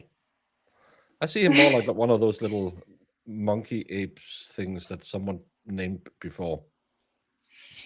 Moonies or something. I don't know. Moonies. I don't know what that is. I also love to know if they used for the first day. Humans are notoriously bad looking up for people, and your cadaver scent picture is going to be tough for dogs if the body is higher. Yeah, the longer it goes, yeah. Baker making fun of fat people today. I'm not making fat. I say he looks like Chris Farley, and then I made a Chris Farley joke from Tommy Boy. Jesus Christ, I'm just being told on TwitSweat that it's over. I need to go back to the oven. I'm getting burned. And I don't think it's Brandon. You go stick your head in an oven? No, I should go back to the oven because I couldn't handle. It's someone who's an idiot on the TwitSweat. I know there's not a lot of those people, and have been. You've been harassing people for so long, and now you're saying that people should stop going after people, and just, yeah, you seem like an idiot. And then you can't handle me. Go back to the oven. You're not a fox. And I said, yeah, you seem like you need medical help. Yeah, that's the internet for you. Yeah, and I love that people don't know Lefty, and Lefty made a joke, and now people are attacking the Lefty to protect me. You don't have to do that. Lefty is special needs. Be nice to him.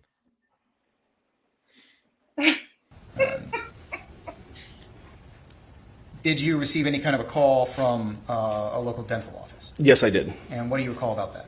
I'd received a call that morning from a dental office saying that Emily had a dentist appointment earlier that day. I believe it was supposed to be at 8 o'clock, that she did not show up. It smells like kebab in my house now.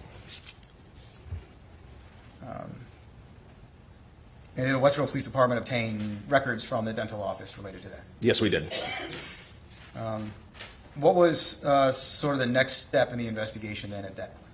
The next step we wanted to conduct was a search warrant at the residence, because that was the last place that we knew Emily to be, and we wanted to make sure we could secure any evidence if there was any there. And was a search warrant obtained to go and search the condo? Yes, it was. Is that a one officer kind of an event? No. And when we have a search warrant of this nature, we have pretty much all of our detectives that are available assist with that. And how is a plan put together for what to do and what kind of job duties are assigned? Before we go out on the search warrant, we'll sit down, all the detectives that are going to go out, and we will assign different tasks, whether it be taking photos, laying out room letters, or whether it's actually the search that they're involved in, so they know what their duties are before they go out.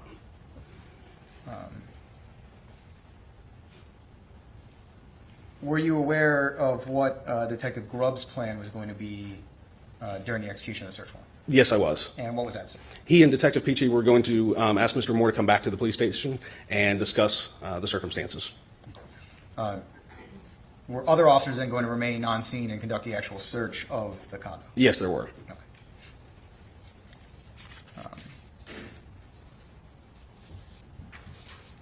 As the condo was searched, were there photographs taken of the location? Yes, there were. And were you on scene at the condo during the search warrant, or what was your role? I was on scene during the search warrant. I did a quick walkthrough of the residence, but then my position was out front, just assisting with anything the officers needed as they went in and out. On May 27th, was there also another canine that was involved? Yes, there was. And what canine was that? That was a human remains detection dog that we requested. We have a trainer that we work with for our canines that he was familiar with a canine that had human remains detection ability in Cleveland, and we'd asked for her to come down and participate in that search. And do you know who that was? Her name was Danielle Fate. And when, if you recall, did she get to the scene? I believe it was about an hour or so into the search warrant she came down and met us. And did you have a conversation with her? Yes, I did. And did she walk her dog around in a certain area? Yes. I explained to her the general circumstances, and I asked for her to walk the dog through the residence as well as around the cars, and then there were some wooded areas that we would like for her to check. Okay. And so did the dog check the cars in the area of the condo? Yes. Any indications, anything stand out at that point? There were no alerts there. Okay. Did you go with that canine for the other search areas? Yes, I did. And so can you tell us where? We are about 3.5, 4 hours till this is done. Where you went with that canine? Yes, we went east on County Line Road from Crossings, right through this area, right along the sidewalk, and then up the bike path. And she had the dog go up to the woods during this whole time, during this walk. So you said along the sidewalk. Can you describe what that area looks like? Yes, you've got the 4-lane County Line Road, then there a little grassy strip, the sidewalk, and then it goes directly into the wooded area. And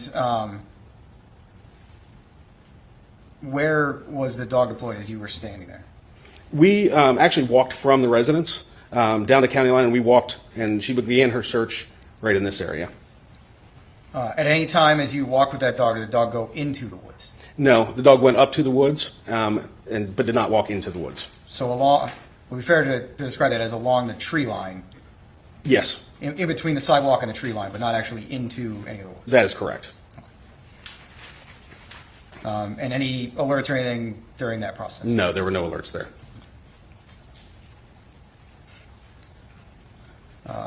After those initial searches in the first couple of days, What were you involved in next? Next, we contacted a group called Texas EquiSearch. They are an organization based out of Texas, but they have chapters throughout the United States that have volunteers that are willing to come together to help search in missing person cases. And who makes a decision to involve that type of organization? I did. And what is the purpose of getting someone like that involved? It allows them to conduct the searches for us. I met with their director, their regional director, Dave Rader, and he mentioned to us that he's trained his people that if they should find anything, to leave it alone and call us immediately. So that allowed them to do the searches while we focused on the other aspects of the investigation. Did you meet with the chapter president? Yes, I did. What kind of information did you communicate to him at that time? We just give him a basic understanding that we had a 52-year-old female that had walked away, presumably from her residence, and that's all the information we had at that point. Were there, did you talk to them about what areas to be searched? No, I really didn't need to. Dave was able to look at maps of the area based on his training and experience of searches that he has done in the past, and found areas that he wanted to have his team search just based on his knowledge in the past. And at that time, were you under the misconception that somebody had been into all of the wooded areas that were nearest the condo? Yes, I was. And was that true? No, it was not. So where did Texas EquiSearch focus their efforts initially? So they started a broader area. They worked out toward Alum Creek Park, Hoover Reservoir, even up Route 3. If they saw any areas that were like you could pull off your vehicle, they would look in all those different areas as well. And did those searches continue then at the end of May? Yes, they did. Were those just manual searches, or were there other things involved? There were other things involved.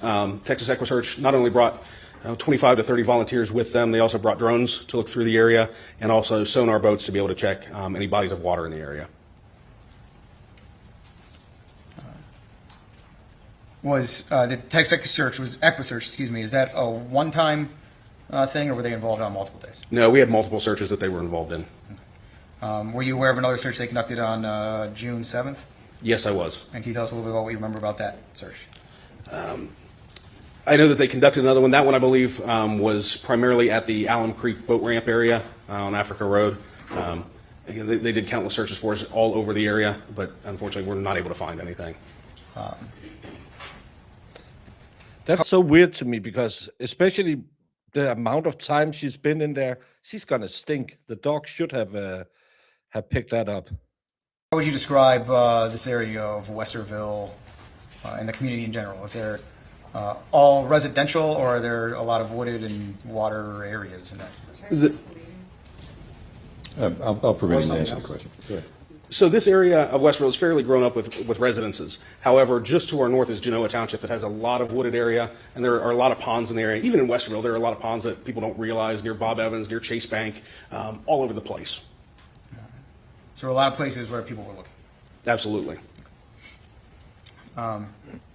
Was there another K-9 that was brought in during the investigation? Yes, there was. On, I believe it was June 5th, I had spoken to Dave Rader, and he expressed interest in bringing a second bloodhound into the search that he had good success with in the past, and she drove in from Alabama to help us with the search on June 7th. And so, just so we're clear, we're talking again about a bloodhound, not a human remains detection dog. Correct. Okay. And where did, were you present when that K-9 was deployed? Yes, I was. And where was that?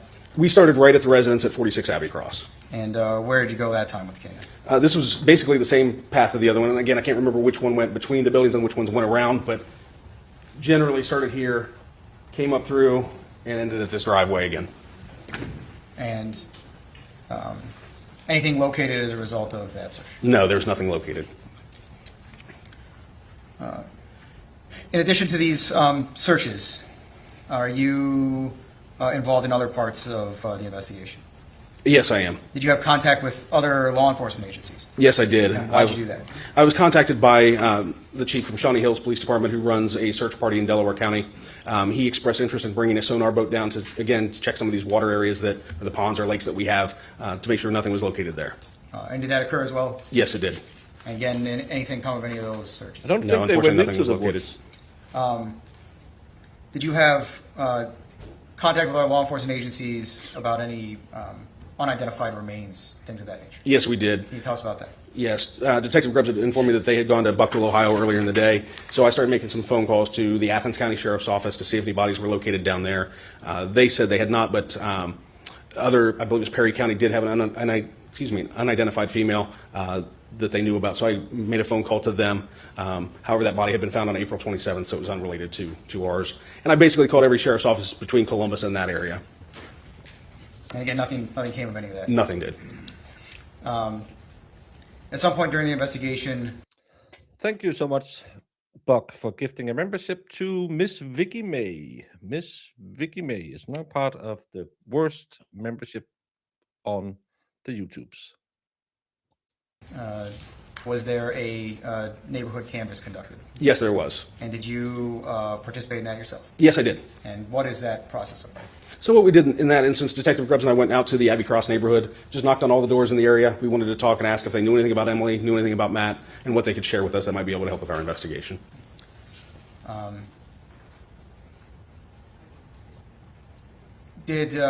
Was there at some point in the investigation a press conference about Emily Noble being missing? Yes, there was. And can you tell us what kind of information was released and what that looked like? Of course, in these instances, we just release basic information. We'll release a picture and the general circumstances that she went missing, the date and time that she left, to solicit any information that we can from the community if they had seen her. And do you provide a way for the community to contact you about such a thing? Yes, we do. I believe in this instance we gave Detective Grubbs' phone number, but we also have a tip line in Westerville that they can either email or they can call into that phone number to provide anonymous information if they'd like. And can you describe for the jury the volume of tips and things that would come into the tip line? More than I've ever seen in my career. We had tips coming in all the time from people that thought they saw her in different states, people that saw her in what they thought was her in the city of Columbus, to psychics and mediums that wanted to give their input onto what had happened. And did you participate in some of the follow-up on those tips and things that would come in? I participated in the fact that I forwarded all of them to Detective Grubbs, and our direction was that we were going to follow up on every single one of them. Any of those tips turn up any leads or anything else? No, they did not. The investigation continue into September of 2020? Yes, it did. And what do you remember about September 2020? I remember during the day on September 16th, we received another tip that someone had located what they believed was a grave marker in the wooded area to just the west of the bike path. And Detective Grubbs, Detective Peachy, and I went out to check on that. And where did you go into the woods that time? So we entered the woods from the bike path area here, and approximately 100 yards in, we were able to find a small ceramic angel that was just sitting out in the open in the woods. Did you notice anything around that area? No, we didn't. We looked at the ground to see if it had looked like it was disturbed, but couldn't see anything that looked suspicious to us or out of the ordinary. Can you describe for the jury what the woods look like as you enter them from the bike path? So as you enter the woods from the bike path, they're actually surprisingly open when you get into the trees. You can see pretty far. And as you continue west, this area and through here is fairly open. And then as you get into about this area here, it almost hit like you hit a bunch of bushes and brush that you can't get through. So we checked that entire area east of that kind of barrier that was there. And so, for the record, you circled the area on the eastern edge of those woods? That is correct. And so, between the eastern edge of those woods and the location where Emily's body is found is that large area of overgrowth that you were discussing? That is correct.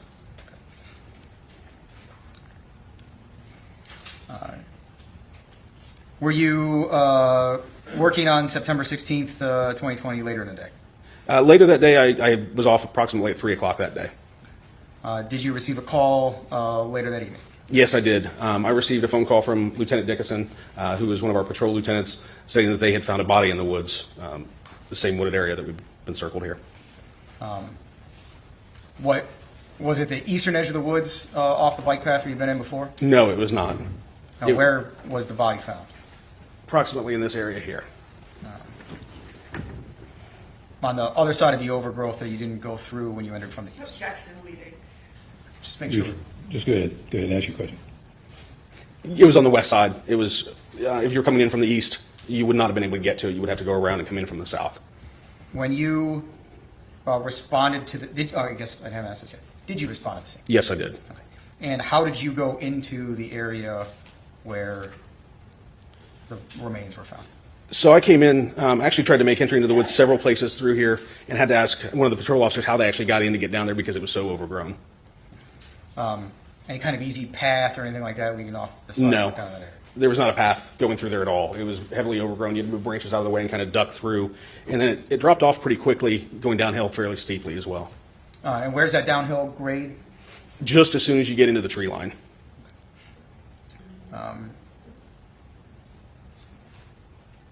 Who was at the scene when you responded? We had several patrol officers there. Lieutenant Dickinson was there. Officer Pickert was there, as well as Officer Quinlan and Officer Hollyfield. Those two are no longer employed with us, though. When you have a scene like that, what happens next? In a scene like this, when I got there, I saw obviously a badly decomposed body. I made the decision at that point we were going to obviously rope it off as a crime scene. We were keeping all the officers at a good distance away and keeping any of the public out at that point. Then I made the decision that we were going to call the Bureau of Criminal Investigation in to process that scene for us. Is there something that's done to prevent people from coming and going from the location? Yes, there is. We'll put crime scene tape up to have an actual physical barrier so people can't cross. And then is there any record kept of who's coming and going from that location? Yes, there is. We'll have an officer that's assigned to keep a crime scene log, and they will note whoever is coming in and also the time they come in and the time they leave. You indicated that BCI was going to be contacted. Can you explain to the jury what BCI is?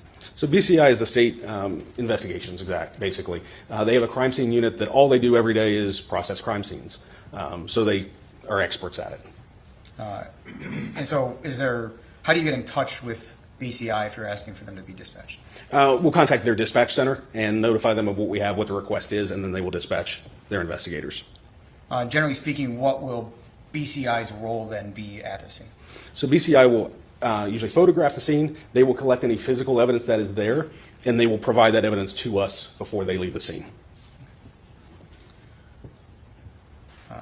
Anybody else that you contact when you come across a dead body? Yes. In this instance, we contacted the Delaware County Coroner's Office. And what's the purpose of contacting the Delaware County Coroner's Office? The Delaware County Coroner's Office is going to be responsible for determining the cause and manner of death. And how do you contact the Coroner's Office? So we contact the Delaware County Sheriff's Office, who will then contact the on-call investigator for the Coroner's Office.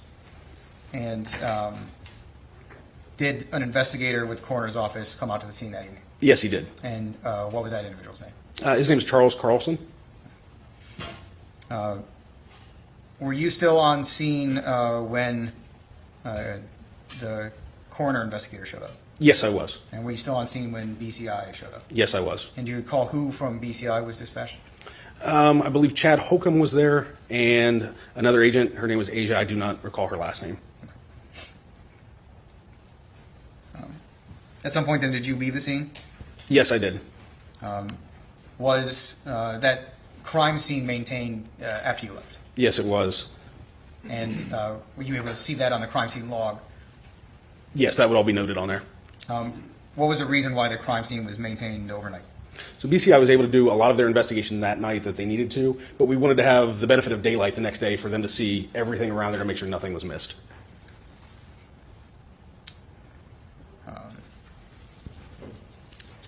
Were the remains collected from the woods? Yes, they were. And what happens to them next in that kind of situation? So in this specific situation with Delaware County doesn't do their own autopsies, so the remains were sent to the Montgomery County Coroner's Office out in Dayton for the autopsy to be completed there. Based on your training experience, if there is a body that needs an autopsy in Delaware County, is that generally where they go? Yes. And I guess I should ask you for the record, is the location where these remains were found in Delaware County, the state of Ohio? Yes, it is. Westerville spans, the city of Westerville, is that all contained in Delaware County? No, it's not. We split between Franklin and Delaware County. Were you familiar with the remains going to the Montgomery County Coroner's Office for an autopsy? Yes, I was. And were you aware of where the remains went after that? Yes, I was. And where's that? Due to the severe decomposition of the body, Montgomery County Coroner's Office asked that the body be sent to Ohio State University so the anthropologist there could assist with the autopsy. And were you aware that the remains were, in fact, transferred to Ohio State? Yes, I was. Were you aware of a report being authored by the anthropologist at Ohio State? Yes, I was. And do you recall when that report came out? I don't remember the exact date. I know it took a very, very long time. I believe it was January of 21 before we got that report. So remains were found in September, as your recollection was January before you had a report from the Correct. After that report came back, what were the next steps? Once that report came back, it involved a lot of archaeological terms, so we wanted to sit down with the author of it and also consult with the prosecutor's office and another expert to be able to interpret that information that was presented to us. And was another expert asked to take a look at everything? Yes, he was. And who was that? Dr. William Smock. And did the Westerville Police Department provide to Dr. Smock any of the items that he requested to be able to review the investigation and the evidence? Yes, we did. Anything that he asked for was authorized to be given to him. And did Dr. Smock author a report in this case? Yes, he did. And do you recall when it was that you received Dr. Smock's report? That would have been, we were into probably May at that point by the time we got his report back. May of 2021? Yes, sir. If I have one moment now.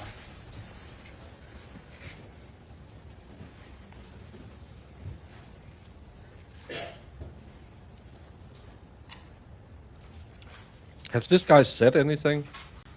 I don't know for the question this time. Thank you. Thank you. Ross, please. He's the lead investigator, right?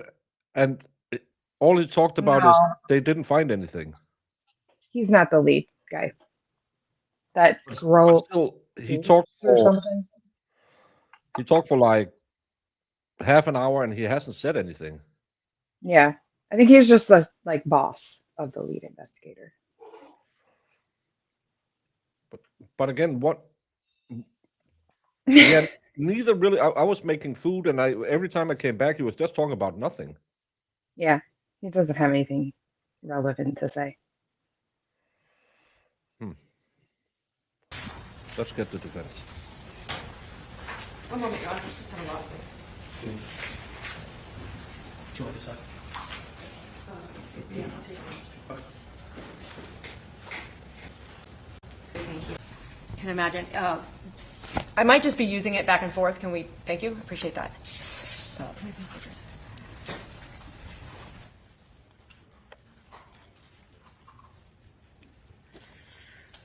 Just want to. I'll jump around a bit, but I want to really start, Lieutenant, just kind of in terms of individuals in your department. I know you talked about on May 26, 2020, and just to orient the jurors, what day of the week was that? Well, that would have been a Tuesday.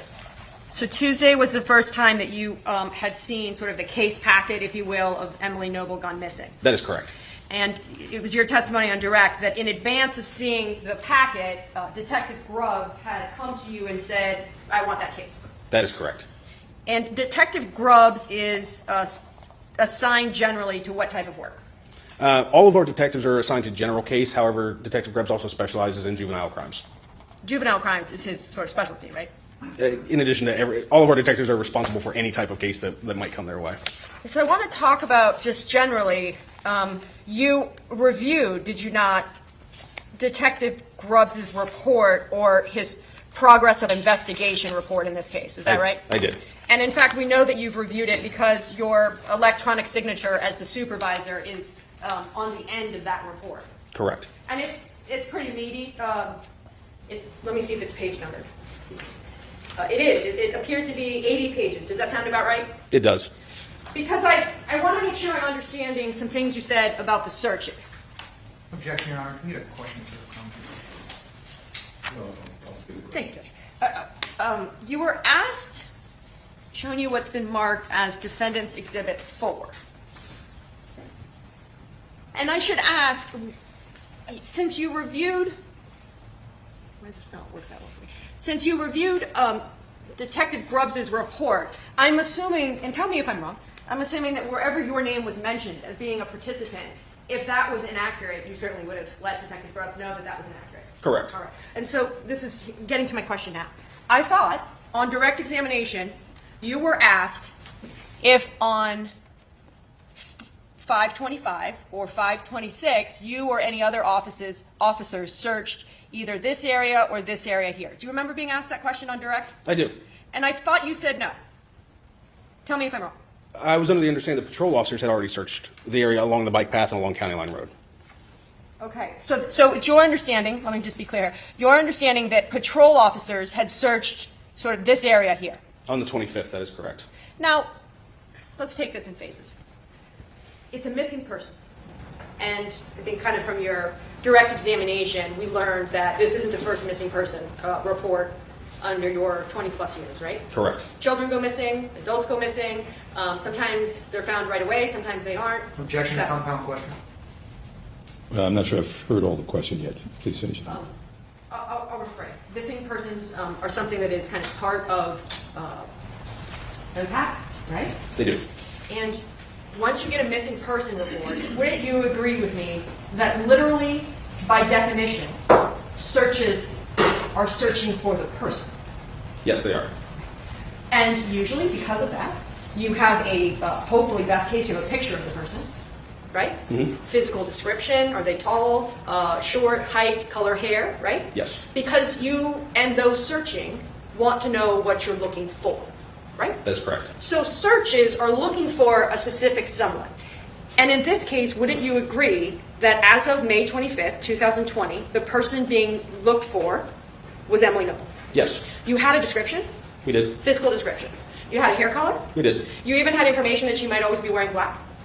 We did. You knew her height, weight, so you knew what you were looking for. Correct. And so you would agree with me, and just kind of a common sense question, that if I'm searching for a person and I'm only walking on a sidewalk, but there's a wooded area next to me, I might think to look into the wooded area for the missing person. Yes.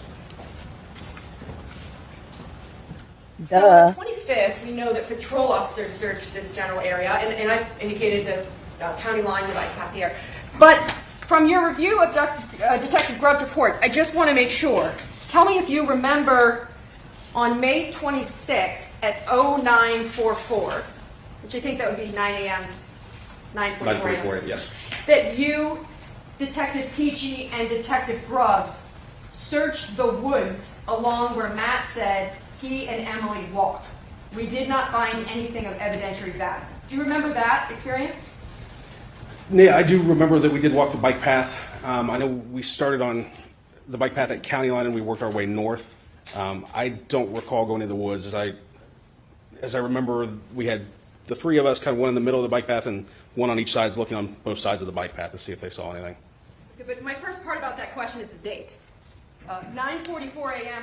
on the 26th, so Tuesday. Correct. Because you asked on direct, I want to make sure we're clear. Do you remember on May 26th at 0944 searching with Detective Peachy and Detective Grubbs? Let's start there. I do remember that now. Okay.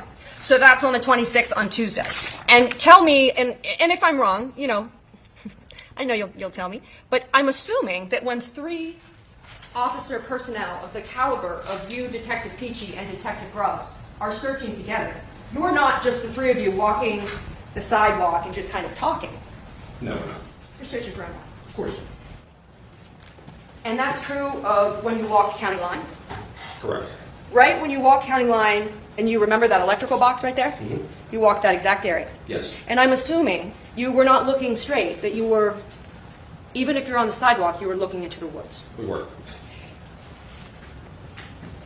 So that's on the 26th. Now, I want to talk to you about, and you had information, did you not, that Emily liked to forage and walk in that general area. Yes, we did. So I want to just go through the searches, if we can. And I've got some maps marking this as defendant's exhibit. I believe we're on E, Your Honor. E? Yes. Mm-hmm. Thank you. And Lieutenant, these maps you will see, and the state has been provided with these maps, have some arrows on it, but tell me, feel free to tell me or correct as we go through the testimony. You can use that screen. The canine search on 5/26, and you wrote a report in this case? I did. And in your report, fair to say, you detail these canine searches. I did. And canines is part of your experience in law enforcement, are a tool that can be used to locate bodies. Yes. There's certain dogs that can follow scent, Correct. and there's certain dogs that are specifically trained to locate things that are dead. Yes. And those are called cadaver dogs. Correct. And then you were talking during your direct examination about search dogs, right? Bloodhounds, correct. Bloodhounds. Yes. And bloodhounds, if I can use another lay word, scent dogs. Correct. So we've got the scent dogs that are tracking for an individual based on scent, and then we've also got the cadaver dogs. Correct. Just want to make sure that the jury understands there are different types of dogs trying to sense different things. Yes. And based on your experience as a law enforcement officer, fair to say that canine dogs are trained specifically for either as a bloodhound or as a cadaver. Correct. And let's talk about the bloodhound dogs. Because they're actually trying to track a scent, isn't it true that as an officer or law enforcement generally gather items that may belong to the person in which they're trying to track their scent? Yes, we will. So essentially you're giving the scent to the dog, so the dog learns this is the scent. How nice of Jim Cox to come in and save Brandon from being the pinned message today.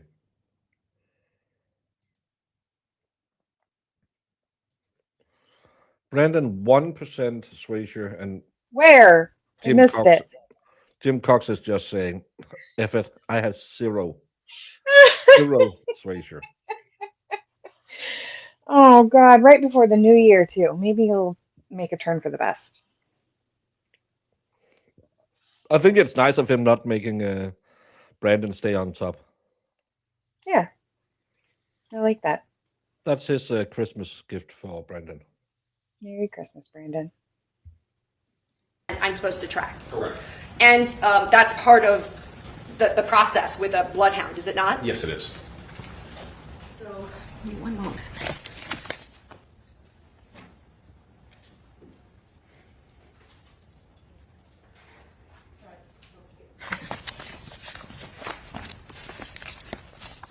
One moment, Your Honor. Sorry. Okay. Yes, perfect. Thank you. So the search of May 26. Let's talk about that with respect to, you mentioned the Claremont County Sheriff's Office. Those were bloodhounds that came to the scene on May 26th. Is that correct? Correct. Just as a matter of correction, it's Crawford County. I know it was written in a report someplace that it was Claremont County, but that was mistaken. Okay, I'm But only as good as... I understand. But yes, it was a bloodhound that was brought in from Crawford County. So it's a bloodhound. And the bloodhound comes to the scene at 11:24. Does that sound right? Yes, it does. And you, that 11, you're there, Peachy's there, Detective Grubbs is there, right? Correct. And the dog, as part of the protocol, is given the scent, if you will, that they are asked to track. Yes, they are. And you've used bloodhounds before, certainly during the course of your work as a law enforcement personnel. Yes, I have. Sometimes, fair to say, bloodhounds can actually track a scent, and sometimes they can't. Correct. So in this case, I want to start initially with the dog begins at 46 Abbey Cross. That is correct. And based on, and you included in detail where the dog went in your report, but does this look, based on your recollection now, the dog traveled in this direction on Abbey Cross? Between the two bloodhounds, I can't remember which one went all the way to the end of Abbey Cross and which one came up in between the two condos there. Okay. So, and that actually takes me to the next one, because there was actually two bloodhounds. There were.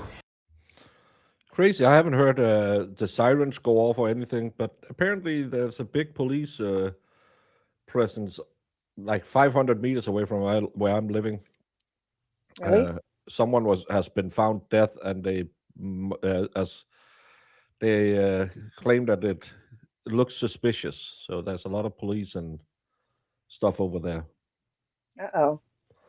Yeah, I actually know a guy who lives over there, so I don't like him. So if it's him, yeah.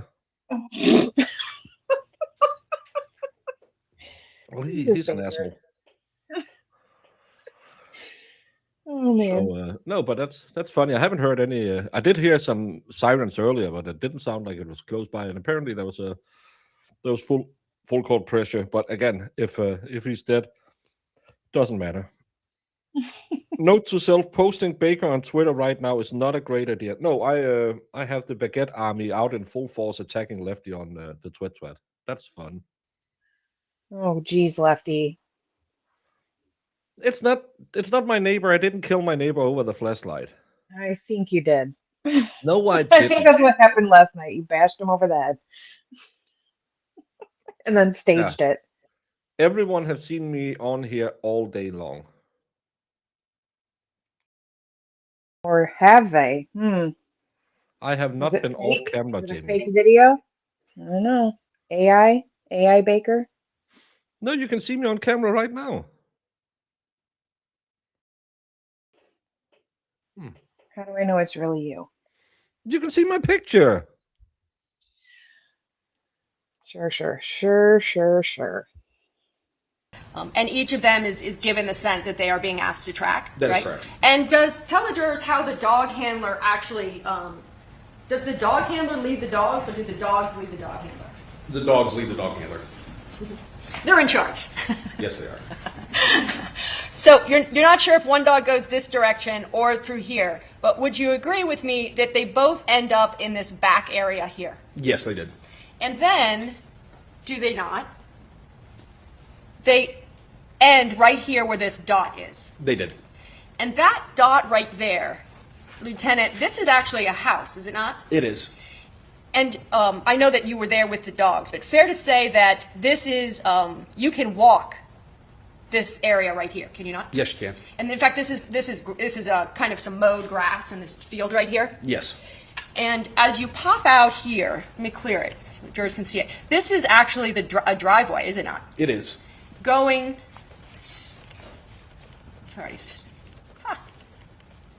not so much. Going straight to State Street. Yes, it is. And the dogs stop right here at the driveway. Correct. Now, I want to, those are the bloodhounds. I'm going to go sticking with the bloodhounds. And we can talk about them being different, but I just kind of, for the jurors, want to stick to the same type of dog. It might be easier. There was a additional search. I'm sorry. Defendants marking what's defendant's exhibit F, Your Honor. Again, these maps were provided to the state. F, and let me move this up. Why does this not get a little closer?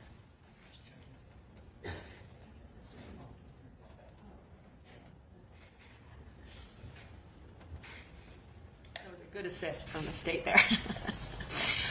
There was on June 7th,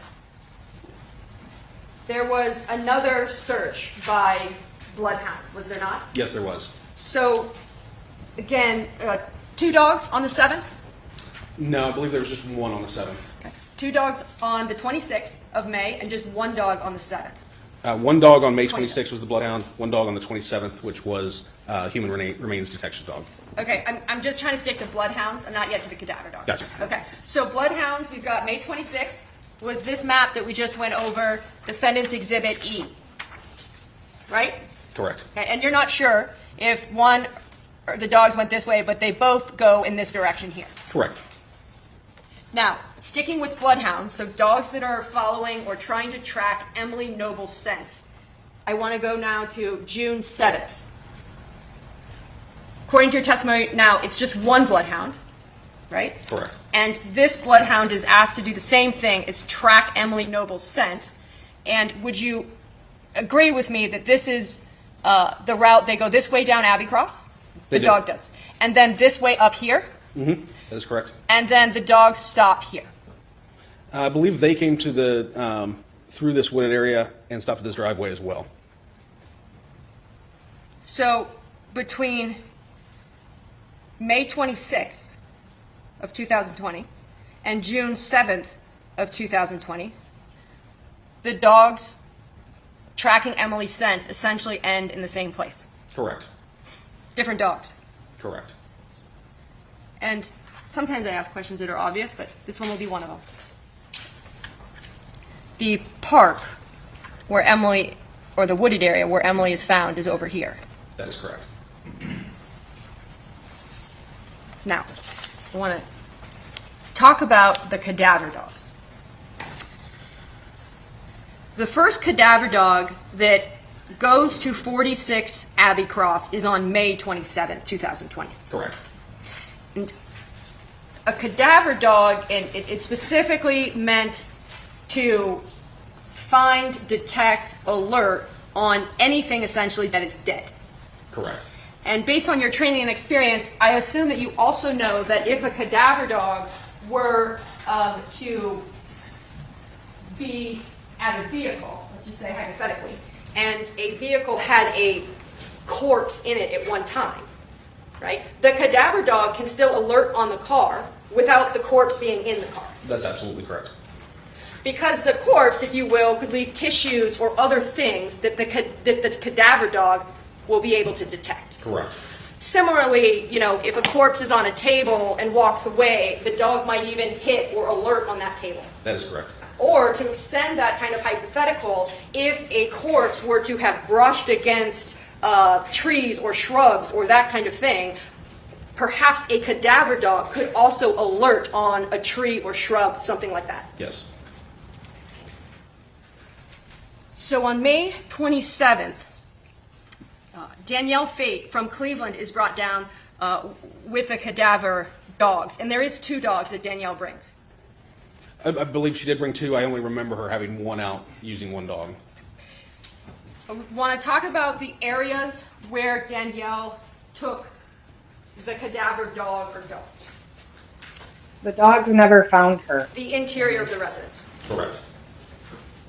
And when Danielle is in They the never interior found of the her. residence, she has unfettered access in that house, did she not? She did. There was no one that was saying you can't go here or can't go here. Correct. In fact, you made the call up to Cleveland to bring down the dog because her dogs were good. I was honestly at that point the only cadaver dog that I could get hold of. Okay?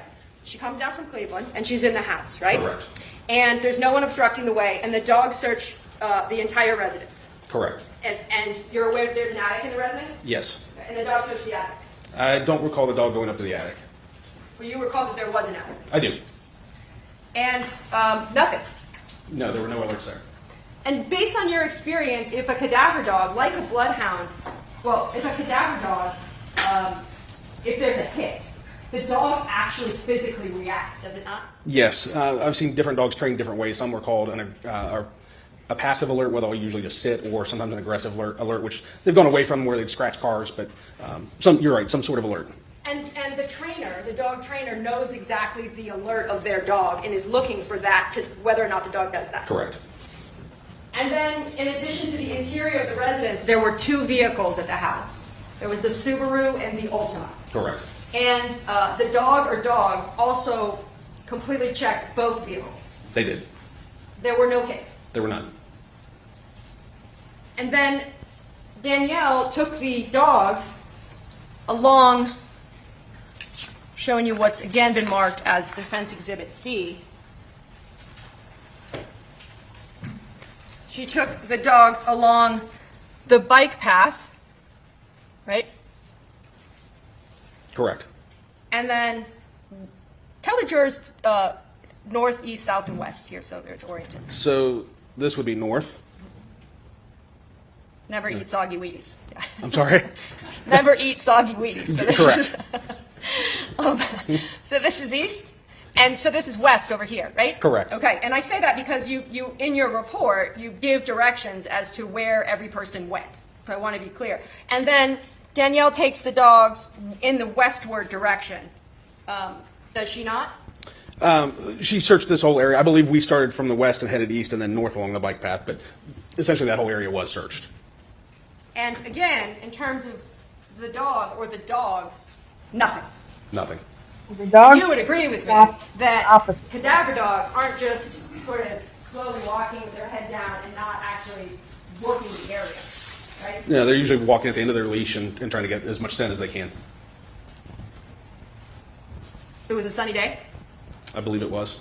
And you remember, I'm assuming that Monday, Memorial Day, was a warm, sunny day as well. Yes. And then 2 days later,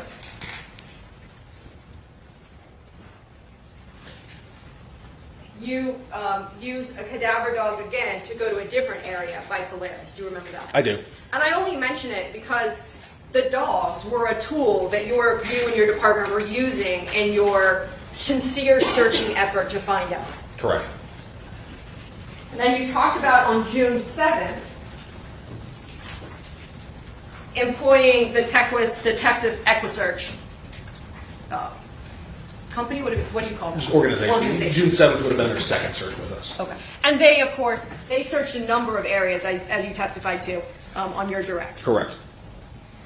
In and around Westerville. Correct. And I just want to say, in case any of the jurors are wondering, obviously, the first bloodhound search was on the 26th of May.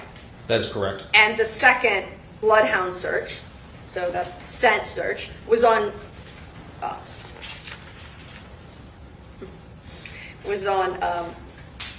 7th. Is that right? That's correct. At no point in time did any of the dog handlers, let me withdraw, ask a better question. As we know from the maps that I showed you, that it's not as if you have to be doing a bloodhound search within an hour. Is that right? That is correct. And I know I'm showing the witness what's been marked as Defendant's Exhibit E and Defendant's Exhibit F. Again, just generally separate dates by a week plus, and the dogs generally went in the same direction with respect to scent. Correct. Of Emily. And isn't it true, and tell me if I misremember, that the way you were giving them the scent of Emily was actually from the miniskirt that she was seen wearing on her birthday? On June 7th, I know we used a black miniskirt. I don't know that it was the one from her birthday or not. And on the 26th, you had clothing in Emily's closet and other things that Correct. you knew had belonged at one time to Emily Noble. Correct. I want to go back through, marking this as Defense Exhibit.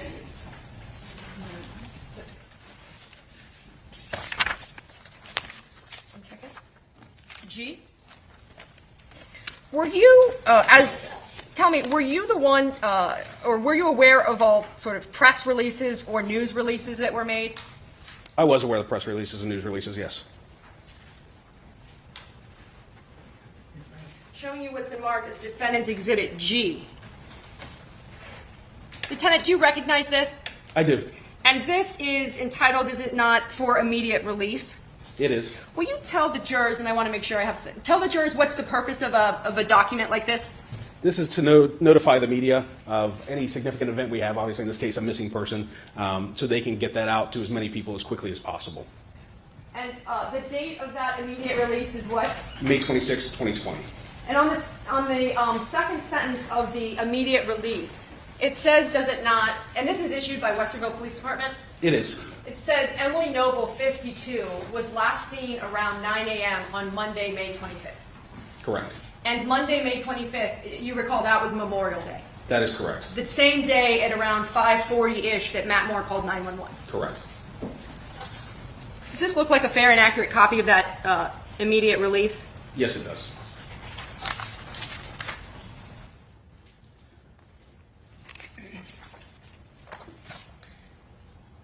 Going back to the searches, because I jump around a bit. Ultimately, Emily's remains were found on September 16th of 2020. Correct. And you're aware that they were found by non-law enforcement personnel. Yes, I am. That were out doing foot searches for Emily. Correct. And they were walking, were they not, along Defendant's Exhibit D. There was 3 women walking together, correct? Correct. Walking along the same line right here. Yes. And it is when one of them actually locates Emily where she is ultimately found. Correct. Tell me, because I know you were at the scene, how, and the jurors were there, how many feet would you say Emily's remains were from that side? Maybe 100 feet in from the wood line. 100 100 feet from the county line, From the tree line north. from the tree line road. Did you ever measure that, or anyone from your department measure it? Do you know? I don't know that it was measured. In County Line Road, would you agree with me that that is a heavily trafficked road? Yes, I would. You would agree with me that, like, right here, there's nowhere legally where I could pull over my car, perhaps, and park it there. That is correct. And you are aware, because I trust you are familiar with the area, that this resident in this house right here was home on Memorial Day weekend intermittently. I don't know whether she was home or not. Okay? And that's part of the investigation that you're not aware of. Correct. And there's, if you could orient the jurors, fair to say that there's an electrical box kind of somewhere in that general vicinity. If you're facing the wooded area, it's left of where Emily's remains were found. That is correct. Do you know how often that electrical box was serviced? No, I do not. Is that something your department checked, I'm not aware of that being checked. just to see if that box was serviced at any point in time that summer? No, I'm not aware of that. Based on your training and experience, were there not some other searches done based on either vulture activity or smells that individuals called and reported? That is correct. And you know from your training and experience that dying, decaying bodies can emanate a smell. Yes, they do. And because of that, it's kind of let me take it into a different analogy. It's like when you might see vultures in a road with what we call roadkill, right? Correct. And the vultures can arrive, and sometimes we'll drive by that if our window is down, and we'll smell that smell. Correct. And it's a smell that stands out. It does. And it was warm Memorial Day weekend. It's fair to say it was about 80 degrees, if you remember. I don't remember, but that seems normal. And May, June, July, August, obvious question, but those are summer months. Correct.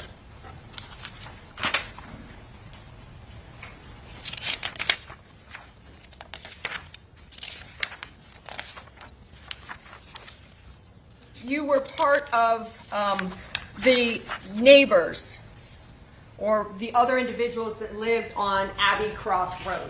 Law enforcement made efforts to interview those individuals as well, correct? Yes, we did. They walked down, knocked, talked, interviewing individuals to see if they knew or heard of anything. Correct. And you were part of those efforts as well? Yes, I was.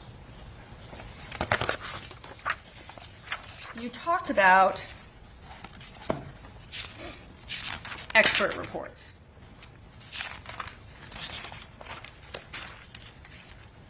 You mentioned on your direct that your office received the report from Dr. Agnew in January of 2021. Does that sound right? Yes, it does. And does it sound right that in January of 2021, the same month, that you had received the report from the Montgomery County's coroner's office? Correct. And so the jury knows the Montgomery County coroner's office, although it's obviously a different county, they are the entity that actually does the autopsies for Delaware. Yes, that is correct. And so the remains were sent to Montgomery County. It is only Montgomery County that did the autopsy in this case. Correct. Because I thought I heard you say that the remains were taken to OSU for them to do an autopsy as well. Let me clarify. They assisted with the cleaning the remains and looking at any injuries that may have occurred to those remains. Fair enough, and I wanted to just make sure that we're clarified. The autopsy is done by the coroner's office. Correct. And then the remains were sent by your office in the state to OSU for additional testing. Correct. Is that a fair way to say it? Yes, it is. And where are the remains now? I believe they are still with Ohio State. Do you know where? I do not. You also, in January of 2021, received a report, and I just want to understand all the reports that were received from a Dr. Bolte. Do you remember that name? I do. And Dr. Bolte also works at the Ohio State University. He does. Were you present when he conducted the testing on the branch? I was. Fair to say that as part of the state's engagement with the Ohio State University in this case, you came to work with John Bolte. Yes, I was present. Bolte. Bolte. Yes, Bolte. You corrected me. Bolte. And you asked him, your department, asked him to go out and conduct some testing to see. And again, why does it work today? This is so annoying that and J7 can now be seen in chat again. Yesterday couldn't be. I got an email for someone who thought that maybe that Brandon had blocked them because they couldn't be seen in chat either. Like Brandon never does anything modding. It's so annoying that YouTube is having these crappy things. And yeah, J7, it's annoying. I can't ship things to the Americas and I can't receive things from the Americas. I don't know what the hell is wrong, but it's just really annoying. Really Unfortunate. It's annoying because she sent packages that was then sent back to her. Do she get a refund for those packages? Probably not. That's kind of shitty. Yes, UK, we can see you. Because you put these stupid... I took it away from you yesterday. I haven't put it on you today. Yeah, they're blue in the chat. So, but that was the last thing I did yesterday. Let me try and see if it's gone again. Then it's absolutely annoying.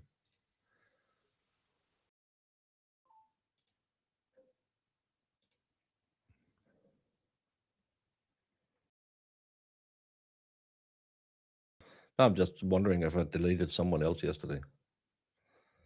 Try writing now and see if that helps.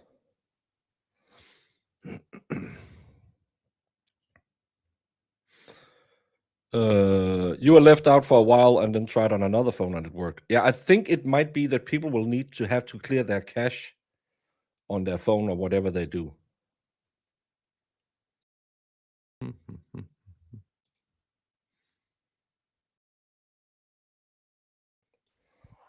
I see her. Yeah, now it's back without the blue. At least if YouTube could explain why it happens. Because, again, some people will come in here and say, well, people don't like me anymore, and they'll leave. Well, it'll probably last another day before, I don't know who runs YouTube, but apparently J7 is on the bad list, like with the post office. No, it's not the only one. Other people have tried to ship me stuff. That Buckeyes t-shirt, that was a real hell of a thing. It took more than I think it got stuck twice or something. I should have got rid of it. Jamie, you called them, didn't you? And say, don't send No, anything. yeah, I called them. I said, don't get that across customs. But and the stupid thing is, I think there is like a service down in Florida, but it cost a lot of money. So again, either I would have to pool and know, okay, people are sending me stuff and get one big shipment, or I'll have to, I think it's like $50 a month having a post box down there. So yeah. Please delete me, let me go. 'Cause Baker doesn't love me anymore.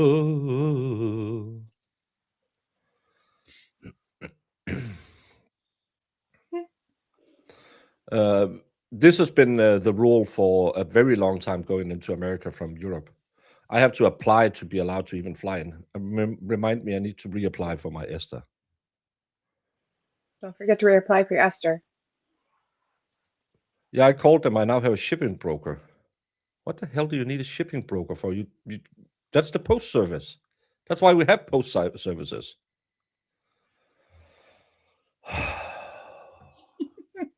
It's just annoying because again, I have 10 packages I haven't sent out from Halloween because it still won't work.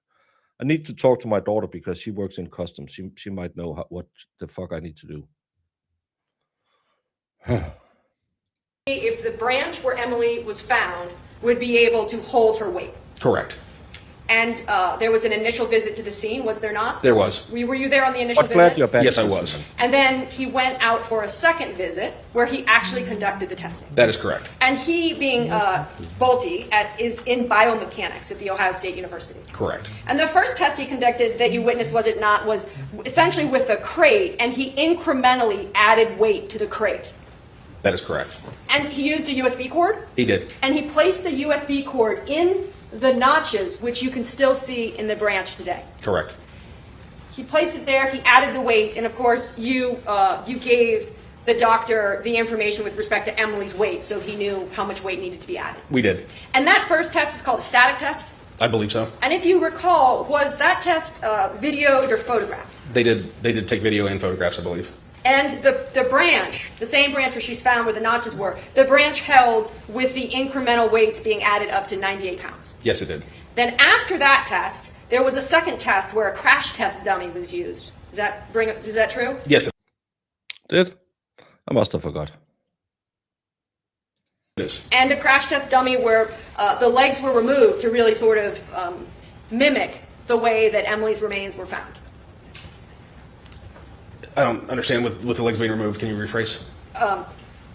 The branch is 6 feet 3 inches from the ground. Do you remember that measurement? I do. I don't know why I was here. I'm not that tall. So the branch is 6 feet and 3 inches from the ground. When the doctor was there doing the testing, a crash test dummy was used, correct? That is correct. USB cord, same thing with the notches over the branch where they already were pre-existing. And a dynamic test was done. That is correct. To see if the crash test dummy that weighed 98 pounds, if just dropped, could the branch sustain that? Correct. And that test was done and the branch held the weight. Yes, it did. It did. Dr. Bolte issue a report? Yes, he did. And did you receive that report? Yes, we did. Tell me in terms of another expert, was it you or was it Detective Probst that reached out to the University of Tennessee, or what might be called the Body Farm, to see if you could enlist their help? That was Detective Grubbs. Okay. So you weren't part of that? No, I was not. And then you talked about Dr. Smock, an engagement with Dr. Smock. Have you worked with Dr. Smock before? No, we have not. You at Westerville Police has not worked with him? No, we have not. And his report was issued in May of 2021. Correct. Fair to say that he's the last of the expert reports that were received by Westerville or the state of Ohio in this Yes, case. it was. And up until the issuance of his report, there was no pending indictment against Matt Moore. No, there was not. So Emily's missing on May 25th. She's found in September 16th of 20. Dr. Smock's report is issued in May of 2021. And when is Matt Moore charged with the murder of Emily Noble? I don't remember the exact date. I believe it was late May. Late May, I believe so. right after Dr. Smock's report. Yes.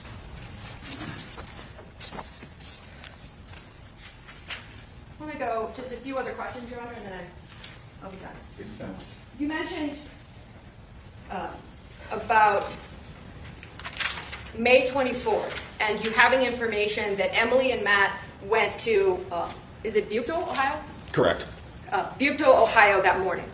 Just generally, tell the jurors if you know, how far is Butyl, Ohio from Westerville?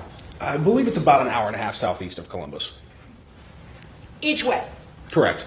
And you had information that Emily and Matt went to Butyl, Ohio on May 24, 2022, which would have been her actual birthday. Correct. And through the course of your investigations, being lieutenant in the department, that's true, is it not, that they went to Butyl that morning? Yes, it is.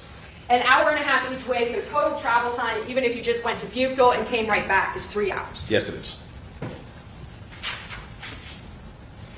One moment, Your Honor. Further. Or listen to them. Question that you would like to ask this officer, feel free to write it down, Corey. Let's take 10. Let's do that. It's Answer. Barry Woodline. And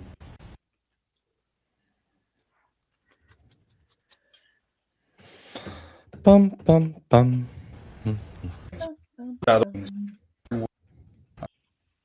I got really far ahead. Jeez, you got real hasty there. and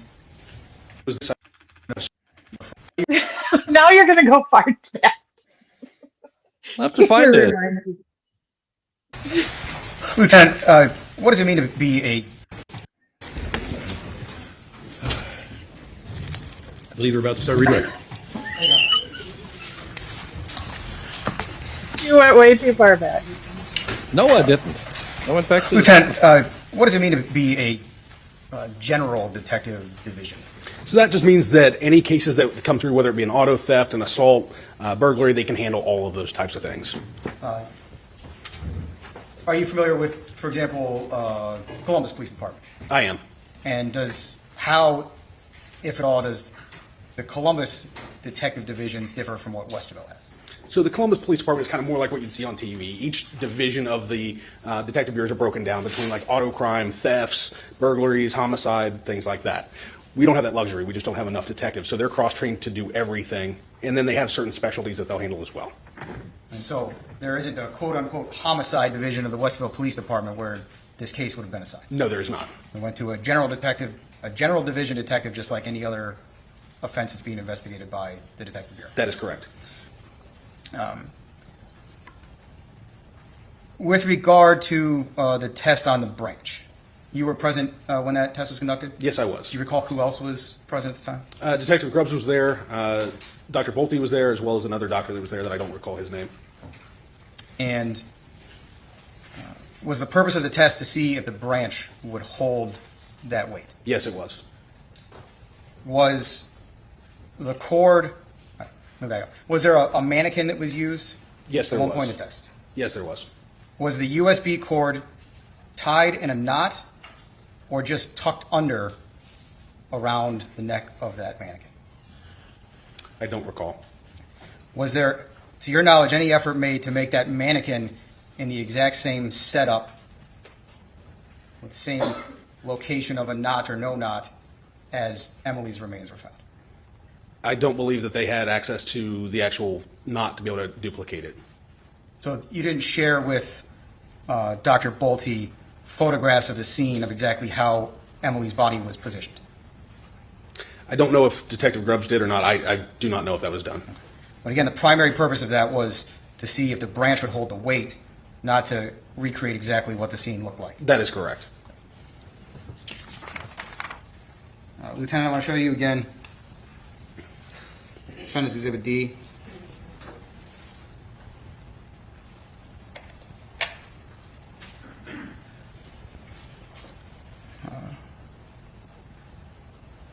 These nuts. If I refer to this as the Eastern Woods and the Western Woods, we understand what we're talking about? I do, yes. So, Eastern Woods, the area from the bike path, Western Woods, the area where Emily's remains are found. Okay.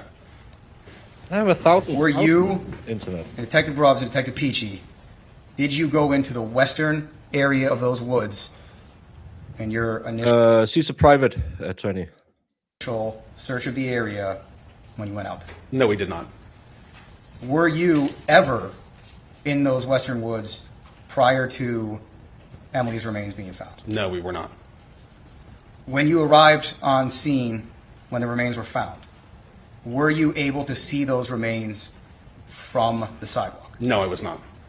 Can you describe for the jury what steps had to be taken for you to see where the remains were located? Yes. Again, like I said, that area was very overgrown. You had to move branches out of the way and kind of duck under some to get even into the woods. And then there was that downgrade, the dip down into the woods.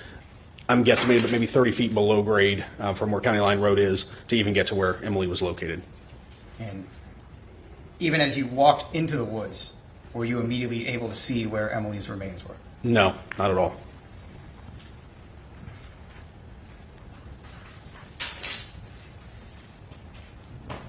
The other searches that were conducted by the Westerville Police Department, to your knowledge, was there ever an officer from Westerville who was in those western woods prior to the remains being found? No, there was not.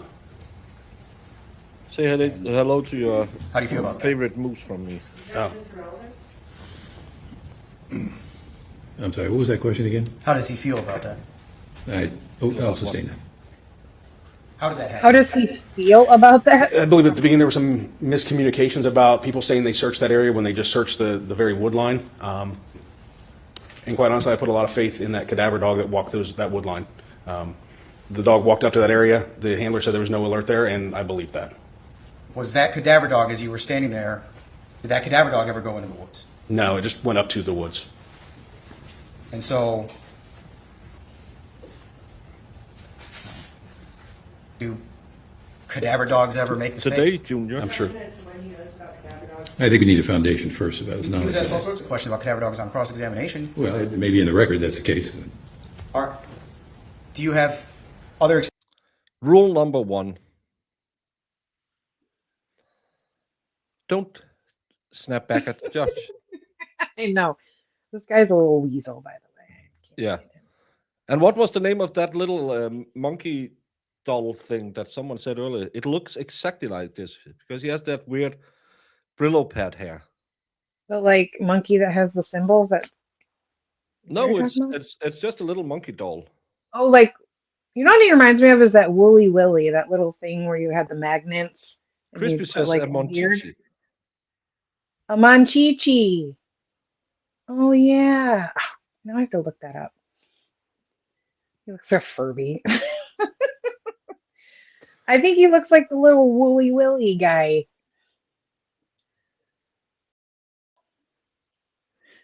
But what's a I have to look up a Monchichi.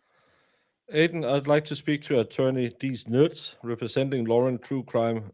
Would you like to come on my show? Call me back by. I don't. I didn't hear that one, but Oh, he does look like a Monchichi. His hair. Oh my yeah, god. because he has that Brillo pad hair. Yeah, because he has it like it's like it needs to be. I don't know. Yeah. Yeah, it's because he needs product to in get it, the just like sides cut in, so there's Yeah. a little bit difference. He's just taking all of it with his bus.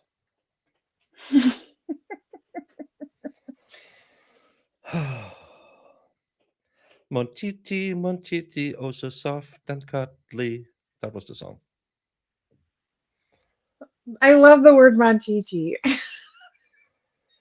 Maybe it's monkey and Chihuahua mix. A chinchilla, chihuahua. Yeah. I don't know. experience with cadaver dogs? This was the first time we had utilized them. Look it up. J7. I Based just on did. your training experience and the shared experience of other law enforcement agencies, are you aware of cadaver This dogs? is not Brandon missing saying things? anything. You Yes, can't I am. Google it. Are cadaver dogs infallible? No, they're not. In fact, I'd say generally any dog is fallible at some point. And can cadaver dogs make mistakes just like humans? I think we've had the answer. I have no further questions. Reed Gross? Yes, thank you, Your Honor. Do you remember being at the press conference on September 22nd of 2021? Why would you go your I private did. parts, Monchichi? Emily's remains had been found on the 16th. Fair to say that was about an 8-minute press conference, you and the chief. Objection, Your Honor, outside the scope. It's right direct as to who searched that area, Your Honor. Just want to lay some foundation. Let's get the question then. Okay. Do you remember, since you were at the press conference, that it was told to the community in the press conference, and I quote, tell me if you remember, we searched, law enforcement area searched that area 3 times, including once with a cadaver dog. I don't remember saying that at all. You don't remember, do you remember being at the press conference when the chief said that? I don't remember if he said that or not. Your Honor, may I? Get him. Would it refresh your recollection to see the press conference? Yes, it would. One moment. No, I'm going to object to this on relevance. He's not the one who made the statement, and he's been asked to be recalled. I'm not sure what matters. Well, Again, it could have been blowing the wrong direction. There could have been something else that took their attention. They're not infallible, and you can't communicate with them and say, "Hey, you can only smell for this one. Can you go check this?" It's if they do, don't. Well, they're only the best thing ever when they're getting you the results you want. You know what I'm Yeah, saying? it's the same with drug dogs. When they find the drugs, Yeah. they're good dogs. I'm moving away from my island. That's the problem.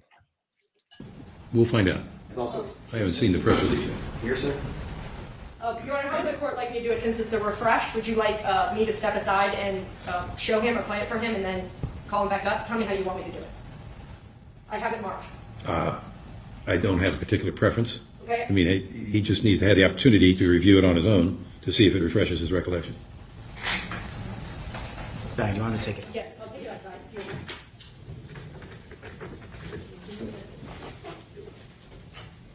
It's okay, Mike. Finish it.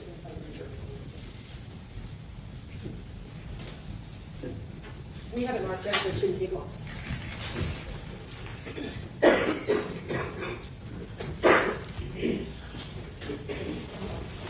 If you have any questions that are already in your mind, feel free to start writing them out. That press conference, do you have an opportunity to listen to that portion of the press conference? Yes, I did. And that press conference, were you present for that? Yes, I was. And now that you've had a chance, does that refresh your recollection as to what was said about that area being searched 3 times, Yes, including once with a cadaver dog? correct. And was that said? It was. Our chief of police said that. Thank you. Nothing further. Any questions? Yeah, they're investigation stuff. Yeah.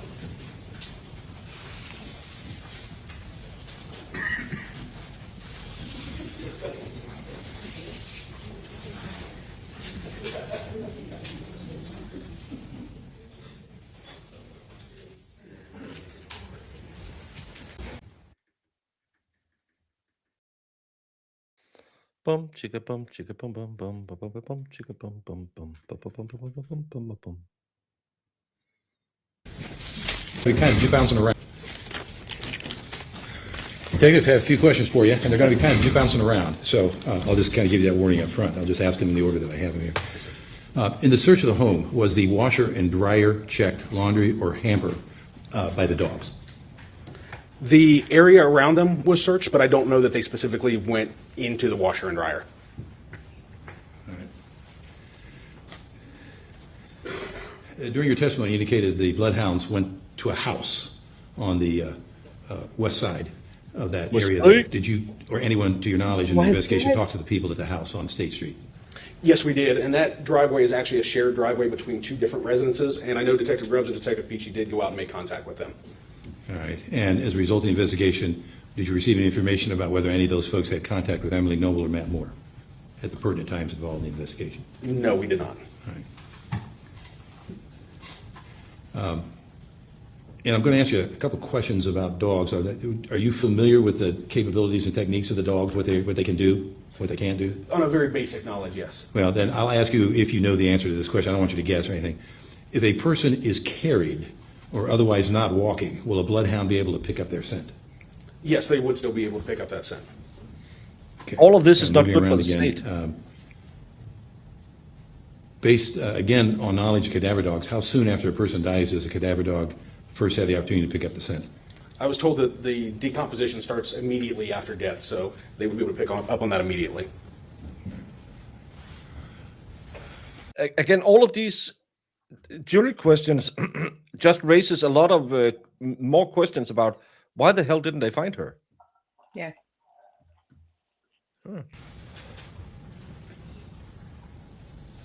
Were there, during the course of the investigation, were there any witnesses or information on where Emily walked the night of the 24th? No, I'm not familiar with any information as far as where she walked on that night.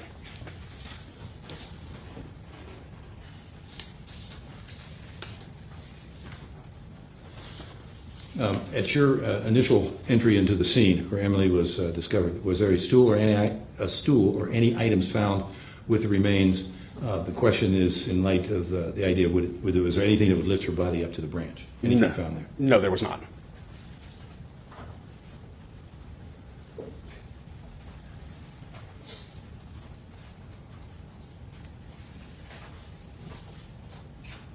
There was testimony that an angel, a little statue, was found in the woods there. Was that tested in any way to see if there was any connection with Matt or Emily?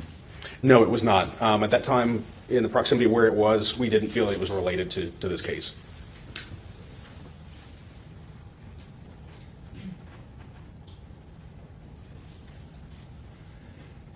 Were the bloodhounds brought to search for Emily on the bike path?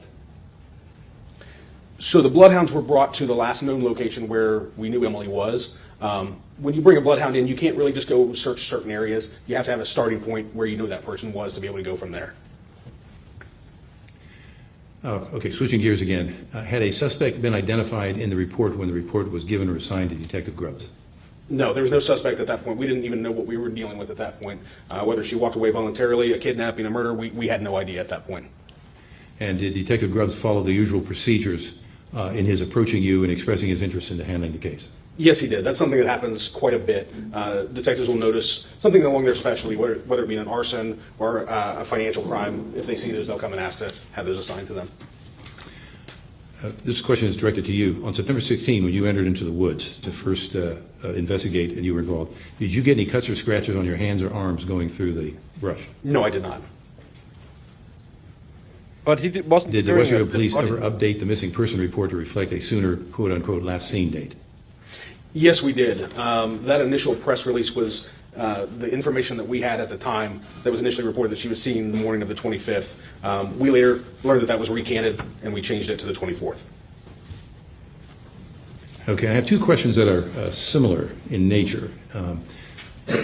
Your testimony is dogs were taken around the woods, but is there a reason that the dogs were not sent or released into the woods themselves, to your knowledge? The dog handler, well, I was with the dog handlers when they went through, and they just indicated that there wasn't any scent from there. Do I wish we had done it? Absolutely, I do.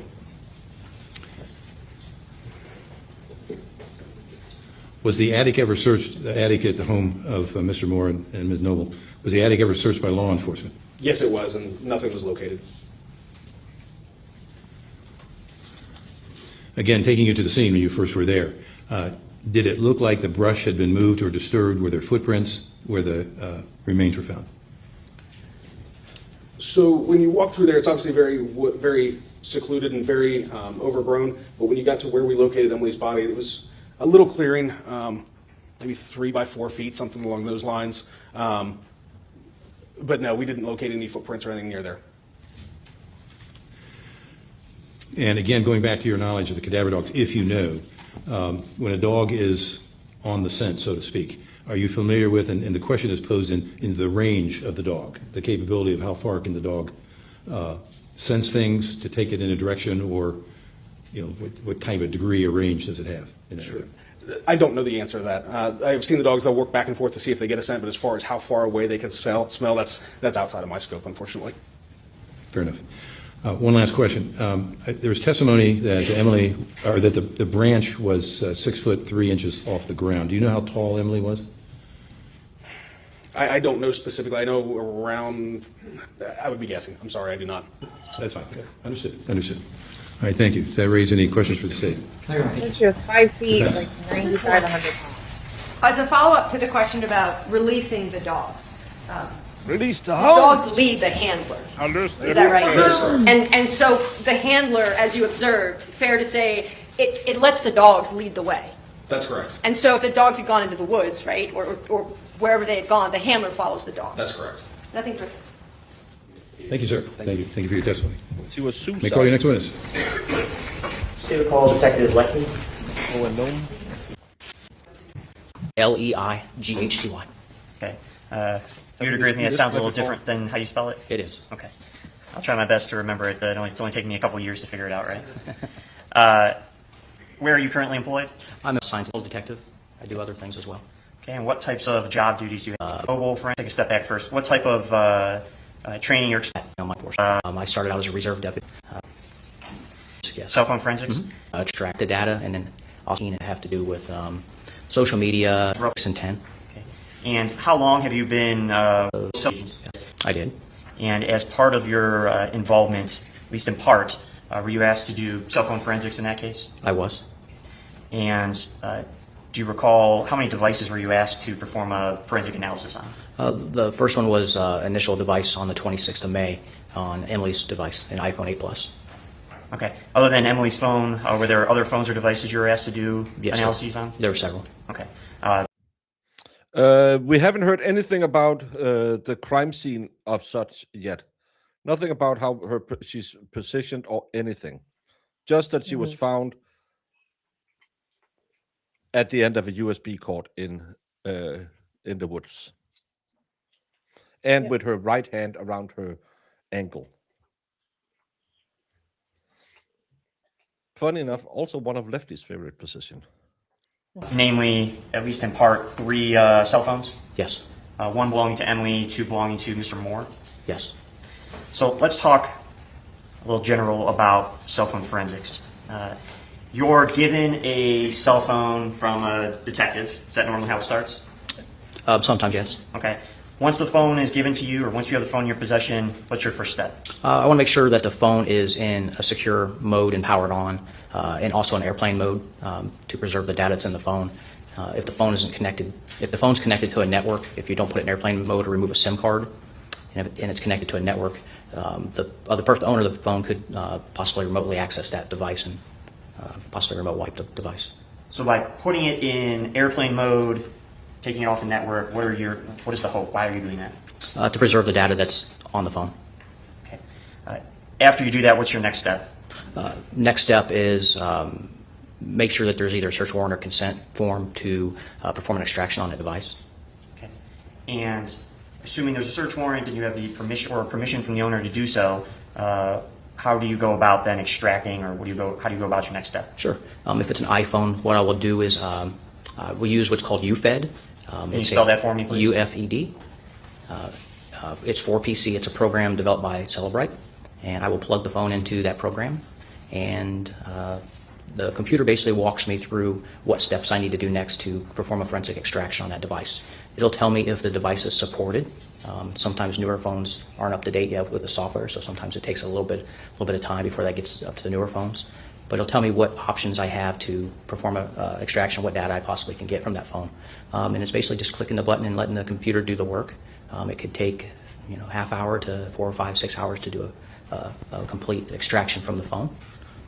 After that extraction is complete, I take the data that was copied from there and I place that into what's called Physical Analyzer.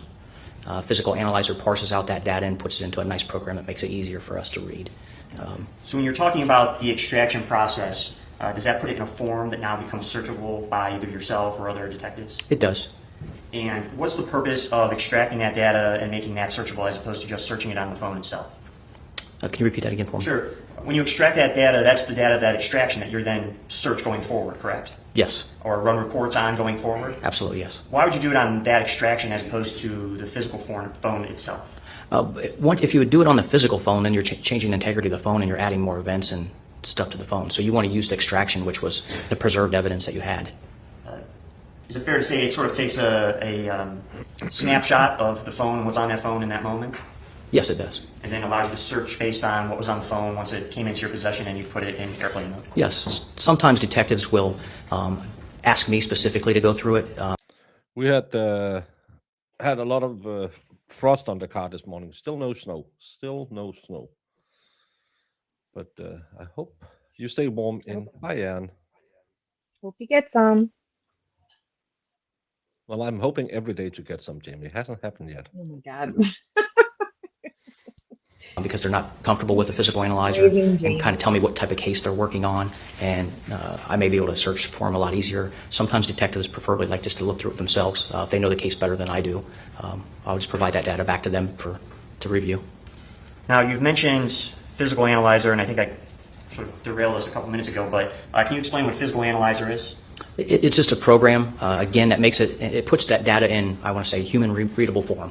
It allows us to understand it and puts it in different type of applications that you can click on and open up, and it can show you anywhere from the chat messages to the pictures to the videos to call logs. It shows you all kinds of data and makes it easier to view. And are there different types of phone extractions that can be done? There are. Oh, and what are those? There's a logical file system and then a physical. Okay. And why are there different types? Because there's different operating devices, such as an Apple is an iOS operating system, which is an iPhone operating system, and then there's Android, which is like your Samsung Galaxy or something like that. So there's different operating systems. Why is his voice There's so different types of, like the physical would go more towards the Android, where a logical and file system would be more towards an iOS device. Okay, so in some respects it might be dependent on the device itself? Yes. In some instances, are you able to run multiple types of extractions? Yes, you can. Okay. And again, is that dependent on anything in particular? It depends on the phone itself. What the device, what's supported on through Celebrite. Okay. Again, when physical analyzer is being run, is that being run on the device itself or the extraction that you had just testified about earlier? Physical analyzer is running on the extraction itself, not the phone.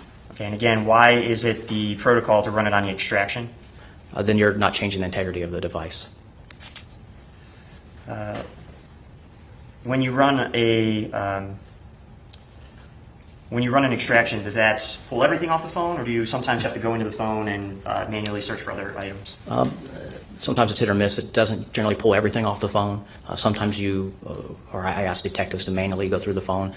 Sometimes you can go through a device and screenshot if it's allowed, if that phone's supported for screenshots or chats, what different apps it has on the phone. But it all depends on the device, what's supported. Sometimes I ask detectives just to, if they don't, to thumb through it to see if they see anything else. And you mentioned earlier, sometimes detectives ask you to search it yourself, maybe if you're involved in the case, or tell you about the case. Is that one aspect of things? It is. And in other cases, is it fair to say you're just asked to run the extraction and give it to another detective? Yes. Regarding the case that we're here for today involving the disappearance of Emily Noble, were you asked to take the 3 cell phones we mentioned earlier and run extractions on those? I was. Okay. And as part of that, were you able to successfully extract the data from the phone? I was. And those being, again, Emily Noble's phone and 2 phones belonging to Mr. Moore? Yes. Okay. No errors, no issues when you ran the extraction process? Nothing that I saw. Okay. And once you were able to run the extraction, were you able to pull that information up? Yes. Okay. And again, just review it to make sure there are no errors or issues? That is correct. Once you're able to run the extraction on those 3 devices, what then did you do with the extractions in this case?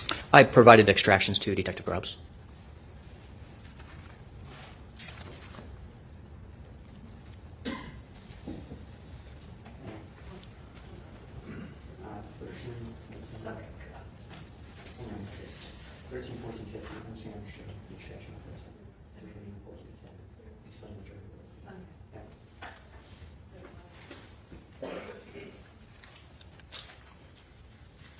I'm sorry, may I approach? Yes. Detective, I'm going to have you look at what has been labeled States Exhibit 13, 14, and 15. You could flip through those. I know they're multiple page documents.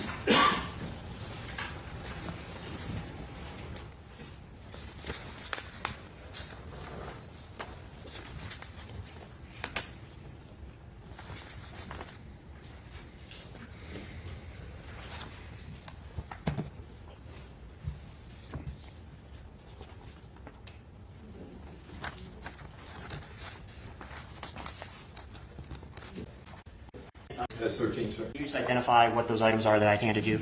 Sure. The first one is an extraction report. That's 13, sir. Yes, sir. Number 13 is an extraction report that I completed for case number 2020-12540. And let me stop you for a second. When we're talking about an extraction report, can you explain what an extraction report is? Yeah, when you complete an extraction and move it to a physical analyzer, then what I do is, after it's in physical analyzer, I generate a report for the investigator or myself. The report is, it can be a PDF report, Excel report, HTML report. It moves those over, and that's what generates for the investigator to look at. So they're not getting a physical analyzer, they're getting what's called a reader report. So they can't go in and change anything to that or anything, mark anything. But So they can't go in and change anything, but is it a more user-friendly way to review the material that was taken off of the phone during the initial extraction? it is. The other 2 exhibits there as well, can you identify what those are? Yes, State Exhibits 14 and 15 are also extraction reports. And specifically, were those 3 extraction reports that you created as a result of your dealings in this case? Yes.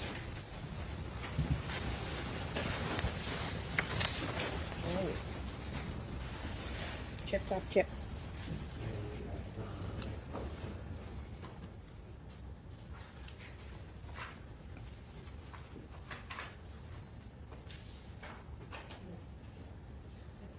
Your Honor, asked to publish States Exhibit 13, 14, 15 to the jury. Any objection?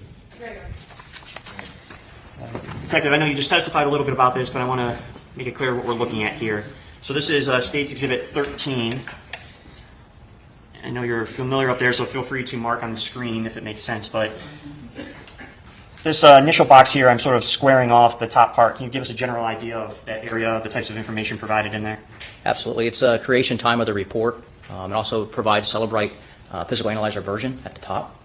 And then I put it as an examiner. I examined the device. I did an extraction on the device, and I provide it to whoever the investigator is. I'll put their name in there and then the report number as well. And as we work down to this second box that I'm drawing on the screen now, what type of information is usually contained on that part of the report?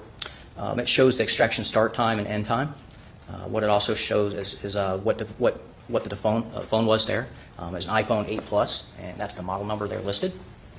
And it shows what type of extraction type was taken. Here it shows a file system extraction. And looking at the bottom, I'm going to flip the page, but there's an item there labeled device information. Is that fair? Yes.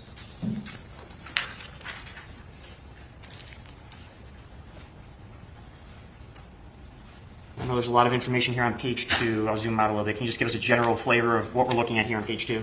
Absolutely. Here it's just going to be right here. It's an iPhone, so here is the Apple ID. I'm just going to skip and through all of this. Outline. And take you now to what's page 4 of 6. Now we're I on don't this think section you're called contents above. Help if I could draw a better circle. Contents, that's even worse. I can see it. There we go. You know what I'm talking about, right? Yes, sir. Okay. What that could happen. Do you agree with me that this is sort of the meat of the report? Columns, you can it breaks it down of what's on that report. Chats on Or is there a way to then look through those chats themselves? you can actually look through those chats. When you pull up Celebrate the reader portion of it, it opens up. Including the extraction and that reader, what does that allow, in your experience, what does that allow Detective Grubbs to do? It allows him to look through the device report. So he's he can just the sort guy data. who downloaded it. He can review different types Yeah, of data. Grubbs is going to actually go through it. So he's just the download guy. Moore Noble's residence. Okay. And you were involved in that process, correct? I was. Okay. And to the best of your knowledge, those pictures appear to be true and accurate based on the State's Exhibit 16. Okay. What we're looking at here. Looking at the entry door on the west side of the Something that's living room. worth looking at. And when you enter a room in the residence, what are you trying to do when you're taking pictures of that area? You're just trying to get an overall of the area at first, unless you're seeing evidence that then you'll focus in and move in on that evidence and take photographs of. Do you walk into a room and take one picture, or how does that process work? You take several photographs of the whole, so you can get a different perspective from every angle of the room that you're at. And then once the room's done, then the detectives can come in and start processing that room. State's Exhibit 17. What are we looking at in State's Exhibit 17? It's a different angle. Now looks like Detective French was taking the photographs, his back's against that door area, and now he's shooting a shot out into the living room. And you can see the master bedroom door on the right there in the kitchen area. And you can draw on the screen if that makes it easier too. I'm going to show you what's this B that's labeled on the floor there in the middle of the room. We put down placards that label each room to identify each room.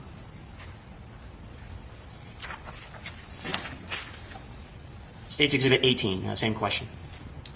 Yes, sir. Again, it's a different angle of the camera where he took a photo, and here's master bedroom, and you can see partial of the kitchen area here.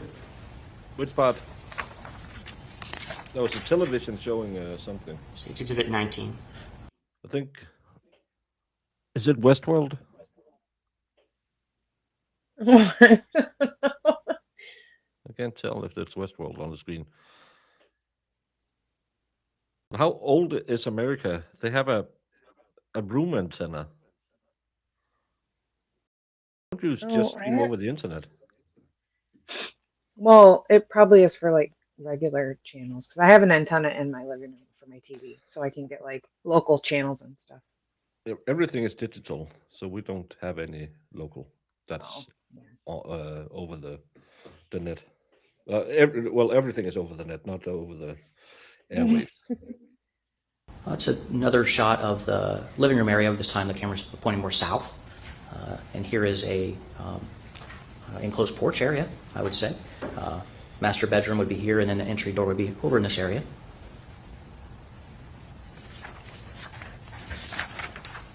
State's Exhibit 20, same question. Yes, sir. It's just another angle of that living room area where you're seeing a partial to, I think I would call it the guest bedroom right here on this side. Why is he so soft-spoken? Similar picture, but State's Exhibit 21.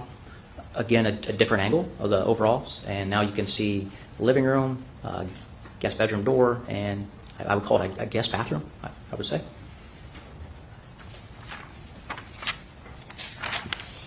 State's Exhibit 22. No, because it's over the internet. Now you're seeing again the guest bathroom, and then we're moving more towards the kitchen area. Everything is Here's a digital. dining area with a bookshelf.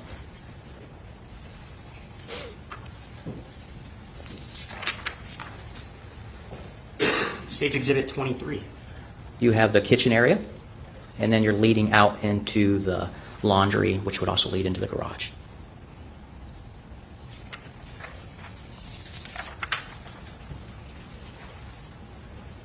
State's Exhibit 24. Another photograph of the kitchen area.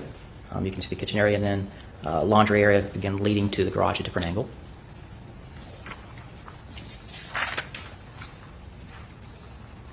State's Exhibit 25. A different photograph of the kitchen area. Looks like more of a facing south.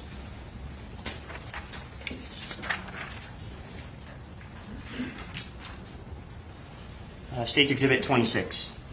Photograph facing east through the laundry room into the garage, which is marked G out there. Laundry room marked F. So again, no placards that we noted on an earlier picture? That's correct.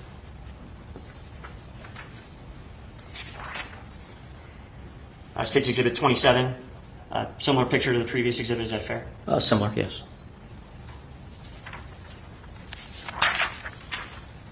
State's Exhibit 28. What are we looking at in State's Exhibit 28? Yes, sir. Your back's towards, looks like the laundry room area, and the photography is, the camera's pointing towards the kitchen area and the dining room area, and then you can see the guest bedroom and living room over here.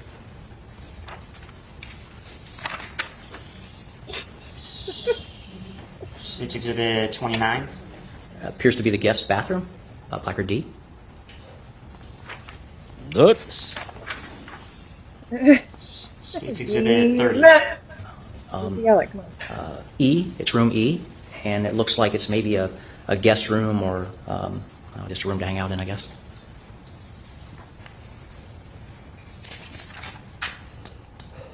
State's Exhibit 31. Again, it's room E, a different angle. You can see the desk area in there and has a chair, a couple chairs.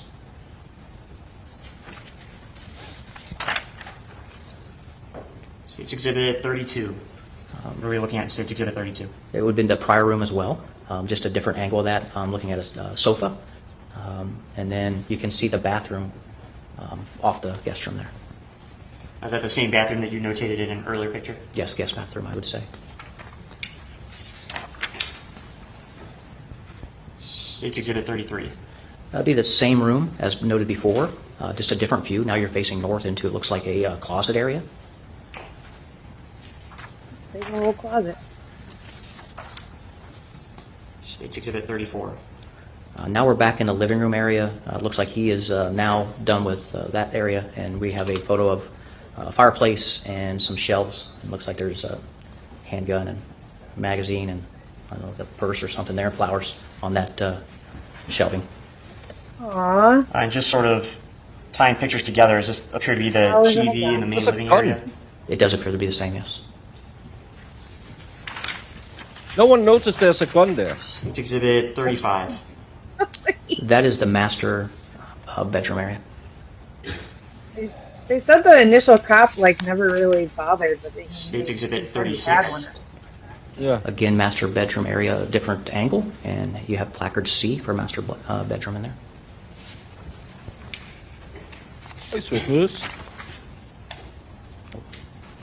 State's Exhibit 37. That would be the walk-in closet in the master bedroom as you're looking north.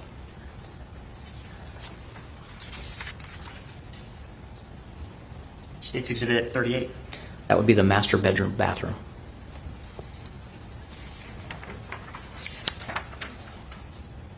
State's Exhibit 39. Looks like it's a photograph of an angle from the bathroom of the master bedroom shooting out into the master bedroom, the bed area, and then that big window. State's Exhibit 40. Again, it's a different angle of a photograph that was taken from about the bathroom area shooting a southward way into the bedroom. State's Exhibit 41. Photograph of the master bedroom area shooting west into the apartment area. Looks like there's a door over here on the right side of the picture. Where, to the best of your recollection, does that door lead? That leads to the living room would be right over in this wall. It would be on the other side of this wall. And then to the right of that would be the kitchen area. And then straight on, you can see the entrance to, I believe it's the guest bathroom. Let me show you State's Exhibit 42. Is that a better picture of the picture just previous? Yes, sir, it is.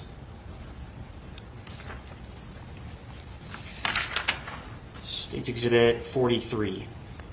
That is the master bedroom area. It looks like a nightstand to the right of the bed.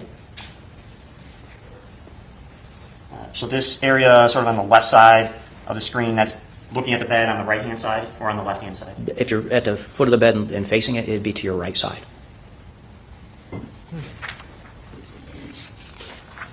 Now State's Exhibit 44. This photograph would be if you're standing at the foot of the bed and you're looking at the left side of the bed.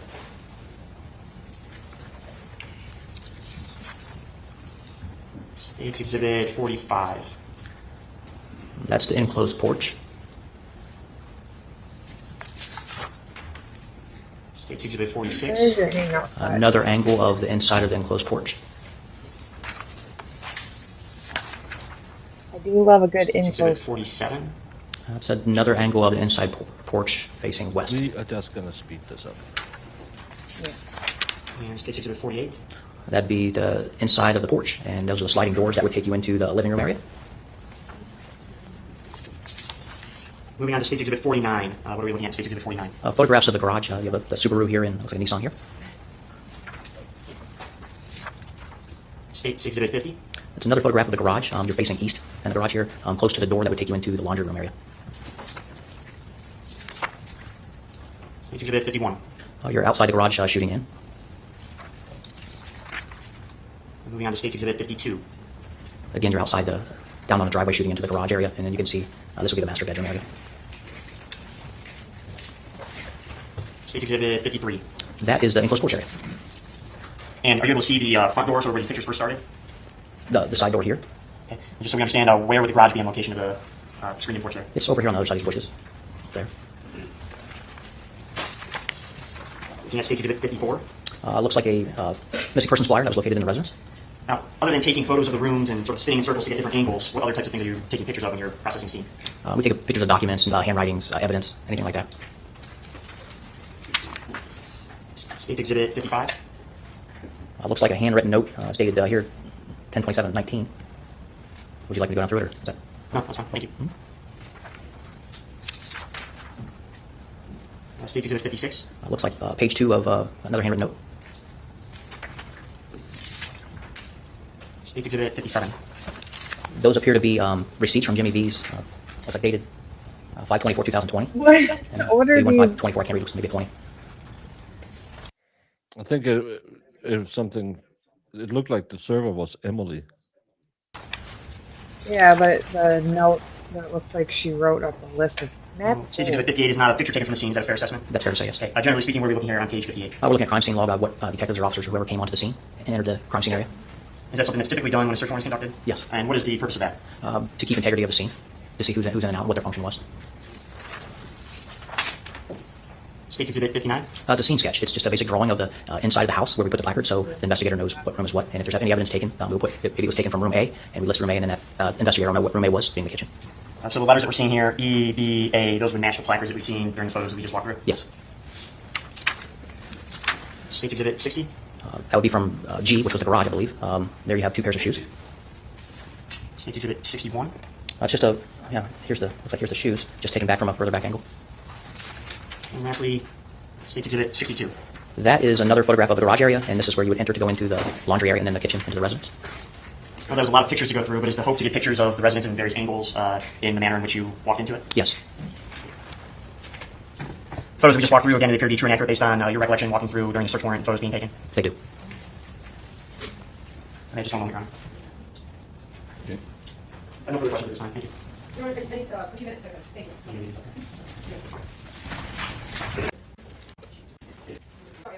There was other photos, yes. So I'm trying to find those photos so that we can go through all the photos together. So I'm a little unprepared.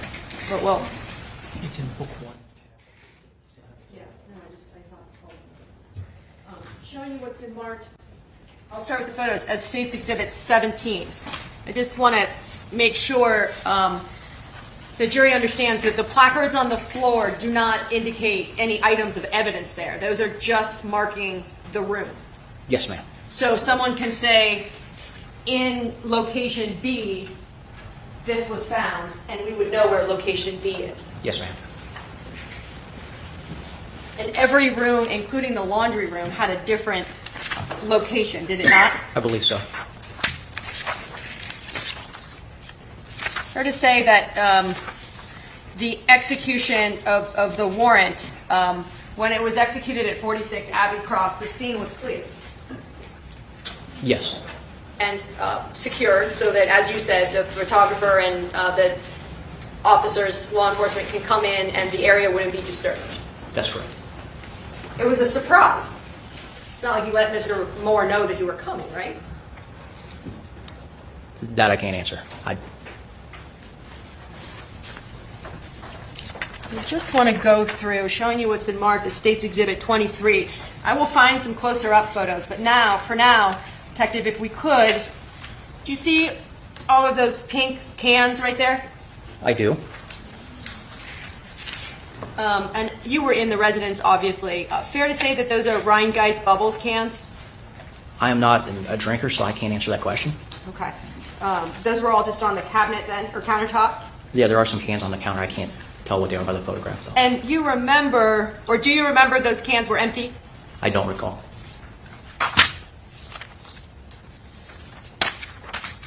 Just want to showing you what's been marked as State's Exhibit 25. The light comes across horribly. Yeah, that's why they just keep so we can talking about zoom that in. bubble drink. Those are. Do you see a vodka bottle in that picture? Yeah. Yeah. There's like 2 bottles of soap. Have you ever seen that Mr. Castle soap? Is there any way you can circle that for me? Because Sure. I don't know I'm where sorry. you're looking at. Right here. Okay. Are you familiar with that brand? I am not. Fair enough. Sorry. That's okay. Are you familiar with this? Looks like sparkling water bottles. I'm not. Okay. All right.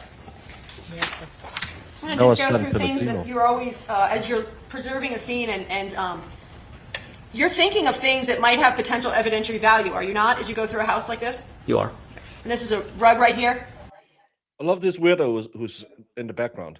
What? Can you move out of the way? We're taking a picture. Fuck it. Just take the picture. Yeah, just take the picture. Yes. Pictured in State's Exhibit 26. I'm not exactly sure what exhibit it was in, but I'm showing you what's been marked as 26. yes, ma'am. Thank you. And that rug, also depicted in State's Exhibit 27, that I'm showing the witness, Your Honor, is in what we call the laundry room. Yes. Right in front of the washer and dryer, correct? I like that. That's correct. Not too much bubbly and it's a little more salty. Showing you what's been marked as 28, and let me know if I need to come in and show you any closer. Tell the jurors if you see an ashtray on that counter at all. This could be I know we don't need to find it. This looks kind of like an old-fashioned ashtray where you can turn it over and trap it down here. Other than that, everything could be an ashtray if you need one. Really good. A can? An Yeah, empty can? a can, the sink, whatever.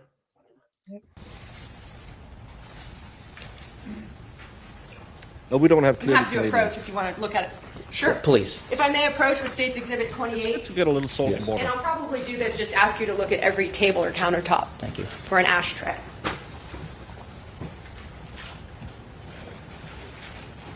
I don't see one on here. Thank you. Showing you what's been marked as State's Exhibit 29. You identified this as the guest bathroom. Do you remember that? Yes, ma'am. And again, there's a rug there. There is. And like the rug in the laundry room, it's white, is it not? Appears to be the same color, yes. Showing you what's been marked as State's Exhibit 30. Depicted on the couch there is a pillow. Yes, ma'am. Is that correct? And then I want to showing you what's been marked as State's Exhibit 31.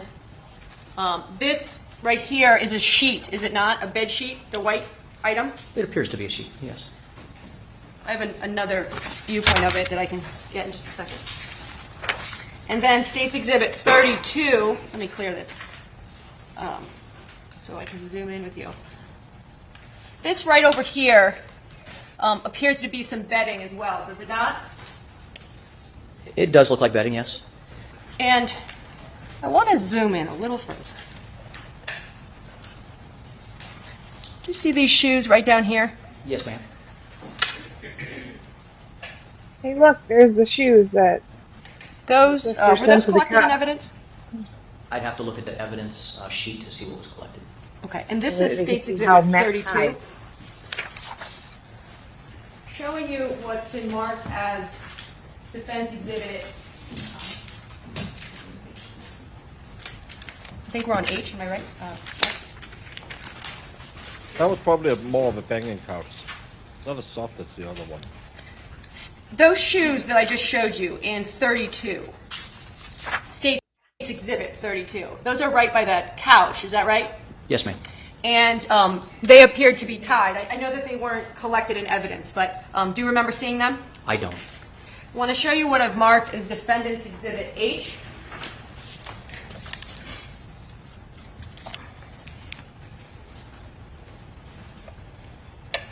Do you recognize this photo? Yes, ma'am. This is one of the photos that was taken at the scene, Yes, ma'am. but was not in the stack that you were identified on direct. I believe it was. It was? Yes, ma'am. I'm sorry. So I wanted to zoom in for a purpose here. Based on remembering at the scene, do you remember those shoes being there in the garage? I don't. Do you see, let me clear it though, this right here and how these shoes are tied. Do you see that? I can. And we know from the placard that these were in what location? A G, which is the garage. Here we go. State's Exhibit 33 is a better view, is it not, of that the sheet on that chair? Can you zoom in? Thank you. Yes. It appears to be a sheet, I believe, yes. That's State's Exhibit 33 for the record.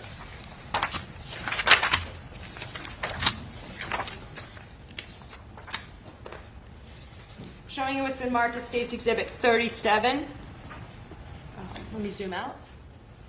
Do you see, and it's hard to see what it is, but I'm just directing your attention to the general area. I love all the weird Norwegian facts I didn't know. My buddy used to sell Voss water when it was all new because the bottle is made by the same who designed the by Armani bottles of perfume. And that was really fancy back when he had his first bakery. But apparently it's where they eat sheepheads.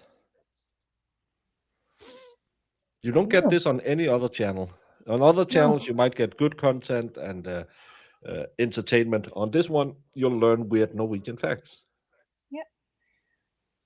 That's at least a like worth. Yeah, you don't get anybody like fed every day. So. No. I can't handle this closet.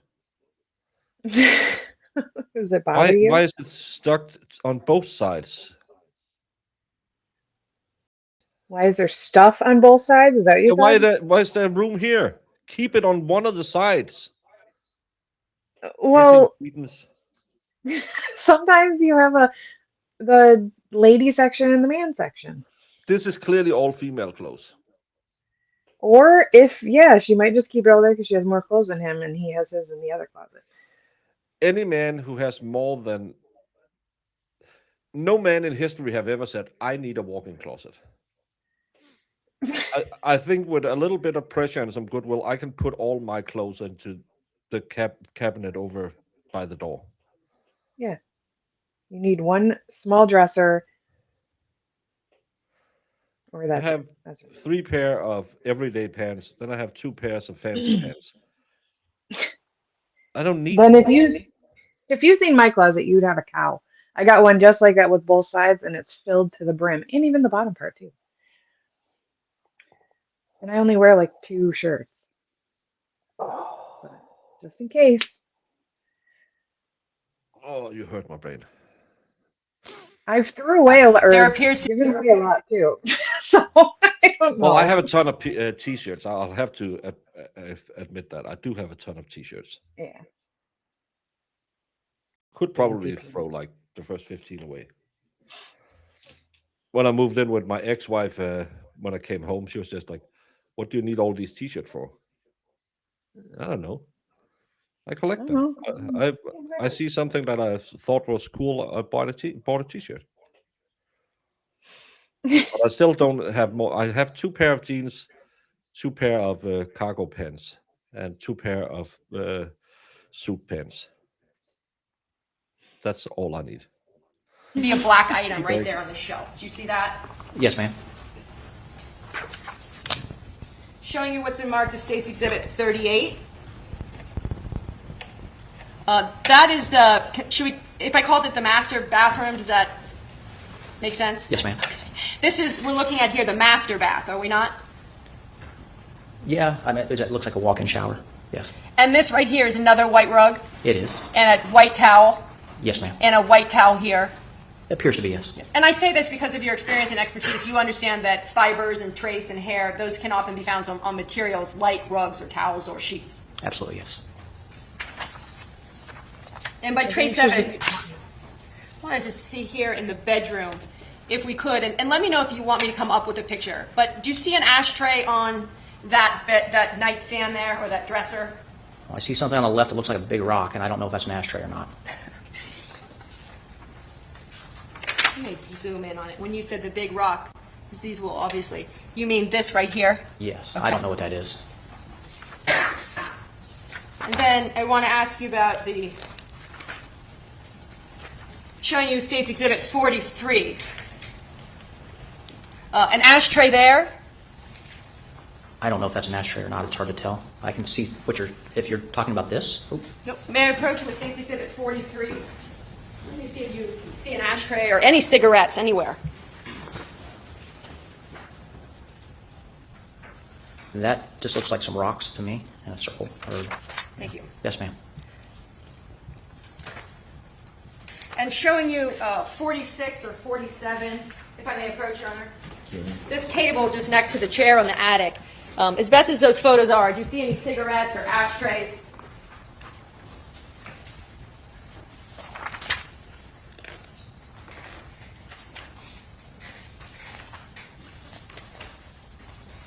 I don't believe so in these photos, no. Thank you. You're welcome.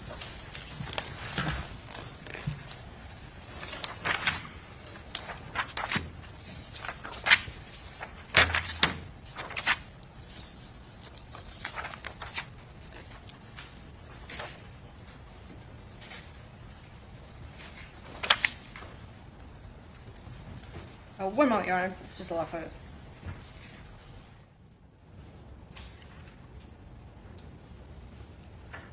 Showing you what's been marked as State's Exhibit 55, and I'll get to 56. It says Matt's goals. Do you see that? 10/27/19. I do. No more value. Sleep through the night. Do you see how things are listed and then have a check mark by them? Some of them. Yes. You see, guitar, smoothies, cook, help clean the place. Those are all checked, are they not? Yes. And there's a no alcohol until Emily gets home, and that's 5 p.m., and that's checked. Yes. Positive thoughts, meditate, not checked. That's correct. It says what is checked is also grieve. Deep breaths. Yes, ma'am. And remember Emily, and so many people love Matt with a heart. Do you see that? Yes, ma'am. Thank you cards, no rush. Try the gym. That's not checked either, is it? It's not. And then page 2 of that same notebook is marked as State's Exhibit 56. And the list goes on, is draw, call important people about new phone, have positive experiences, movies, golf, talk to friends. Do you see that? I do. Those are checked. Yes. Get Emily a new phone, heart, heart, heart, that's checked. Yes. Lose weight, well, that was checked by someone. Yes. It appears, is it not?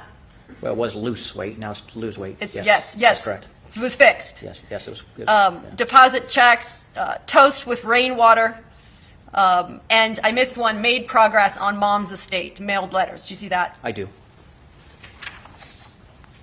And then showing you what's been marked as State's Exhibit 57. These receipts that were found at the house, do you see there the dates on those receipts? I do. And what are the dates? On the one on the right, it's 5/24, and it's got a 0 at the end. I want to say it's 2020, but that's what I can see on the screen. The other one is 5/24/2020. And you would agree with me, it almost looks like they're the same receipt, just 2 copies of it. Yes, it's, guest copy and then whatever the other receipt is, however they print out. On State's Exhibit 58, this is essentially this is the log that you testified into direct, where you make note of any person that comes into the area so that you have a record of it. Yes, ma'am. And I just want to note here that the canine dog, Danielle Fate, is noted as time entering as 6:30. Do you agree with me on that? Yes, ma'am. And then once the individual leaves the house, they must note their exit time as well. Is that right?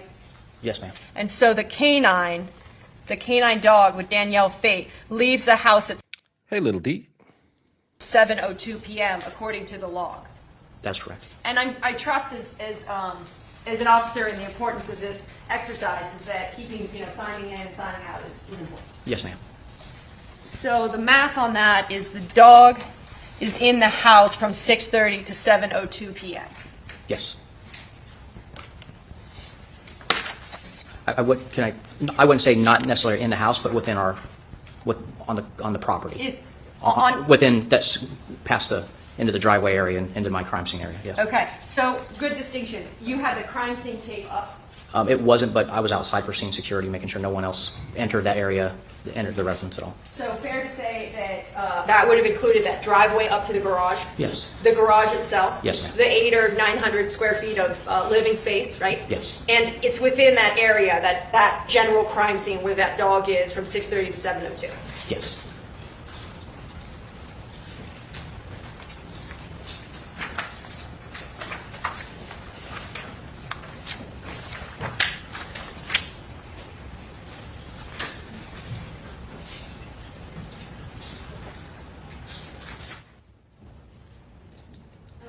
Defense Exhibit HI, I believe. I'm on I. Yes, thank you. Is that right? Yeah. There was a photo in the stack of a sliding door on the attic with a sticky note. Do you remember that? I don't. Okay. Showing you what's been marked as Defendant's Exhibit I. Now that I show you that picture, does that look familiar to you? It does. I don't think it's on the attic, though. It's on the porch. Screened-in porch. You're right. I'm thinking of, you're right. It's on the screened-in porch. Yes, ma'am. There was a slider door, was there not? There was. And there was a sticky note on it. That's correct. And was this sticky note in the original stack of photos you were shown? It was not. Oh, and so I just want to zoom in here. Do you recognize this photo? I do. Fair and accurate of one of the photos that was taken at the scene? It is. And the note says, I went out looking for her on my bike. I'll be back 9, stick around. Do you see that? Yes.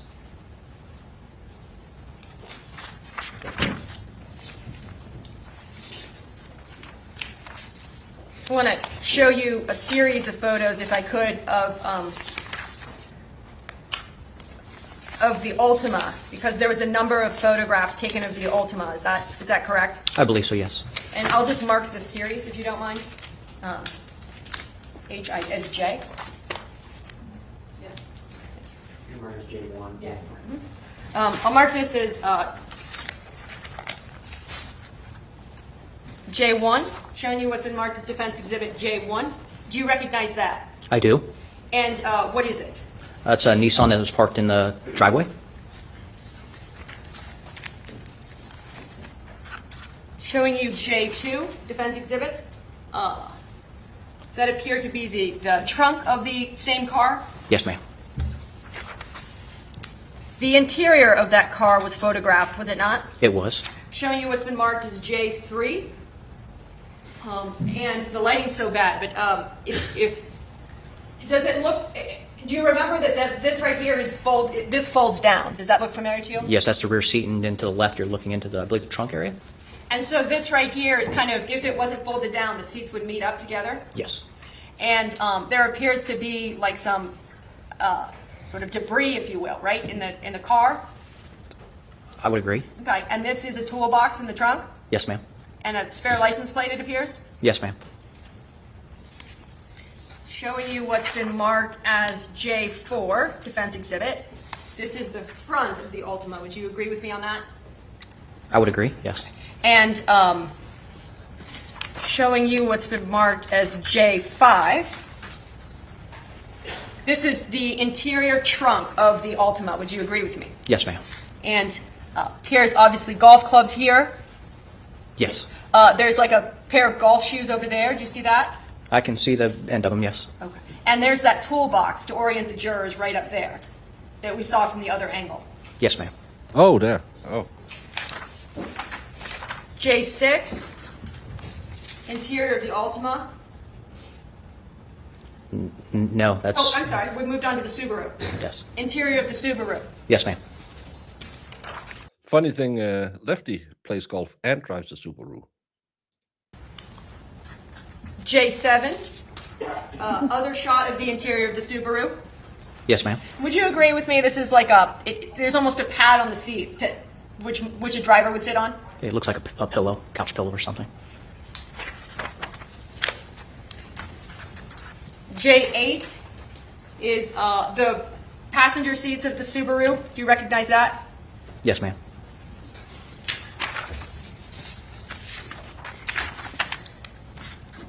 J9 is the rear of the Subaru. Is that correct? Yes, ma'am. And then at some point, was there a picture taken of the interior contents of the Subaru? Yes, there's the trunk area. Showing the witness what's been marked as Defendant's Exhibit J10. Contents of the Subaru, there's some bags here. Obviously, this sort of looks like some kind of book or a box, and there's some miscellaneous items in the box, or in the back. Yes, ma'am. And this right here, it's one of those kind of collapsible covers that you can extend on a trunk. Do you remember that? Yes. Where when the lid is down and this is pulled, you can't see into the trunk. Yes.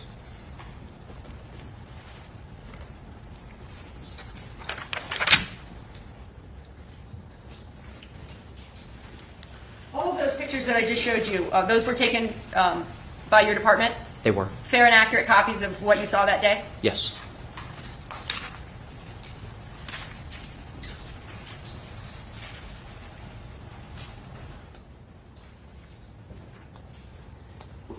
Since I labeled all the car photos J, I'll do Defense Exhibit K.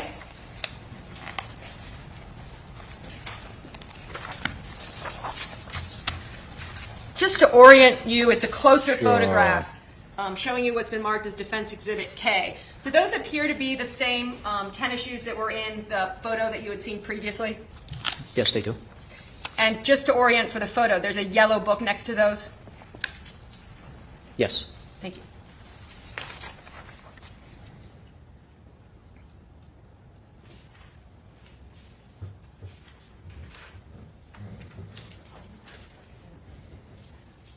Moving away from photos.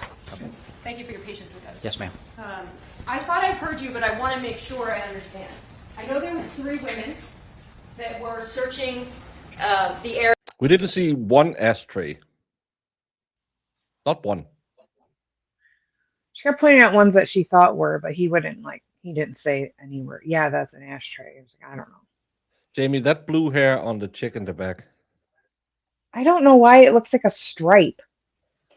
She looks like she went to Comfest and had a ayahuasca trip and thought, "Oh, let me just have a blue whatever in my hair."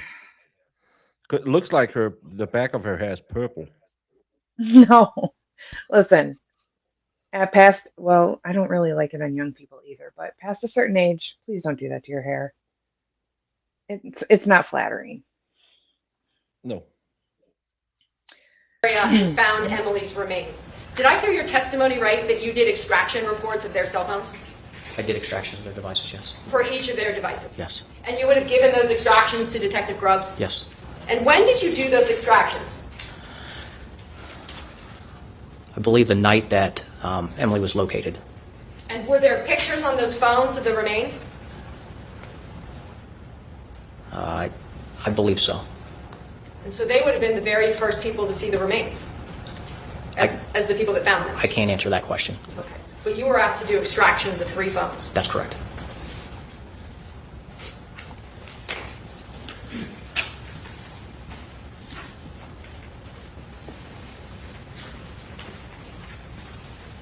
With respect to cell phones,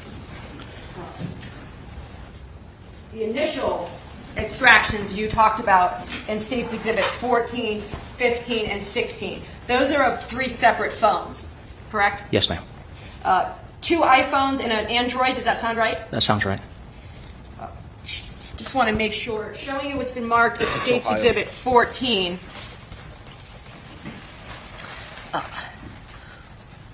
The extraction start time on 14 is June 22nd of 2021. Do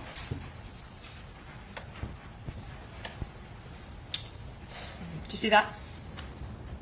Yeah, that's what the report shows. That's source extraction. Can you go to the top for me? I absolutely can. I can also approach if you ever need me to. No. Yes, that's what it shows. Okay. And then it shows that the report is created on 1/19/22. Yes, ma'am. And this is States Exhibit 14. I want to show you States Exhibit 15. Do you see the extraction date and time for 15? I do. And that is 6/10 of 2020. Do you see that? I do. And the report created is 1/24 of 2022. Yes, ma'am. And then, I'm sorry, I went in, I should have started with 13. I didn't do that intentionally. That's okay. States Exhibit 13. Extraction date there is June 5th of 2020. And then the report is 1/25 of 22. Yes. So it looks as if States Exhibit 13, which is currently being displayed in a very fuzzy way, is the first extraction. The second extraction is States Exhibit 15 on 6/10 of 20. Do you see that? I do. And then the third extraction is States Exhibit 14, which is June 22nd of 2021. Yes, for see 3 that? devices, yes. A couple of questions I have here. The iPhone that you talked about with respect to the Apple ID. Just 1 second. That the Apple ID on this phone Answered. is I believe so, yes. subject workup that you did in this case. Do you remember that? That I had done? That you requested be done? Yes, ma'am. And I think you put in that request on late May or early June. Let me know if you need me to approach. But fair to say that it indicates that the subject workup was completed and forwarded on June 4th of 2020. I'd have to see exact dates to... If I may approach, would it help to refresh your recollection? Yes, ma'am, it would. If I may approach? Just to refresh it. It doesn't look familiar to me. I don't recall this. Okay, but am I wrong that your name's on that? My name's on it. Okay. Yes. Okay. That's why I was going to ask you questions about it, because your name was on it. Yes, I've never seen... I don't remember this document. Okay, all right. And I think it's your first and last name, is it not? It is. Okay. Yes. Why is your name on it then, sir? Yeah. One moment, why do I go with my notes? Nothing. Sure. Detective, just very briefly, when we're looking at these, this is States Exhibit 13. You were asked questions just about the extraction start date time as well as the report create date time or creation time. That's correct. Okay. If a report is run from the extraction that you originally took, would that signify the report create time? No, that could be done from the reader. Okay. If you were asked by counsel, either for the state or for the defense, to rerun a report, would there be a report with a different creation time up there? Yes. Okay. Were you asked to do that in this case? Yes. No further questions. Thank you. As those areas recross. One second, Your Honor. Corey.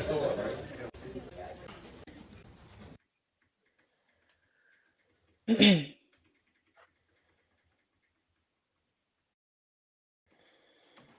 the structure itself? I did. And do you...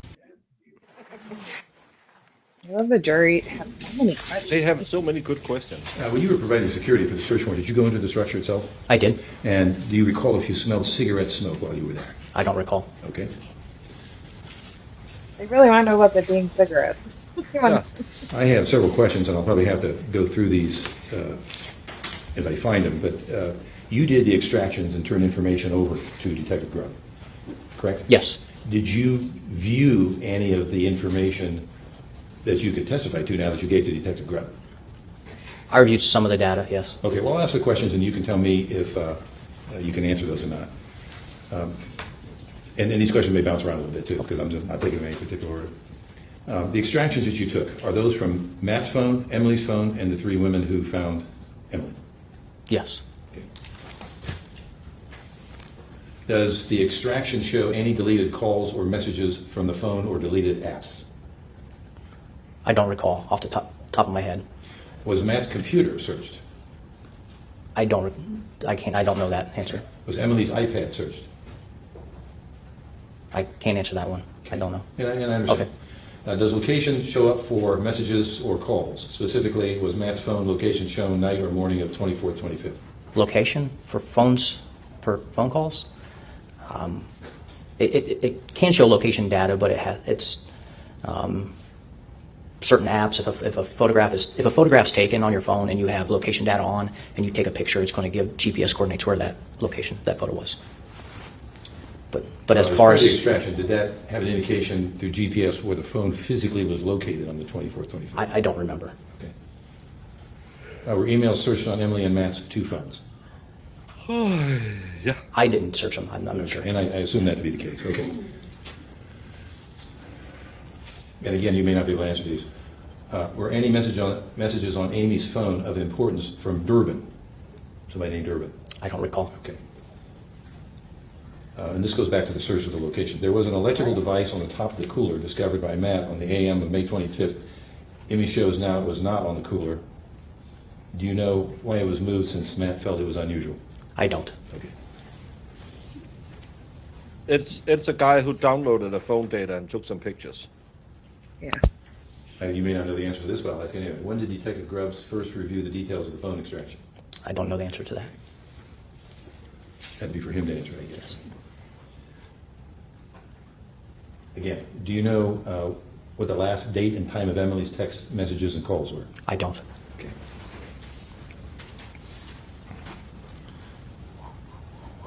Do you know what date Matt's phone was taken from him to have the data extracted?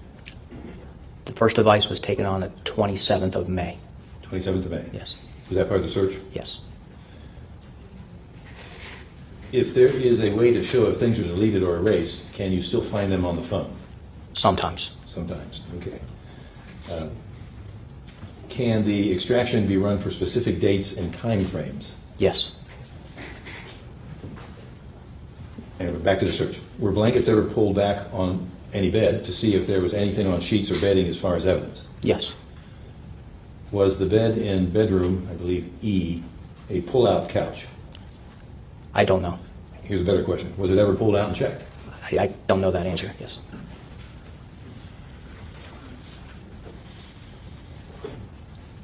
Do you know when Emily's phone was last used on 5/24/20 and how it was used? No, sir.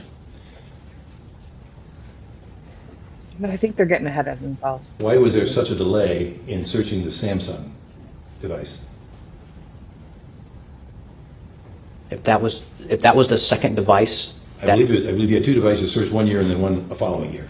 I think that's the one the question's posed to. that device was searched after the arrest. Can you tell if anything was removed from the phones between 5/24/20 and the time of extractions? If it show up on the report as deleted data, you possibly see that, but I don't know without looking at the data. I don't think you can answer this, but I'll ask it anyway. Were the photos of the residents taken during the search compared to the body cam footage by Officer Hollis, specifically the bedroom closets? I don't know. I can't answer that. And do you know, I think you maybe mentioned this already, did you know if the defendant had advance notice that the search warrant was coming? I don't believe so. Okay. Yes. Questions from the state? Just to clarify a couple things, Your Honor. Doesn't take long. Detective, we talked about two phones from Mr. Moore. Yes. When was the first one, the iPhone, collected and then analyzed? The iPhone was collected on the day of the search warrant on the 27th. I don't remember off the top of my head the day it was analyzed, and then I believe the second device, the Android device, was collected on the time of his arrest. Okay, so there's a delay between those two? Yes, sir.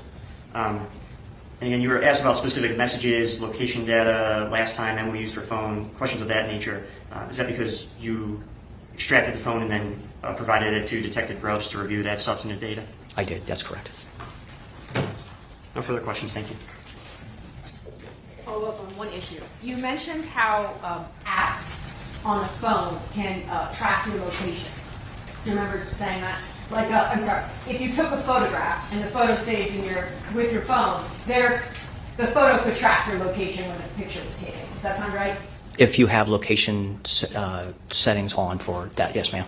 So to follow up on that question, apps can act in the same way, right? If you allow location in your settings, that could also track where you are. Yes, ma'am. For instance, when we're talking about apps, like if I'm on Google Maps and I have that app and I type in a location and I arrive there, that could track my location as well. Yes, Google tracks your location, yes. Nothing further. Thank you. Appreciate your testimony. Thank you very much, sir.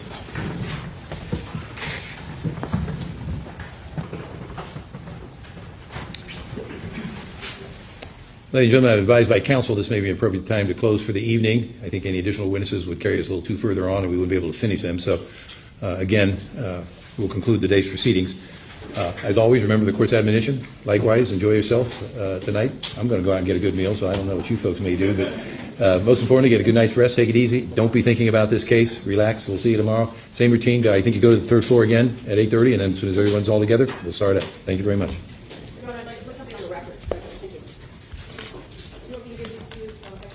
I'll take it. Okay, I have a question.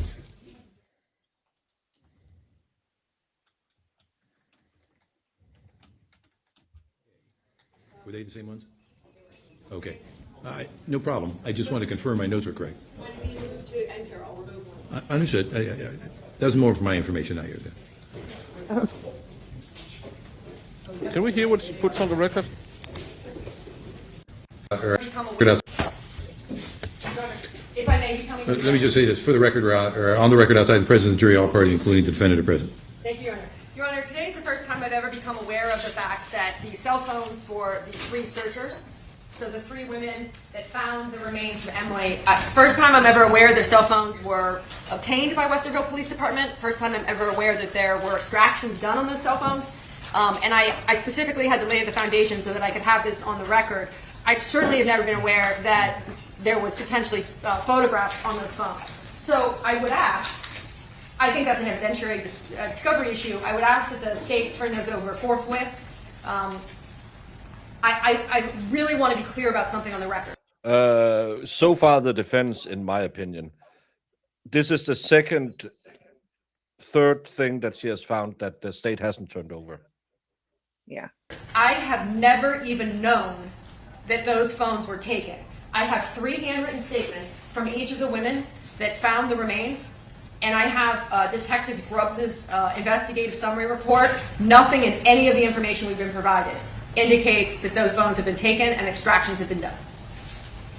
Okay. Any Your Honor, in Book 3, Folder 13, contains their witness statements from the 3 women. It also includes attached to that a consent to search form that was signed by the women with regard to their cell phones. So there certainly is indication that their cell phones were taken and looked at. I think it's in evidence, yes.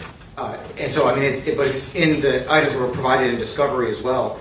I have not seen either a full extraction on the phone, so if that does actually exist, we'll look forward and try to provide it. But it was clear from the discovery that's been provided that the phones of the 3 women were taken and looked at in some fashion because they did provide. Well, I think we've established that. The question is, I think the defense is asking for them. Yeah, and I understand that. So certainly if there's a cell phone extraction that was done, we need to obtain that and provide. I think that that's to in the evidence, defense. yes. But I want to make sure that the defense just indicated that there was no indication in discovery whatsoever that phones of these women were ever even looked at. That is not accurate because in discovery we did provide. Well, I don't think she's asking for sanctions. I think what she wants to know is, can I have a copy of it? Absolutely, and will you do that? I just want to clear up the record with regard to this. We're cool. Okay, did you hear that, counsel? Okay. Who are you planning on calling tomorrow for witnesses, just for order of things? It depends a little bit on who's available to come back. We had Detective Howe. I won't hold you to any of this. It's just a preview. Potentially Detective Howe, and then I do believe we'll call Detective Grubbs, and I expect he's probably going to take most of the day. I mean, that may, God, get the that may be Grubbs. all we get through if that's. In the courtroom. Your Honor, I did file the motion in limine that I spoke about this morning with respect to the counseling records of Emily Noble. I would just ask, that is an issue that I would go over the records with Detective Grubbs. Again, I have provided the affidavit with respect to the custodial issue to the state from the counseling center. I intend to question Detective Grubbs about the counseling records as they were obtained by him through the course of the investigation as part of the workup in this case. I believe that they're incredibly relevant. The counseling records are from August of 19 to November of 2019. Also, and she goes to counseling as indicated by the records because of her anxiety and depression from Joey's death. I can also tell the court that I further think it's relevant based on Amy Thomas's testimony, where she said that she remembered her sister being forced to go to counseling because of FMLA. I think that was testimony. Yes, and so I think that makes them further relevant. I litigated all of this in my motion. I just want to be transparent and proactive that I think that I should be allowed to question Detective Grubbs about that. Okay, fair enough. Your Honor, Have you seen the motion? For purposes of the record, we received a copy of the motion over the lunch hour.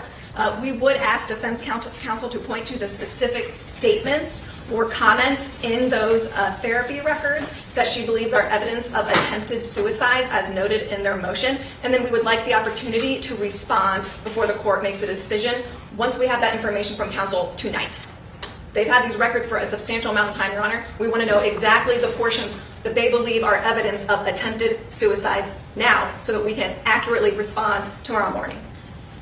Sure. So just to, and let's be clear, I think I desire to question about the entire records because I think they are completely relevant. The state believes that Matt Moore murdered Emily Noble. We clearly have presented a case that she killed herself. This is a case about her mental health. We know a lot about suicide. There's been testimony about whether or not she went to treatment and whether or not she had a mental health issue.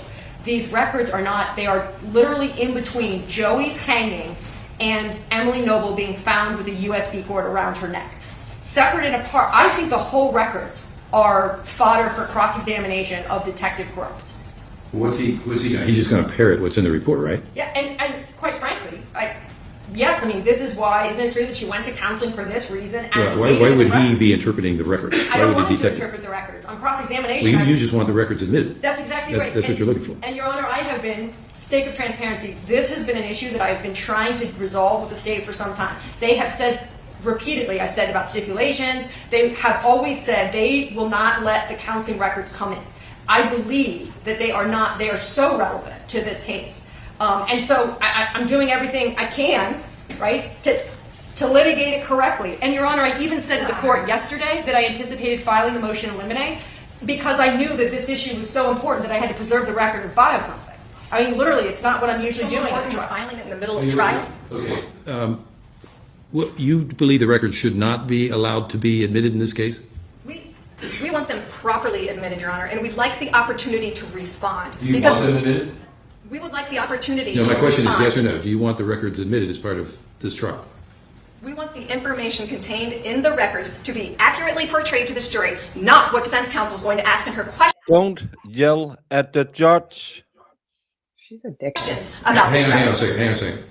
I'm not sure Detective Grubb is holding these records. Is that correct? The records that you wish to discuss? I would love it if we just marked them and sent them back to the jury. Well, that's what I'm trying to ask the question about. Love that. That's my question. Rather than have somebody interpret these records, and I'm sure the detective doesn't want to do that because that's not his role in this process. If the records could be presented in the fashion you wish them to be, I'm willing to go along with that. They don't want him to present it because it looks bad on them. Clothing the entire exhibit without the therapist here. All right, Your Honor, there are statements in there that are pertinent. There's just a whole host of things. And so to admit an exhibit and say, here you go, jury, figure it out. So you're saying you don't want to agree to a stipulation of that exhibit as evidence? No, we're not willing to stipulate. Okay, well, that was the question I asked a while ago. Okay, I understand that. So you're saying basically, from an evidentiary point of view, we don't have the proper people to present this particular record. Is that what you're saying? They have not been called to court yet, Your Honor. Okay, so you're saying it's an evidentiary question at this point whether or not those records can be admitted? Correct. So just so we're clear, the state's trial brief indicated on their witness list that they had Angel Kessler, who is the therapist for Emily Noble. She currently lives in West Virginia. I do have a subpoena on her. Your Honor, I've really tried to avoid sort of that whole issue. But if the state's position is they do not just want to mark it and send it back, and they want the counselor to testify, you know what? Then that I understand is where we are. Okay, I'm not sure I understand where we are. What you're saying is it's in their hands. Is that what you're saying? Well, no, I mean, I don't believe I need the counselor to come and testify as to what's in records because, Your Honor, of course. Well, to the detective, those records are hearsay. Well, he has no input to that record. He just is a physical possessor of that record. Is that a correct statement? Well, I think they come in hearsay. I'm asking honestly. Go ahead. Yeah. I mean, I think there's business records exceptions. There's a medical records exception. I think the records speak for themselves. I have sent emails to the state asking, will you stipulate to the authenticity and/or admissibility of these records that they obtained through a subpoena? They said no as to authenticity and no as to admissibility. So I went and got a records custodian at Serenity to say those are the records. So now I've crossed my authenticity, and now we're at admissibility. If it's the court's position that they do not come in because of the business or medical exception, and the court is saying bring in the therapist to talk about them, then I don't have a burden of proof. But if that's where I am, that's where I am. I just don't believe that's necessary, Judge. I think they should just come in. So how are you proposing to bring them in? Mark them as an exhibit. Did you obtain these as a course of your investigation? Do they appear to be fair and accurate copies? Is this an affidavit? Yes. Boom. I mean, I have the affidavit that comports with the rule that says they're properly kept in the ordinary course of business. That's from whom? From Serenity Health, the counseling center. And I supplied that to the government because when they said they wouldn't agree, I just got that affidavit 2 or 3 days ago for the records custodian. I'm happy to call a records custodian in. I mean, I'm happy is not the right word, but. Okay, all right. The affidavit was signed and actually by the CEO on August 15, 2022 with respect to the records. And that they were faxed to the Westerville Police Department pursuant to a subpoena on July 3rd of 2020. Okay, so the state's position in this case is that before the records come in, they have to be in compliance with the rules to admit documents. Is that your position? Correct. Okay. All right, I understand what the question is. But Your Honor, Nicole's got some homework to do. Go ahead. Your Honor, we would like the opportunity to respond again in the morning to the motion as to the relevancy and the admissibility of these records that was filed at the lunch hour before the court makes its decision. And I understand I guess first question we have here is how do we get the record in? And the second question you're raising is should they be in for purposes of relevance or whatever, or I guess relevance. Probably the question. And okay, I should think the entire record come in or pieces of it or what? Yes. Okay. Your Honor, for purposes of anticipation, would the court like to have us tender a copy of the records and affidavit to Nicole? That may not be a bad idea. We'll do that right now. Thank you.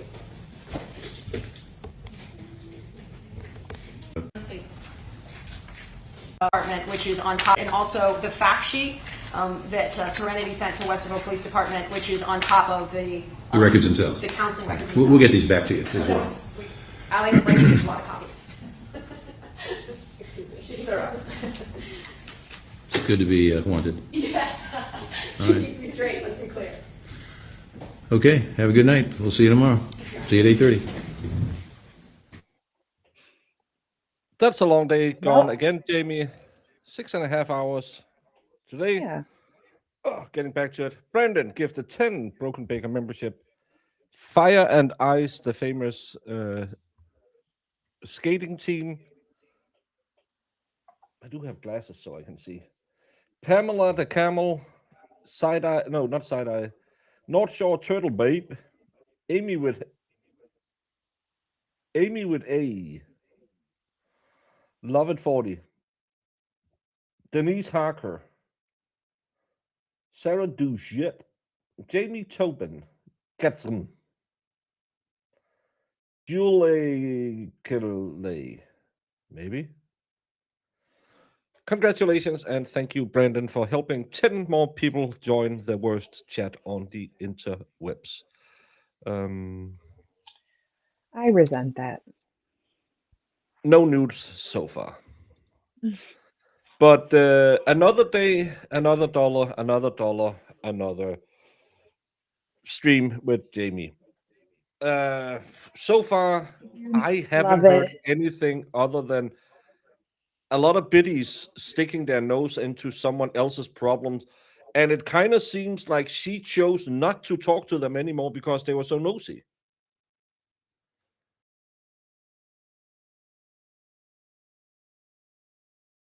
Huh. Jamie left as soon as I said that. Oh, sorry. I was fixing my earphone. Yeah. Lots of biddies. Christina Wax, thank you, Baker, for your coverage. First time comment about watch your channel all the time. Hard to get on the live, but always on replay. Any way you like it, any way you like to do it, we are happy. And thank you for participating in chat. That's one of the ways you can help promote the channel by just being a little active in chat. And they will think, oh, people like him. But welcome, and thank you for participating. But yeah, so far, nothing really, I think, has shown me that he has a reason to do it. I know they don't have to prove motive, but would he just go out, strangulate her, and then go into a wooded area and hang her? Yeah. I know, and I don't know. Yeah, I forgot how much biddies there were in this in the beginning. But yeah, she had a lot of friends that she really didn't keep up with all that much. And they all, the minute, I don't know. I can't stand this whole like, we hate Matt, we hate Matt. Yeah. And that whole smoking thing, like, oh, I smelled smoke in the house, so he must know she's gone, so he's disrespecting her. Yeah, That's that's such a crock of shit. Like you're making something up because you think something happened. That's the whole Yeah. thing is like these people It's think she's fine yeah.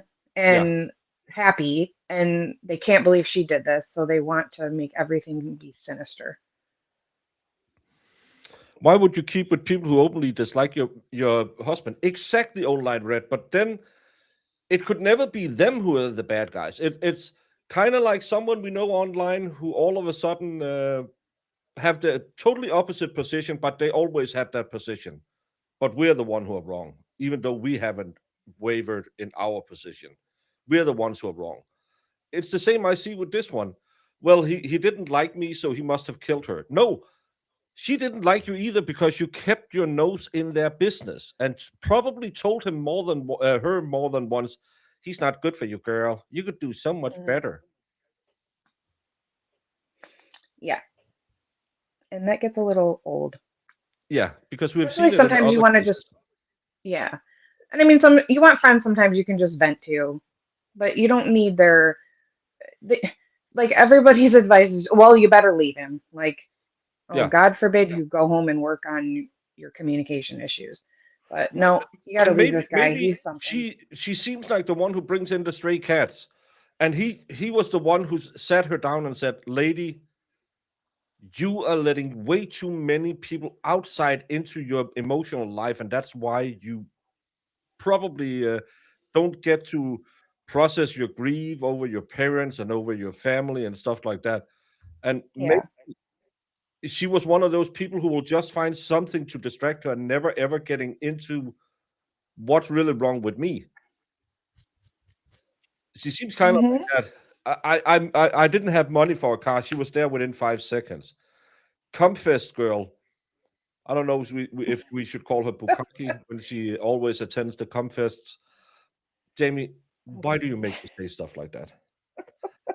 But she also seemed like a very needy person. It was our little thing. We did the Comfest. Yeah.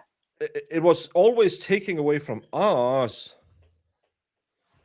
Yeah. And the minute she said, oh, he wanted to Well, butt into our pictures, and then, like he was hitting on me, like, oh my God, that is, ugh. He made me uncomfortable. I swear, Baker, between 2000 and now, some sort of portal opened because the insanity is thick. You wouldn't see this happen prior. The internet happened. Al Gore gave us the internet, and people then found out, oh, I can say whatever I want on the internet. Good. I've had all these things inside my head. Whenever I said it to people, they looked like they were gonna punch me. But online, I can say all of this stuff, and no one will ever hold me accountable. It's one of those things when people yell, I have a First Amendment right. Yeah, but you don't have any right to not face the consequences of what you're saying. If you're calling me a fucking retard, I might say, you probably shouldn't be talking to me anymore. Bye-bye. Yeah. And then you cut can't people come and off. cry and say, well, I was just talking to you. No, you were insulting me.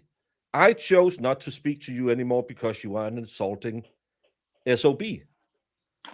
That's why I will not talk to you anymore. Well, I have a First Amendment right, and you can use that all you want. Go into the woods and yell to a tree. All of these people think that I must listen to them. I don't have to listen to anyone.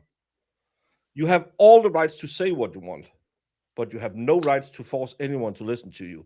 And you will have to face the consequences of whatever you say to someone. Yeah. I had a guy on the Twitter today. I normally don't block people because I don't care enough about people. But sitting and talking about how the Danish people raped people while we were occupied under the Germans, and that's why Turtenboy likes me because he's a woman hater or something like that. People that are, and I'm going to use the R word, so retarded that they are willing to put that on Twitter should not get anyone listening to them. I don't say they can't say it. They can say what the fuck they want. I just don't have to listen to them. Because it's retarded. It makes me dumber. If you want to come and call me fat and stupid and say, oh, you're done, Baker, we're going to get you. Fine. Say all of that. I don't care. But when you say otherly retarded things, I'm just going to block you.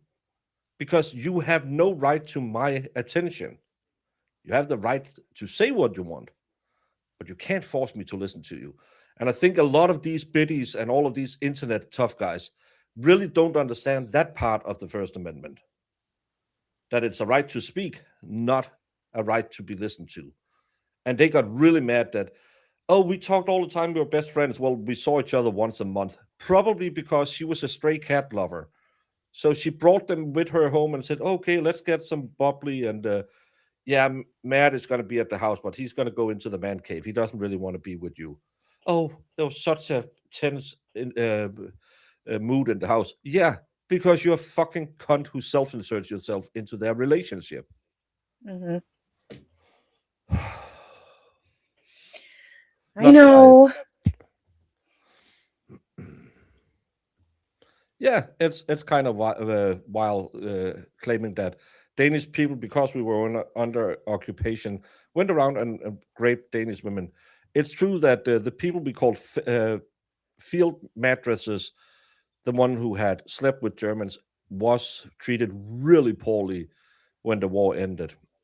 But people making shit up like that and say that's why he likes a Danish guy because we go around raping women shows me that anyone who condone people like that and or sit and clap like seals when they say shit like that, they are not worthy of my time. I only have 24 hours in a day. I spend roughly 8 of them with all of you. I don't want to give them any attention. But Jamie, on a happy note, tonight is AJ's, not that AJ, last stream of 2025. That'll start at 6 p.m. I think she's going to have guests on. Sadly, I think Gabby is going to be there. But she's invited me, but it's midnight my time, so it's probably going to be a little bit of a stretch. Mm-hmm. 2 p.m., there will be another edition of Emily C. and Corey talking sidebars. So you people have nothing else to do than go take a pee, get a little bit of fresh air, go to the stores, fix all the stuff you need to fix, and then you have the rest of your day. 4 o'clock. 4 o'clock is when they're going to do it, not 2 o'clock.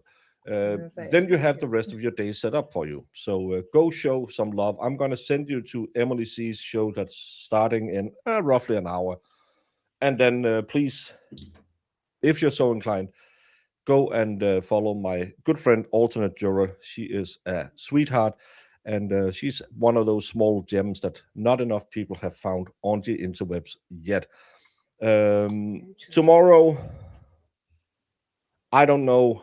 It's New Year's Day, and I'll take a look and see how long is the next day. Maybe I'll do a bit of it. I'm not sure. New Year's Eve, I don't know if Expert is doing. I think last year he did the midnight or around America thing. I might, if he wants me, gonna join that, or maybe I'll do something if he's not doing something midnight related. And as always, on the 1st of January, my sweetheart gave to me the best of the besties, best of the Buckeyes, where we will have our annual award show and figure out who is the people we like the most on this channel and why everyone hates Sue. We're never going to find out, but everyone does. So the next couple of days is filled with stuff. I don't know if I'm gonna. I'll try and maybe see if I can sleep for an hour and a half, get up and do a bit with AJ. So I'm not sure I'm gonna do a night show tonight. So did you say you're not doing the trial tomorrow? I said I'm gonna see how long it is because I might do a part of the trial tomorrow. Jamie, sometimes you should listen because I just I said was it. letting you go. Like you had a lot of stuff you were spewing out, so I wanted to wait until you were done. That's my Yeah, question. but I might do it, but I don't know because it's New Year's Eve tomorrow, Jamie. So I'm not gonna sit here till 9 o'clock. I want to go and make myself a nice steak, maybe have a beer or two or a glass of whiskey, and enjoy New Year's Eve because I'll be streaming on the 1st of January when everyone else is having a hangover. So that's why I will be doing that. But I might do maybe I'll cut like a couple of hours or something like that. I don't know, but it depends on how everything goes. I have I like the light you got on. What kind of light is it? It's of course it can't go that far. It's just my ring light. So I just don't have my floodlight on as well. But I might do it. I have to look at it. Maybe I'll just do an hour of my comedy stand-up routine. Why Norwegians are weird and the Swedes should be force-fed sheepheads. It's a new comedy program I'm working on. So I might do that. I might do some more of the court. I don't know. It's going to be to be determined. And again, it depends on if I wake up and jump on AJ's show. I won't do a night show. If I sleep through it, I might do a show at 11, 12 o'clock. So let's see how it goes, Jamie. Okay. So I'm going to Dewey Beach. Maybe I'll see Uncle Joe in Rehoboth. Say hello to my friend over there, Jennifer. It's like a soft light, not hard. So I always thought those ring lights had some hard lights. It's because I can do this as well. I can turn it really high. You can change like the color, right? And then I can change the color to a blue light as well. So I got all the fancy stuff. Yeah. Come hang out with Lefty tonight at 3 a.m. if I feel like Jesus it. Christ, Lefty. Never ever hang out with Lefty at 3 a.m. His chat is despicable. His content is probably the worst French-spoken content on the internet, and he will force you to swear loyalty to Canada. Oi, hey, can you give me a Toonie super chat? Je vous désirais un Toonie super chat. Merci, merci. Bonsoir. Je m'appelle Lefty. Je suis small, petit raccoon. Oh, Hands. les petites raccoon hands. Si, oui. Je, Oh my God. mon chaise eat. I don't know what drink is. Je drink piss water. Piss.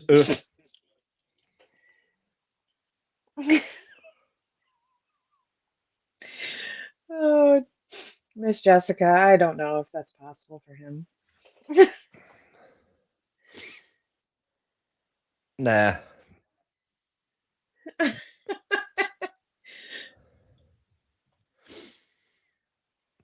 What is the? I don't know.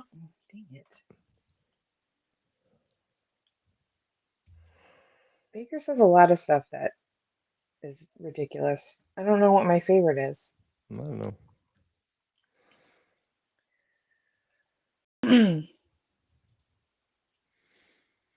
Nothing. What? Did I say something wrong in French?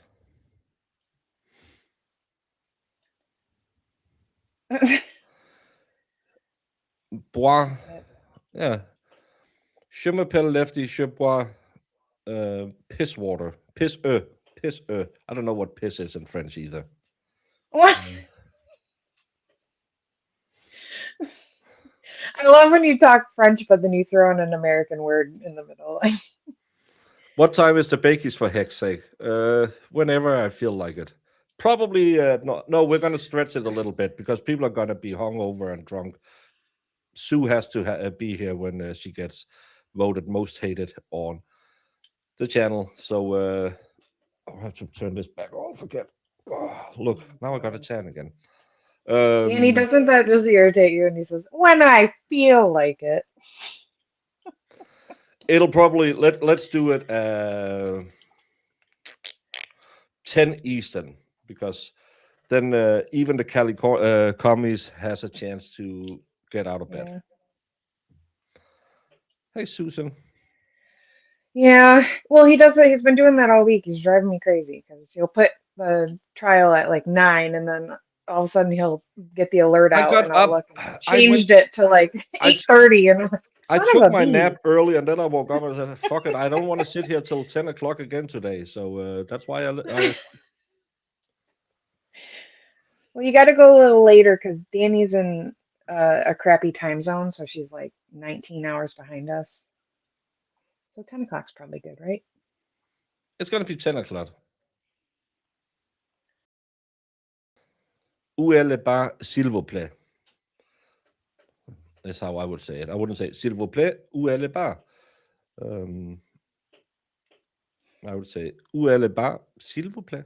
Just be nice after. So it means, where's the bar, Jamie?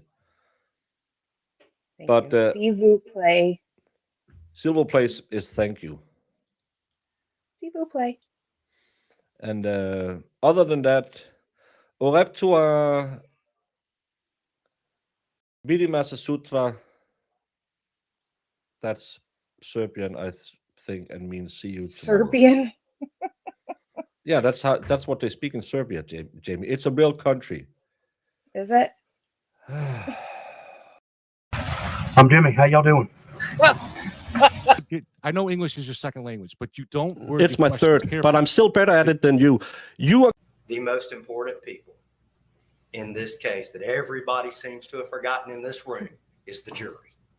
So we're going to take a 15-minute break and both sides take a pregnant pause and think about the jury.